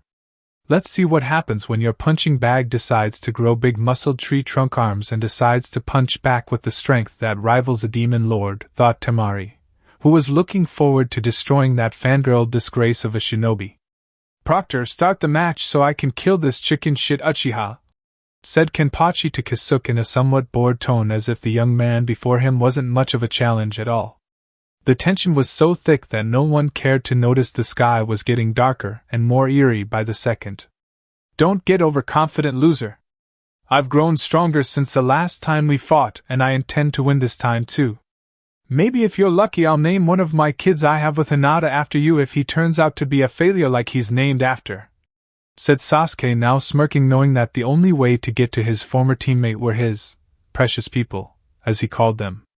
Everything is ready, thought Zangetsu to his vessel, knowing Kenpachi would get the meaning behind the words before getting a mental nod of understanding from the man. You are so overconfident I have a strong need to puke on you right now, knowing that alone could defeat you. Did you know I had to go through several obstacles when this all started just to set this entire thing in motion? First, I had to go through Akatsuki, then the Sound Ninjas, then some bandits in Water Country, the previous Mizukage, the previous Water Daimyo, more Akatsuki members, Orochimaru, Kabuto, a countless number of Konoha Hunter ninjas, a countless number of spies, Konoha Root A and BU, one Uchiha Itachi, and finally, you what? Rather than speak his name before I put you on the list of people I'm going to kill, I want you to look up into my Kage booth just whose name I was going to say, said Kenpachi, pointing to a now wavering genjutsu that revealed to everyone's shock a crucified Kakashi, who looked like had been through all 9 levels of hell and back. Kakashi-sensei? Said Sasuke, looking from Kenpachi to his teacher, as did everyone else, and at the horror of what the white-haired man looked like.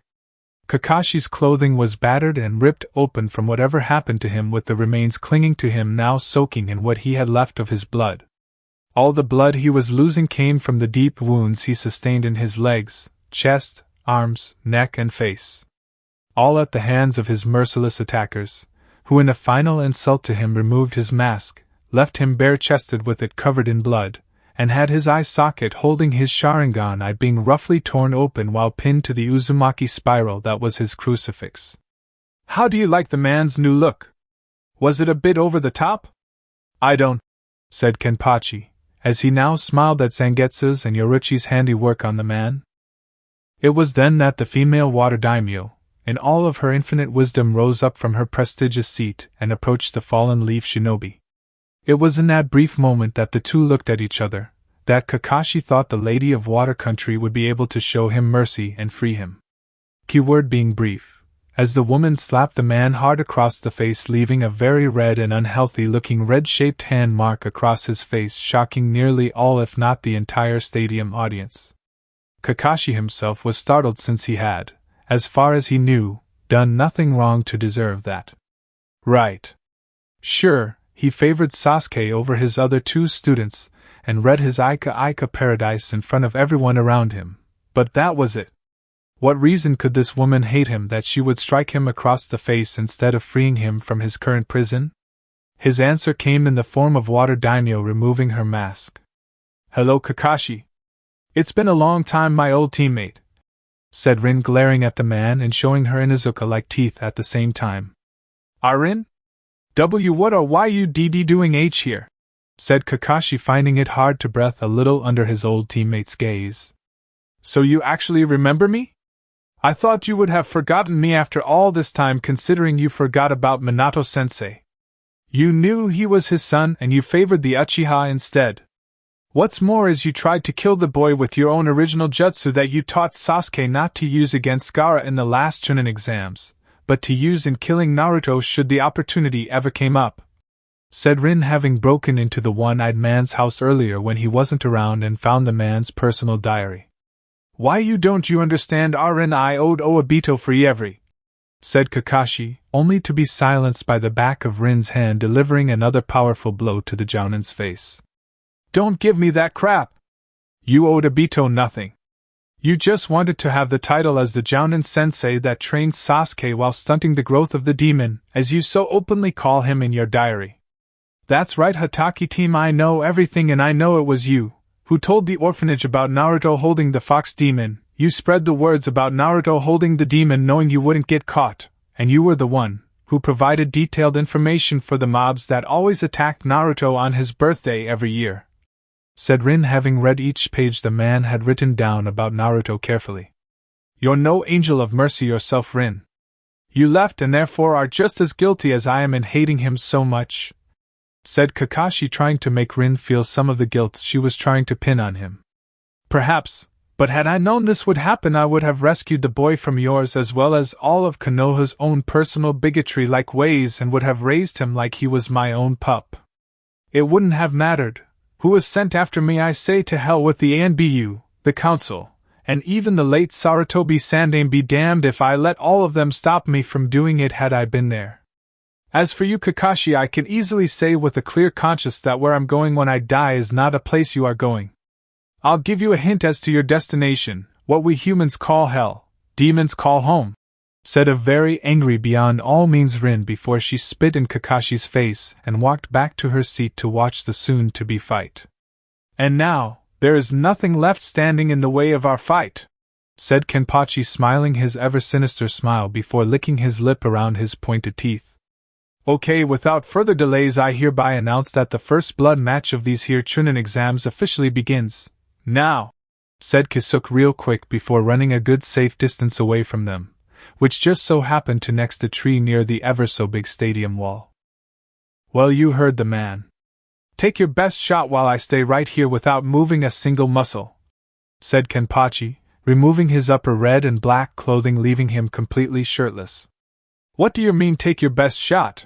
Said Sasuke, looking slightly intimidated, while some of the girls had blushes and nosebleeds from seeing all the muscle the man was now showing off. Hinata and Temari were trying their hardest not to have either come across their faces. I mean, take your best shot at making me bleed first. I'm giving you freebie hit to make me bleed right here, right now, and in front of everyone here, friend or foe. You see, I'm so confident that you are so much weaker than me, I'm going to give you the chance to actually kill me. Come on. Do it for old time's sake, like you did at the Valley of the End and ram a Chidori right through my heart. Or maybe you want to aim for my face? My stomach, perhaps? Or maybe you want to ram it right into the center of my chest like I did your brother's sword to him when I ended his miserable life, said Kenpachi, having his arms out wide, inviting the Uchiha to attack him. Wow, Kenchan, you're so nice of you, said Yuichiro from the fighter's box, jumping up and down with excitement at seeing the fight. I know, aren't I just a bleeding heart of generosity, said Kenpachi, turning his head to look at Yuichiro in the fighter's box before turning to the Uchiha and pointing to his long-since-healed chest wound as if to signify a point. You're nuts, said Sasuke, though he had to admit that the offer was more than tempting for him to take. This coming from the same guy who wanted to kill his best friend to gain the ultimate form of the Sharingan. Come on, Sasuke team, quit being such a pussy and hit me with your goddamn Chidori, said Kenpachi, while ignoring the cries of Tsunade and Jiraiya telling the man to stop it from happening. As you wish, loser, though with you I think I'll take it up a level. Rakiri, said Sasuke, making hand signs for the Rakiri, and charged right at his larger opponent with blinding speed, with his Sharingan activated to give him the much-needed edge in the fight. Or so he thought. Granted, for a young man of Sasuke's age the speed was impressive to all who saw it, but to one Uzumaki Kenpachi it was like a rabbit watching a snail move. A snail's pace was completely slow and boring. Deciding to go for the spot he had hit nearly 3 years ago, Sasuke rammed his Rakiri into Kenpachi, as he had before at the Valley of the End, right where the heart was located.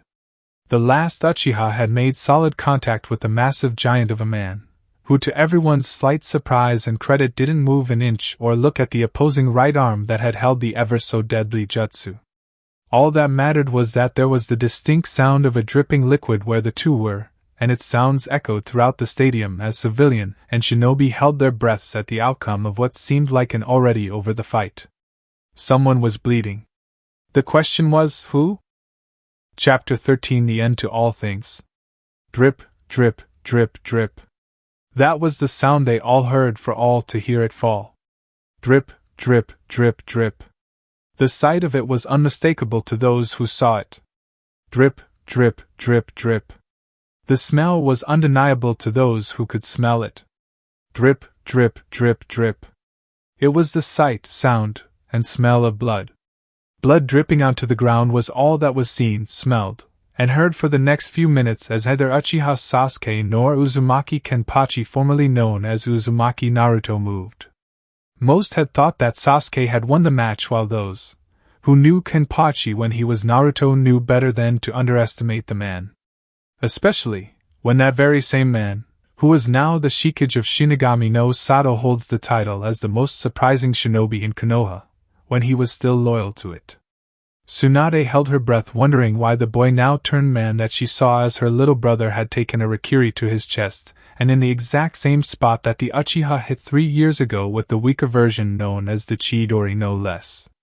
It made no sense for the Kage of Shinigami no Sato to simply take such a powerful assassination jutsu to the chest and not do anything.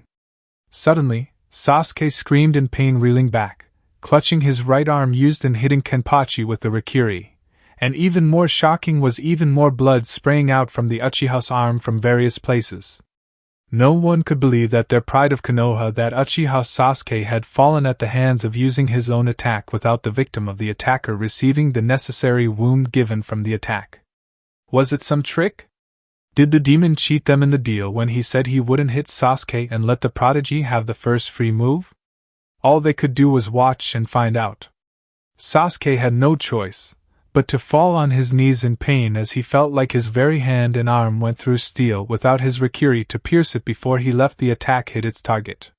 He gritted his teeth and strengthened his resolve to stand despite the pain in his arm having felt much worse than this at the hands of his enemy. With his Sharingan activated, Sasuke stared into the one eye of Kenpachi, who was currently smiling that sick, smug, and shark-like smile at him. How can this mountain before him that was up until 3 years ago once shorter than the other kids in the academy now stronger than ever? Where was this power coming from? How could he, the boy from strongest shinobi clan in Konoha outside of the Hyuga, win against this behemoth, and claim the power that was rightfully his? Is that all you got, team? An upgraded version of that weak Chidori? Kakashi team from my understanding knows over 1,000 jutsus with his Sharingan. Yet despite that you use this particular jutsu to try and kill me? For supposedly being a natural genius as the villagers labeled you, you sure are one stupid idiot. Your one free shot to kill me, to win this match that I generously gave you, and you blew it by using a B-class assassination jutsu. I'm insulted.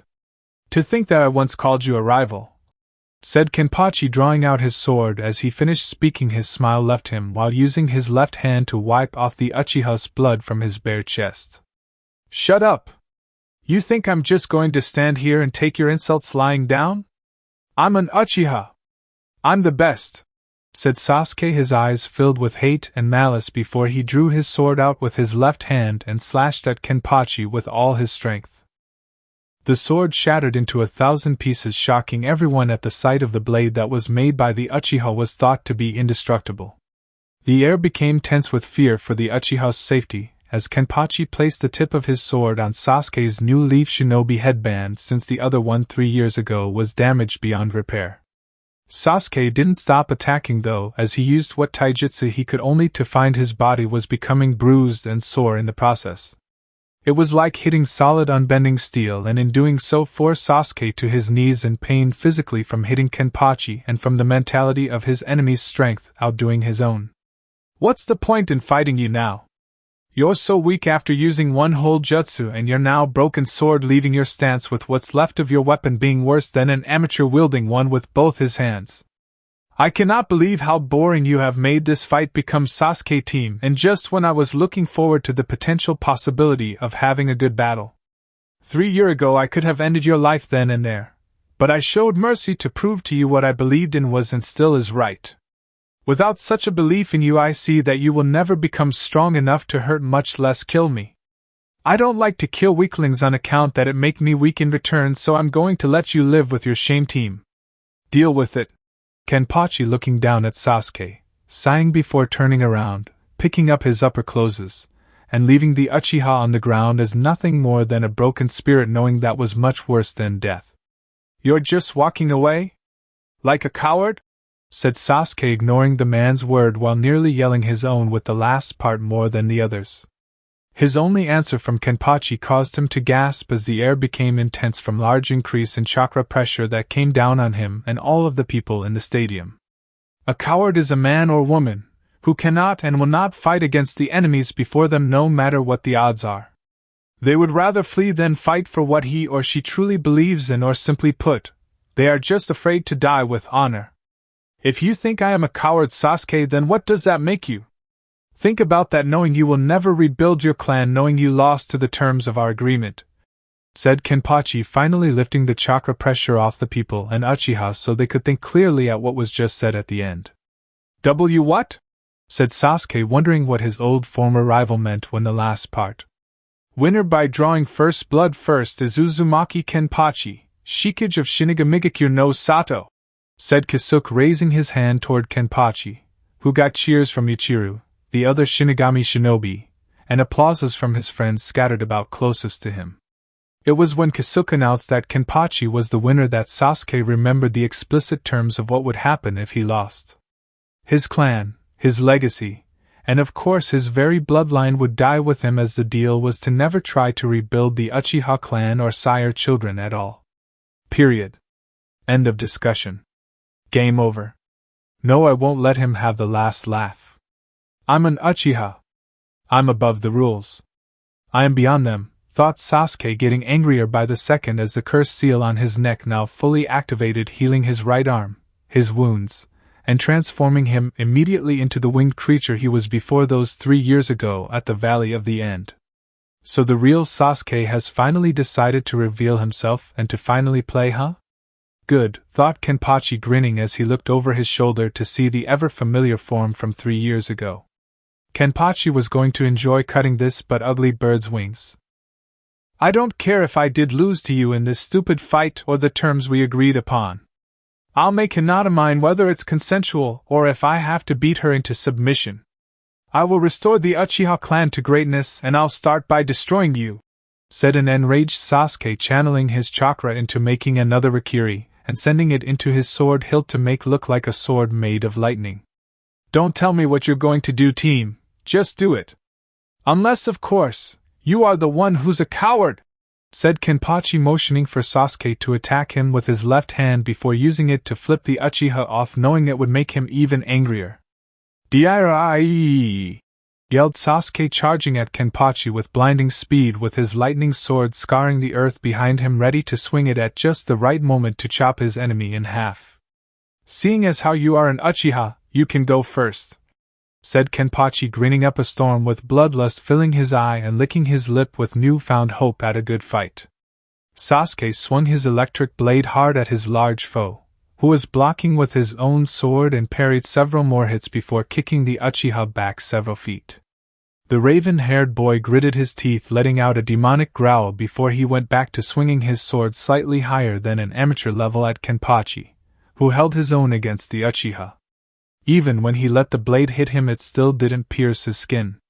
Sure, it made Kenpachi's skin all nice and warm, but by no means did such a weak person with a weak weapon hurt him, or even leave a scar on him. I mean, seriously, was it too much to ask a weakling like Sasuke to land one good scar on his body? Even if it meant the scar came at the hands of that same old jutsu now used in an entirely new form? I mean, didn't Kenpachi deserve some kind of entertainment than this same old charade? Blocking once more, the much taller of the two swordsmen kicked the Sharingan user back yet again, growing impatient with his former rival, and saw just how big the gap was. It wasn't even a gap. Hell, it was more of a freaking canyon the size of the large ocean that was between water and fire country. To make matters more depressing, Sasuke was showing no signs of improvement whatsoever, and quite frankly Kenpachi had hoped for a lake's worth of improvement. A small pond size worth at the very least, but from what the eye-patch-wearing man was seeing from his rival, after performing several hand signs for a one-handed earth jutsu that created a large dome around Sasuke and containing the man, the Uchiha didn't even show a small river's worth of improvement.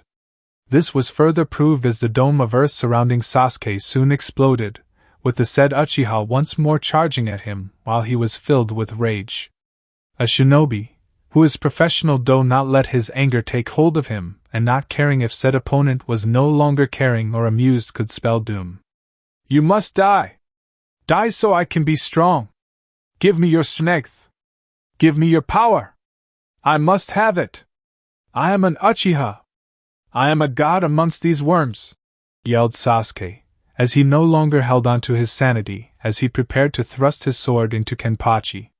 While I enjoy your passion, Uchiha team, in this otherwise boring fight, you seem to be lacking something that would be quite vital to your success. You see, Sasuke, you're too slow, said Kenpachi before moving out of the way so fast that the Sharingan didn't see it, or what happened next that shocked Sasuke to no end. His arm had been removed in a time span of less than a minute after Kenpachi connected with his sword, taking Uchiha's appendage off its body, shoulder, and all. Sasuke screamed out in pain like a dying cat being thrown into a giant blender in ninth circle of hell after skidding several feet from tripping, leaving a long blood-red trail in the process. Such a foolish creature surely does deserve to die, but not before I take away from him what he has been proud of since birth, thought Kenpachi, looking at his foe get back to his feet snarling like a wounded animal. Kenpachi turned to the stands to see Zangetsu with Yoruichi next to him and signaled for them to come down to take away from Sasuke the very thing that made Uchiha Sasuke so valuable to the arrogant villagers of Konoha. The very thing that made him their pride and joy of an Uchiha prodigy, his Sharingan eyes. However, the twist in this plot was exactly how Kenpachi was going to remove the Sharingan eyes, and it was not the way that everyone thought he would. Sasuke tried to stand, but found his entire body tied up with the white cloth that was his bondage, putting the squeeze on the stems of his wings, and making them go numb by depriving them of its blood flow. Zangetsu stood in front of Sasuke with a stone-like face that was unreadable even to the Uchiha's Sharingan, with Kenpachi walking up behind the two of them. Let's proceed. The more I see his eyes, the more I just want to carve them out then for what you have planned, said Zangetsu, getting a nod from Kenpachi while nodding to Yoruichi, who tightened her hold on the white cloth that bound Sasuke. Let go of me! I'm an Uchiha, I demand that you bow before me, said Sasuke, trying to break free from his confinement, but found his strength had left, and his curse seal was starting to recede back to level 1 before leaving him completely. I will never bow to a weakling like you, Uchiha, and quite frankly, when I'm done with you and your precious bloodline that I gave your clan, you are going to wish Kenpachi had killed you those 3 years ago, said Zangetsu, his eyes become demonic fox red while his right hand cracked at the joints before becoming claw-like. After Yoruichi saw Zangetsu's nod, she pulled Sasuke's headband off, and with speed no bloodline limit enhanced I could follow, the nine-tailed demon lord thrust his fingers out into the forehead of the Uchiha, and as soon as he did that, Sasuke screamed in pain. He's going to remove the Uchiha's ability to rebuild his clan.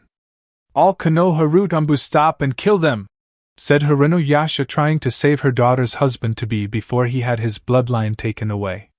Root was supposed to have been disbanded by the late Sandaime.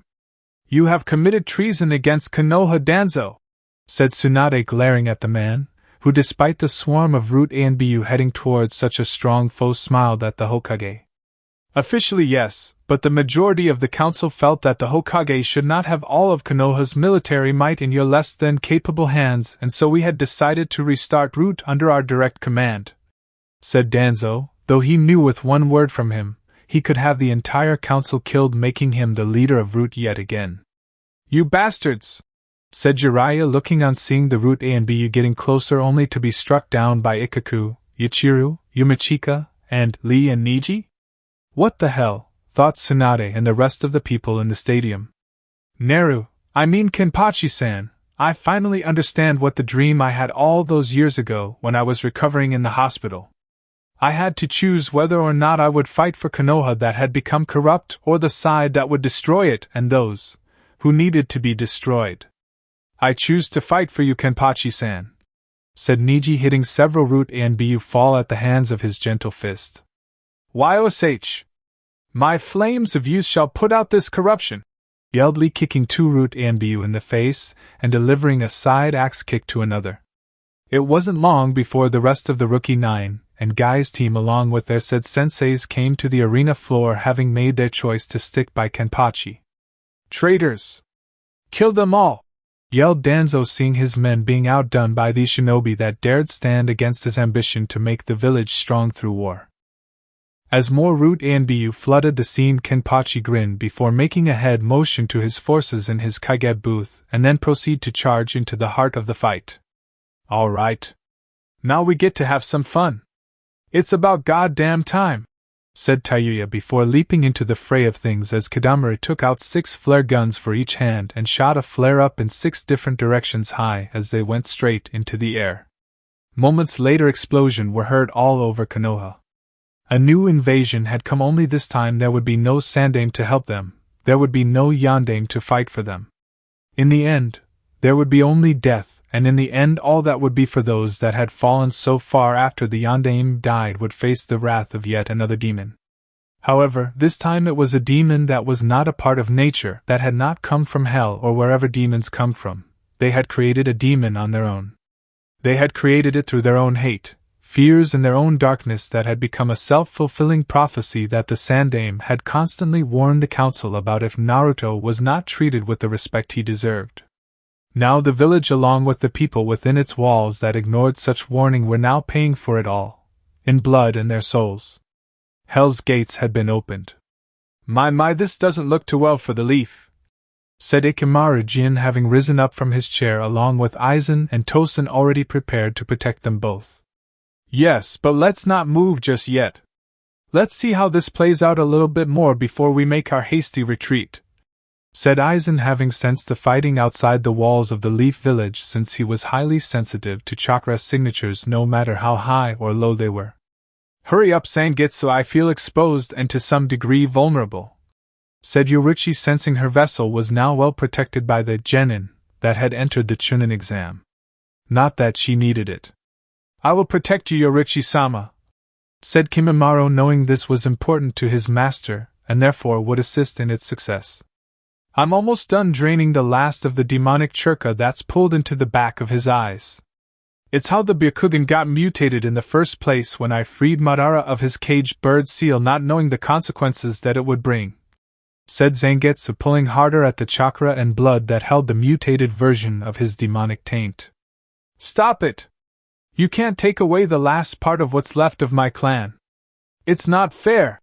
Yelled Sasuke through his pain, no longer under the power of the cursed seal with the wings on his back been squeezed to a point they literally tore off his back due to the constant pressure being made by Yoruichi.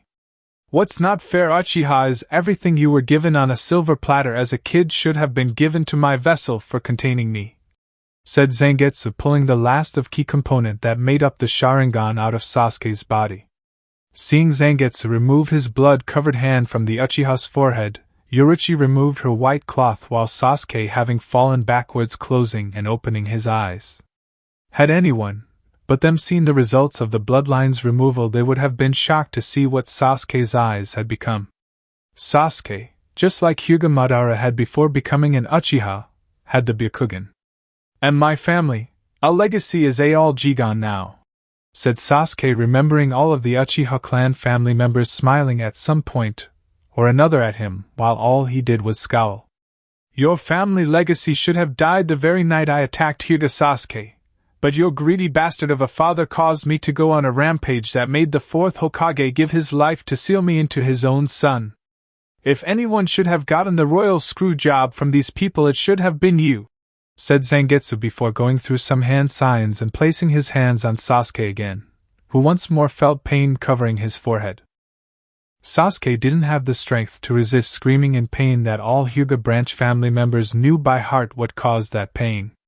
The now properly named Hyuga Sasuke had been given the infamous caged bird seal like his ancestors so many years ago, only this time Zangetsu gave it a demonic twist to it.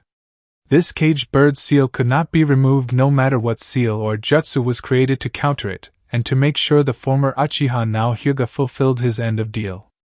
In other words, this demon version of the caged bird seal also acted as a permanent sterilizer, as well as making the lively part to be forever limp for his already little man between his legs.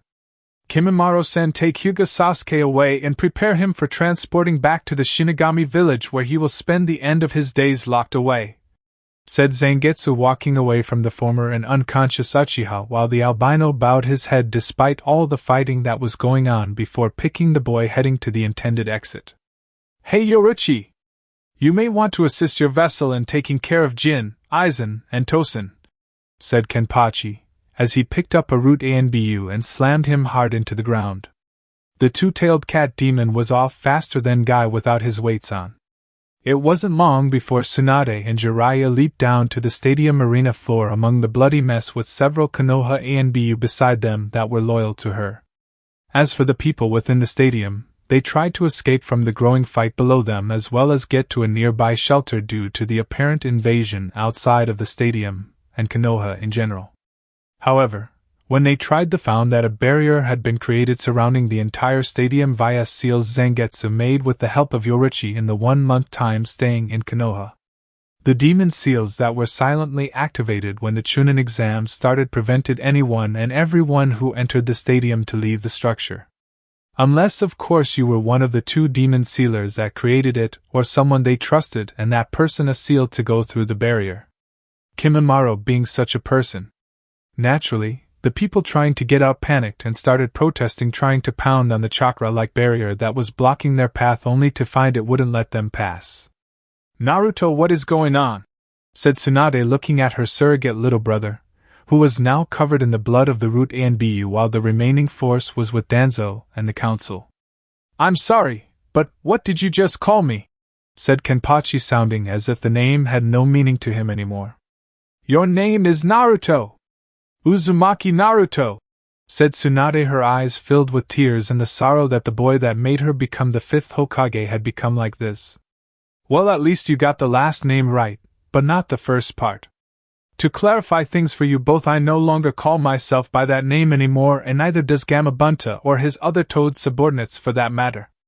My name is Uzumaki Kenpachi, the name given to only the strongest member of the Uzumaki clan," said Kenpachi, smiling his ever-shark-like smile. "Uzumaki clan? What about your father's last name?" said Jiraiya, who soon became nauseous at the chakra pressure and killer intent his former student was generating. "Don't speak his name. Whether it's his first or last name, I don't want it spoken. I want his name to die with this village that he died protecting, that deserved to be destroyed for what they put me through," said Kenpachi before turning his eye over to the fight above in the IWA Kage booth to his left. Yujito, Rin, Kisuke, Yorichi, and Soi Fong were fighting a hard battle against Aizen, Tosen, and Jin, who summoned large jackals and serpent-class dragons to keep the enemy at bay. Soi Fong, Kisuke, and Yorichi were teaming up to take care of the summons and Tosen, while Yujito and Rin fought the 2 powerful Kages before them. "It seems Pussy-chan and Doggy-chan are having some trouble," said Yuchiro, popping her head over Kenpachi's shoulder that had a good view of them fighting. "Yeah, it would seem that way," said Kenpachi, as he saw Yujito dodge a piercing attack from Jin, while Rin dodged a powerful A-class earth jutsu that sent earth-made spikes in all directions at her. "Naru," said Tsunade, only to be silenced by a harsh glare at her telling her to shut up in using that name. "My name is Kenpachi. Get it through that old dying brain of yours, Grandma. Rinji, I need you to help Kisuke run interference on Tosen and keep him busy so Soi Fong and Yorichi can deal with those 2 bastard summons," said Kenpachi, who saw Rinji nod and run up the wall to go engage in the battle with Tosen. "Shikage-sama, what do you want to do about the people up there?" said Ikaku, pointing up to where the Hokage booth had been with the council, who were starting to get little nervous at the bald man's pointing in their direction. "Let's pay them a little visit. Coming, you old hag and pervert?" said Kenpachi before he disappeared and then reappeared in front of the frightened authoritative figures in all of Konoha. "Go away, demon! Stay back or I'll," said Haruno Yasha, only to be silenced by a flying chakra-enhanced kick by Ichiraku to the woman's face, sending the pink-haired council member flying into a nearby wall. "That was for constantly hurting Ken-chan. Now just shut up or I'll kill you myself," said Ichiraku, with her own demon chakra flaring up around her, revealing the aura of a fox. "Ichiraku, this is adult time, go play with Kakashi back in our booth," said Kenpachi, as he knew that words would be said that little girls should never hear. "Okay, Ken-chan. Bye, Mommy Brady-chan. Bye, Mommy Windy-chan," said Ichiraku, running off to tort, or rather play with the dying leaf shinobi, as if what she just did was nothing out of the ordinary. "She called me Mommy," thought Tamari with stars in her eyes at the thought, with more children calling her that when she had kids with Kenpachi. "Damn you Harunos are just as bitch as ever, if not more. Tell me, Haruno team, just how many men did you have to literally screw before you became a council member for this village? Why did you even marry that asshole you call a husband? I mean, did you need a paternity test with Sakura so he would marry you, or did that come after sleeping with several people during your little so-called marriage?" said Kenpachi before looking at Sakura in her wheelchair, who was in tears with sorrow and anger at what he just said. "Damn you demon filth and all your kind. You should have died when you were still an infant," said Danzo, drawing a sword with his one good hand, with his loyal bodyguard Sai next to him ready to fight.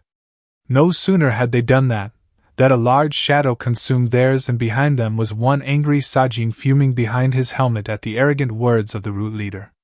Sai and Danzo, acting on instinct honed by years of training and battle, attacked and aimed for Sajin's head, breaking the helmet to pieces, revealing his fox-like face to them all. "Another Kyuubi!" said Hamura in shock at seeing another fox-like creature with the bipedal form of a human, as Sajin grabbed both Sai and Danzo by their throats, squeezing them with all the strength he had. "You wretched humans think that you're so special because Kami has favored your form of species the most in your time of living in this world. What arrogance! To think that you possess this knowledge and the belief you are the superior species of your world is sickening to those who have suffered because of your atrocities. Namely Kenpachi and me," said Sajin, growling as he bared his fox-like teeth at the two in front of him before squeezing harder, making his victims' heads turn a dangerously purple. Within mere moments their heads exploded, spraying blood, bone, and brains everywhere. "Well, with that out of the way, do you think it's time Sakura knew the truth?" said Temari, now appearing next to her future husband Kenpachi after flying up to the Kage booth with the help of her iron fan along with Hinata, who simply appeared with a poof, looking as majestic as ever. "What truth? What are you talking about?" said Sakura curiously, looking at the three of them, wondering what was going on, and what secret they knew that she didn't. "That my sweet Hinata here left you completely empty inside of your reproductive department," said Kenpachi, smiling at Sakura, who looked as if she had just been told she was the daughter of a demon lord. "What? What did that bitch of a Hyuga do to my sweet baby?" said Yasha, as she now got up from the ground, looking at Hinata with seething hate. "Let's put it this way, your daughter's womb, with all her necessary reproductive parts, was purged of all potential life-making ability, and can no longer have a shot at having a child. Sucks to be you and your daughter, huh?" said Temari, now smiling smugly at the Haruna women, who were shocked beyond anything. "Tsunade-sama would have said something," said Sakura, not wanting to believe what she just heard, thinking of her chances to be a mother, much less the mother of Sasuke's child, was something she didn't want to hear. "Who do you think hid the news from you, Sakura? And who do you think taught me how to deliver the blow to you all those years ago at Kenpachi-kun's favorite place to eat?" said Hinata in an innocent yet still deadly voice that said, "I did it, and I'm proud of it. You traitorous demon-loving whore of a bitch!" yelled Sakura, as her inner Sakura came out to express how she felt about the whole situation. "Sticks and stone may break her bones, but at least Hinata and Temari can have kids," said Kenpachi, laughing at the end before pulling Hinata and Temari closer to him and started whispering some things into their ears, making both women blush. "Kenpachi-kun! You're being naughty," said Hinata, giggling, her face now a cherry red. "I knew you were perverted deep down," said Temari, snuggling closer to her mountain of a man, purring slightly in her own way of showing affection. "How can I not?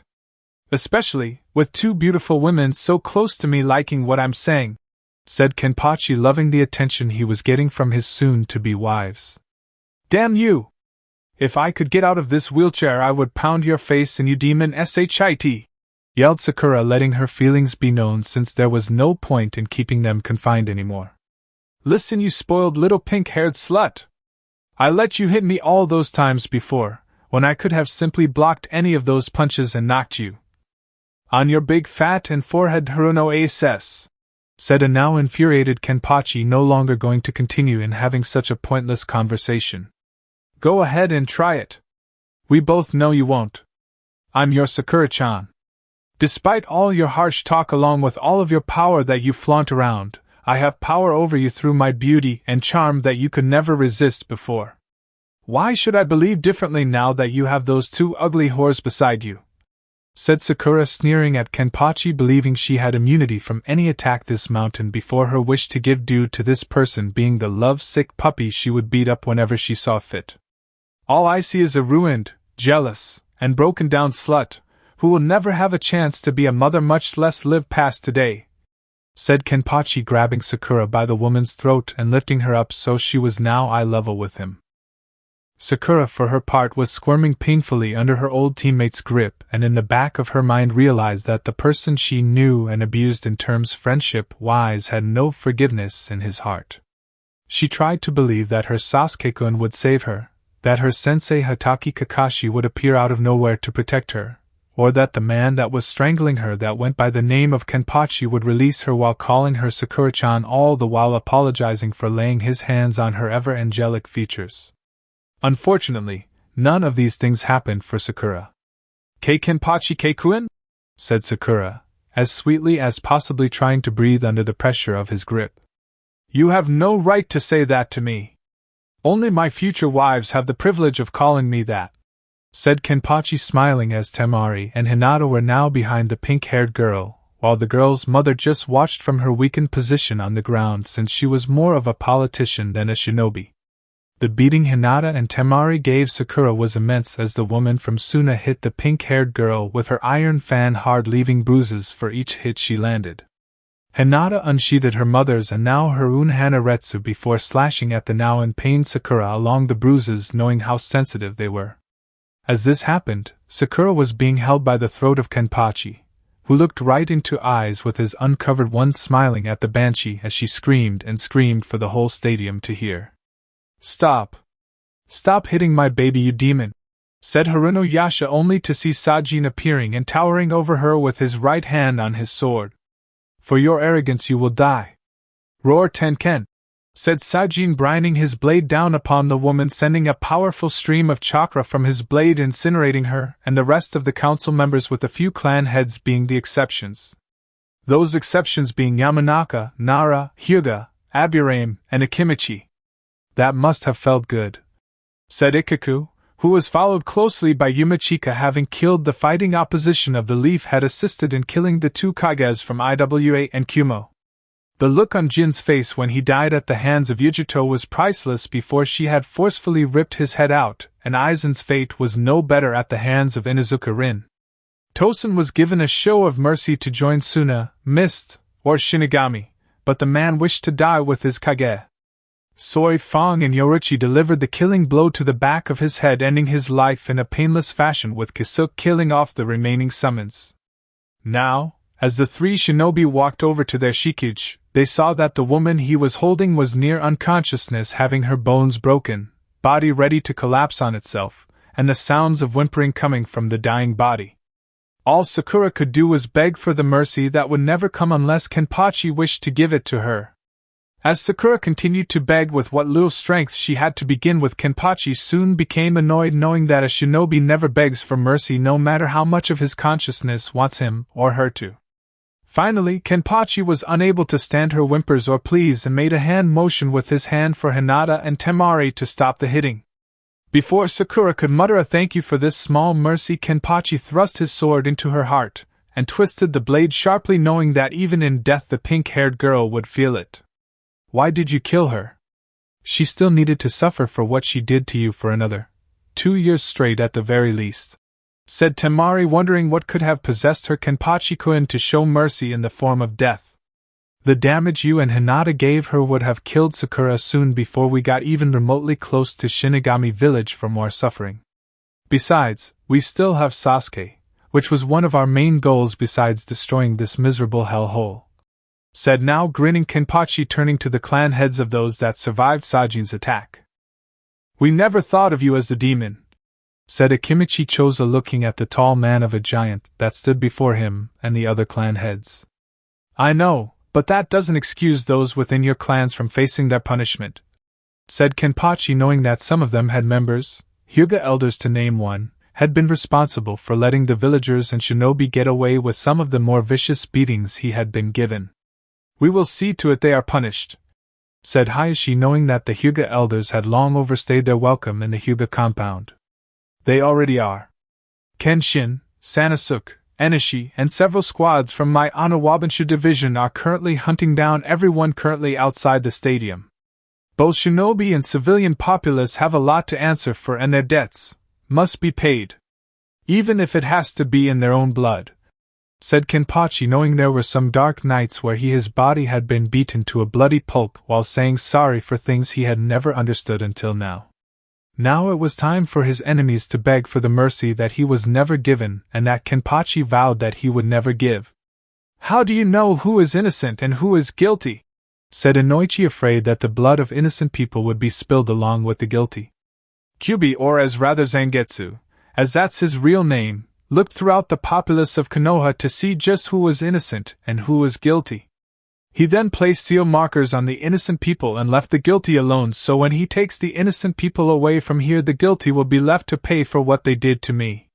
They will be examples to others, who would follow the same arrogant path as them, so everyone will remember just what happens when you screw around with other people that are different than you," said Kenpachi, who now felt a small weight on his shoulder in the form of a bloody Ichiraku. "Scarecrow Teen was boring, so I killed him," said Ichiraku calmly, knowing her father would approve of it since the man was going to die anyway. "That's my girl," said Kenpachi, now putting his forehead to her tiny one, and they made little growling noises together before laughing at their own antics. "Shikage-sama, we are ready for the step 1 separating the stadium populace. Do you wish to proceed to start in order to get ready for step 2? Said Hanaya, now appearing before Kenpachi with his head bowed to await the man's response.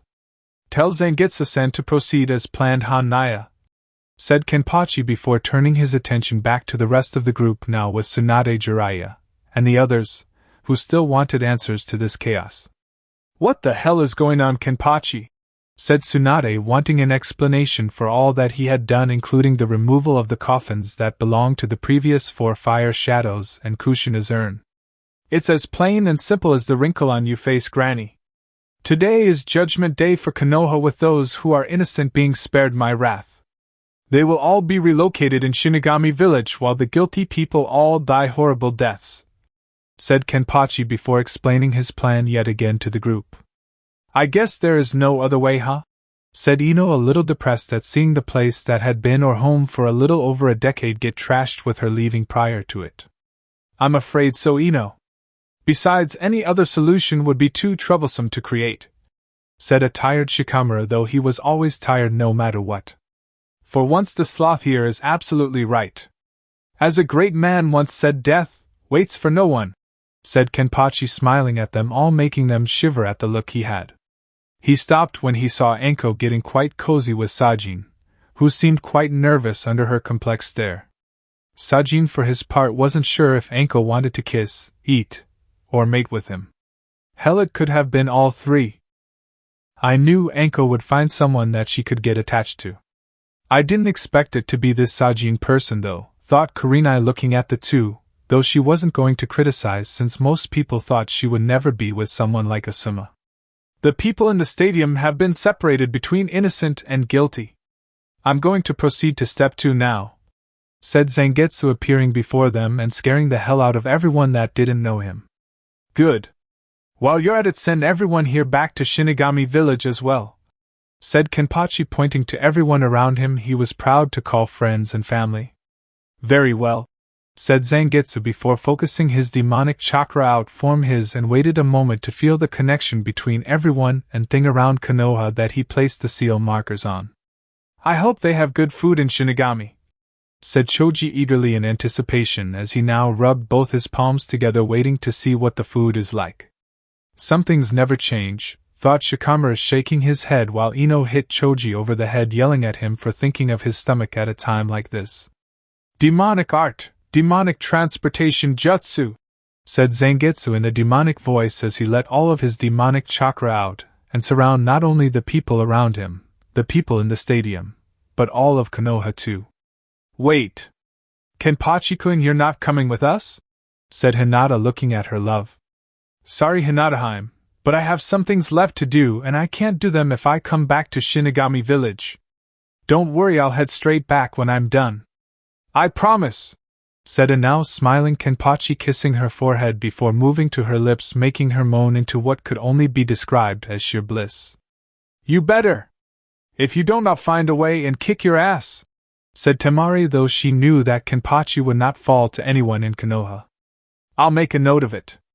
See you all soon," said Kenpachi as they were all soon teleported away from him, leaving Konoha very empty on the outside of the stadium except for a lot of corpses that used to be people.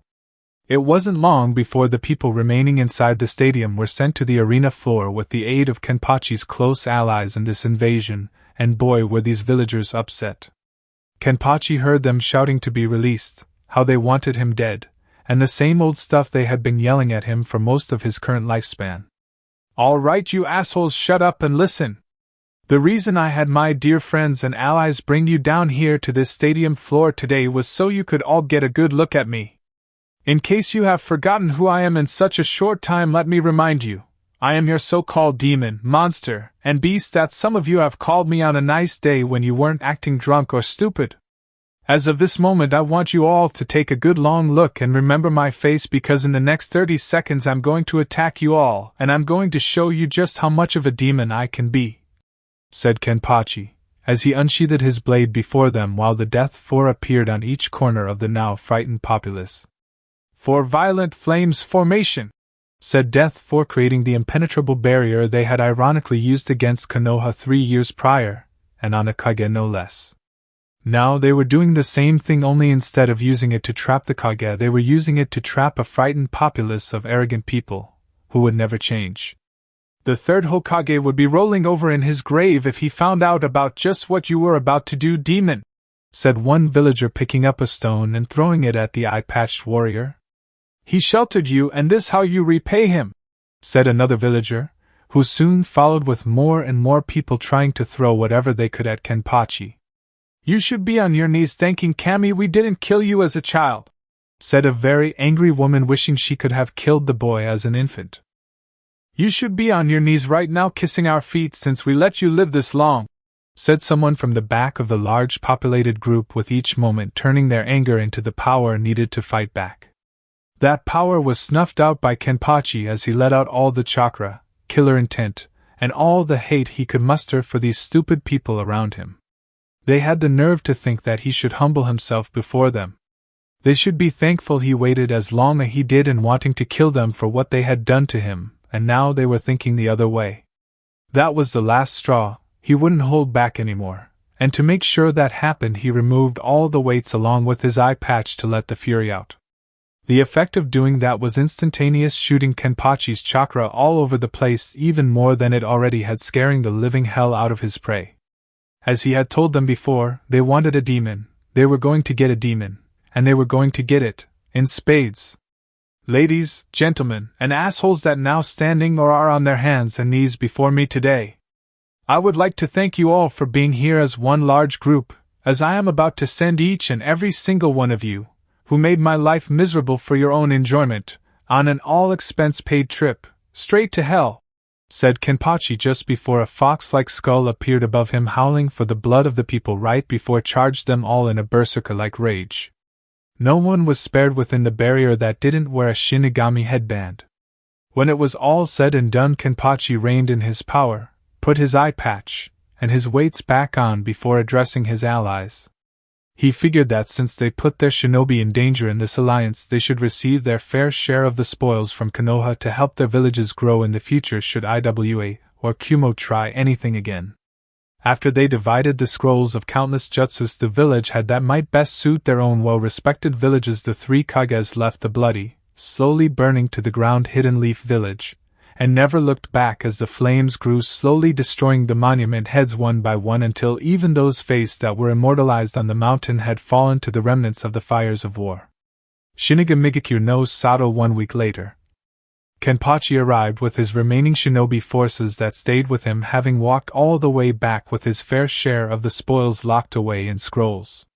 The people had embraced their Shikage with open arms, praising him for removing the arrogance of the leaf while saving those who were innocent and pure from its own destruction. The man barely got 10 feet through the village gate when the Konohamaru Corps rushed up to and hugged him, with Konohamaru thanking Kenpachi for taking his grandfather's coffin out of Konoha to a place where he could be respected. Kenpachi was proud of the young boy and told him that with enough training the kid could become the knight aim of Shinigami should the torch need to be passed. Ebisu watched from afar as the trio with Kenpachi were happy and content knowing what had happened to the leaf and accepted it. The elite Jounin had worried at first for the 3 young genin, but realized that even kids grow up sooner than you think, and this was one of those times. Kenpachi with the Corps eventually made their way to the Shikage Tower, where they were greeted by his close friends and family, who were waiting for him. Word traveled fast in Shikage as it did in any village that heard solid information, which had resulted in Hinata and Temari forcing everyone to the tower for them to all meet him again. Poor Shikamaru was still sore from the hit to his head by both Temari and Ino when he said going to the tower was troublesome. When Kenpachi entered his office, Temari and Hinata ran up hugging him upon impact while the males of the group watched with envy at the man getting such beautiful women. "I have a question, Kenpachi-sama. What will happen to Sasuke?" said Niji, trying to be as respectful as he could, all things considered, with the man being the death shadow of the entire village. "Don't add Sama to my name. It's bad enough I can't get Kimimaro to stop saying it, but I don't need it from any of you guys either. As for Hyuga Sasuke team, I've ordered Kimimaro to have him put in one of the deeper dungeon areas below the tower. He will have a deaf mute making sure he gets his meals every day so he can live and think about his actions in life. I placed special seals into his cell itself that disrupts any and all use of his chakra so he can't use the Byakugan or any of the jutsus he may have learned from Kakashi team," said Kenpachi, having learned about seals from various books that he had taken from several of Orochimaru's experiments, and his own private office. "What if he gets out?" said Tenten, not wanting a rampaging Hyuga with nothing to lose near her or those she loved. "Not likely, but even if Sasuke did, he only has one arm to work with and the seal on his head would kick in when he is near me or someone I'm close to that he may try to kill. The more anger he puts into his very being, the more pain the seal would generate every time he tries to attack someone. Even with the slightest bit of anger towards someone he sees will cause him an unimaginable amount of pain. Knowing Sasuke, he'll never figure it out, and by the time he does, he'll be nothing but a broken-down one-armed old man with no strength in him to so much as let out little swear words that couldn't harm a 15-year-old. He's probably in pain right now," said Kenpachi, chuckling at the thought of a gray-haired Sasuke looking defeated in a way that was worse than death. "You're a sadist man," said Shikamaru, shaking his head at the thought, with Ibiki nodding his head in full agreement with Shikamaru at the term given the description of the design in Kenpachi's torturing methods. "And proud of it," said Kenpachi before explaining how things went in the leaf after Zangetsu took them all to Shinigami village and explained some things that happened since he left them during those 3 long years. "So what happens to us?" said Jiraiya, pointing to Tsunade and himself. "Well, I could use some advisors on things on account of your experience, but I'm going to lay some ground rules on peeping, gambling, and above all drinking with you too," said Kenpachi, knowing that if he was going to get them to be serious then he would have to stop the things that made them slack off. After much protest by the 2 Sannin for 10 minutes of their ranting, it was soon quieted by Kenpachi from his chakra pressure having enough of their whining. He told Jiraiya to date Tsunade and Tsunade to for once agree to it without punching the old super pervert into another village. In the days following, Shikamaru was promoted to Jounin right away and was told to train the next group of shinobi strategists that will come their way. Ino, despite her past in regards to Kenpachi, was given a Chuunin rank due her maturity in regards to her new perception of him. He told her to continue working with plants while even suggesting she work with some in creating sleeping powders some plants make to thwart off animals that come to feast on them. Niji was ranked Jounin and had his caged bird seal altered along with the other branch members so it wouldn't place them in servitude status while still protecting their bloodline from villages like Kumo. The Hyuga main family also had the same form of the altered seal added so they could be protected too, and the only way the seal could be seen was if more than the usual flow of chakra was added to the head of one of the Hyuga families.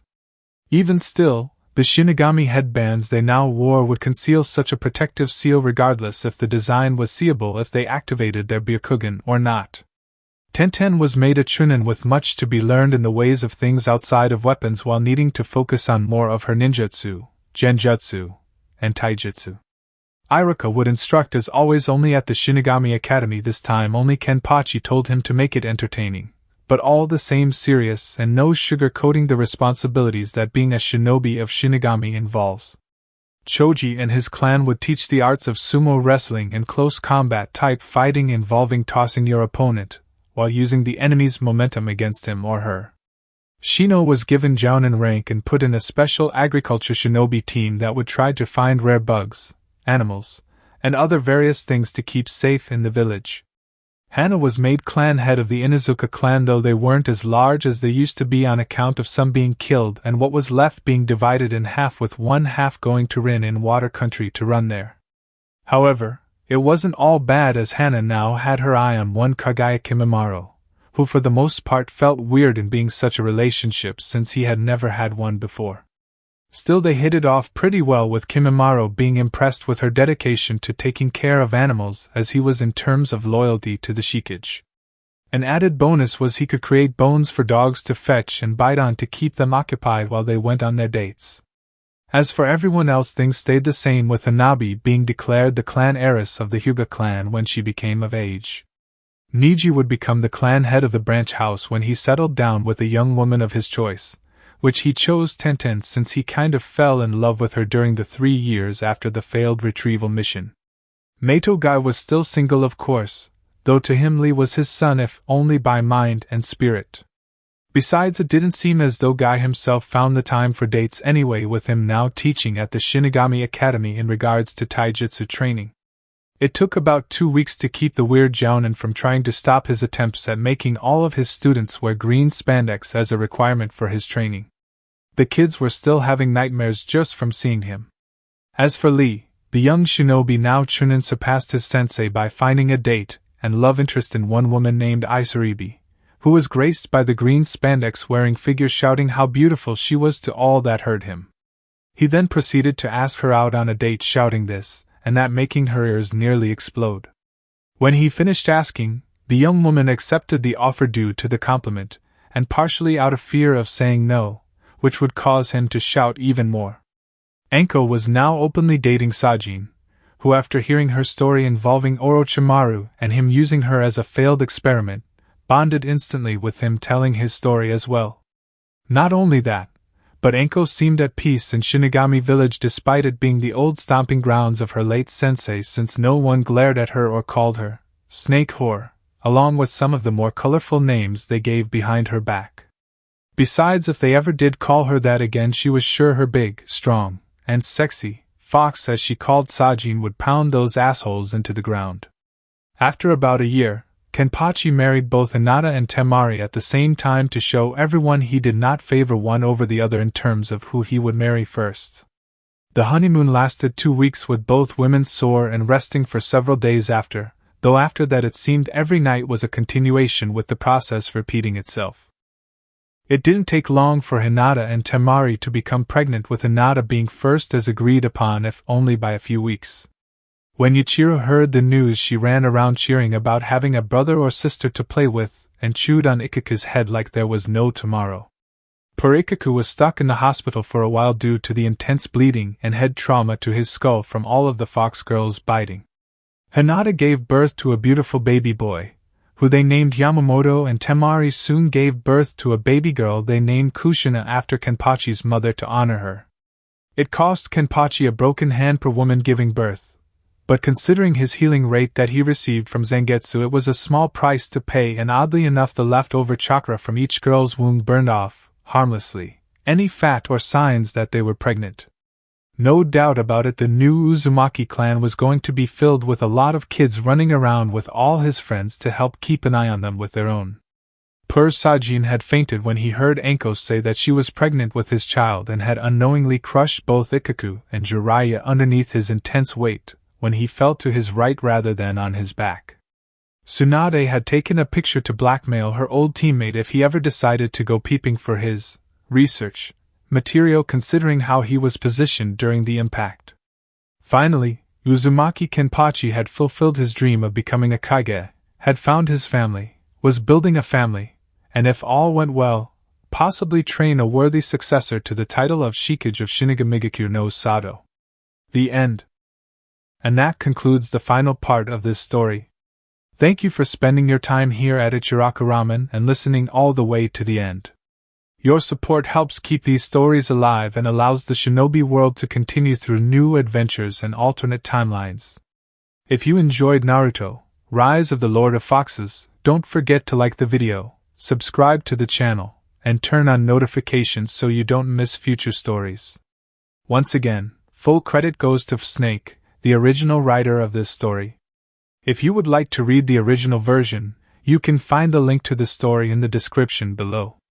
Let me know in the comments what story you would like to hear next. Until the next time, stay safe, and I'll see you again at Ichiraku Ramen.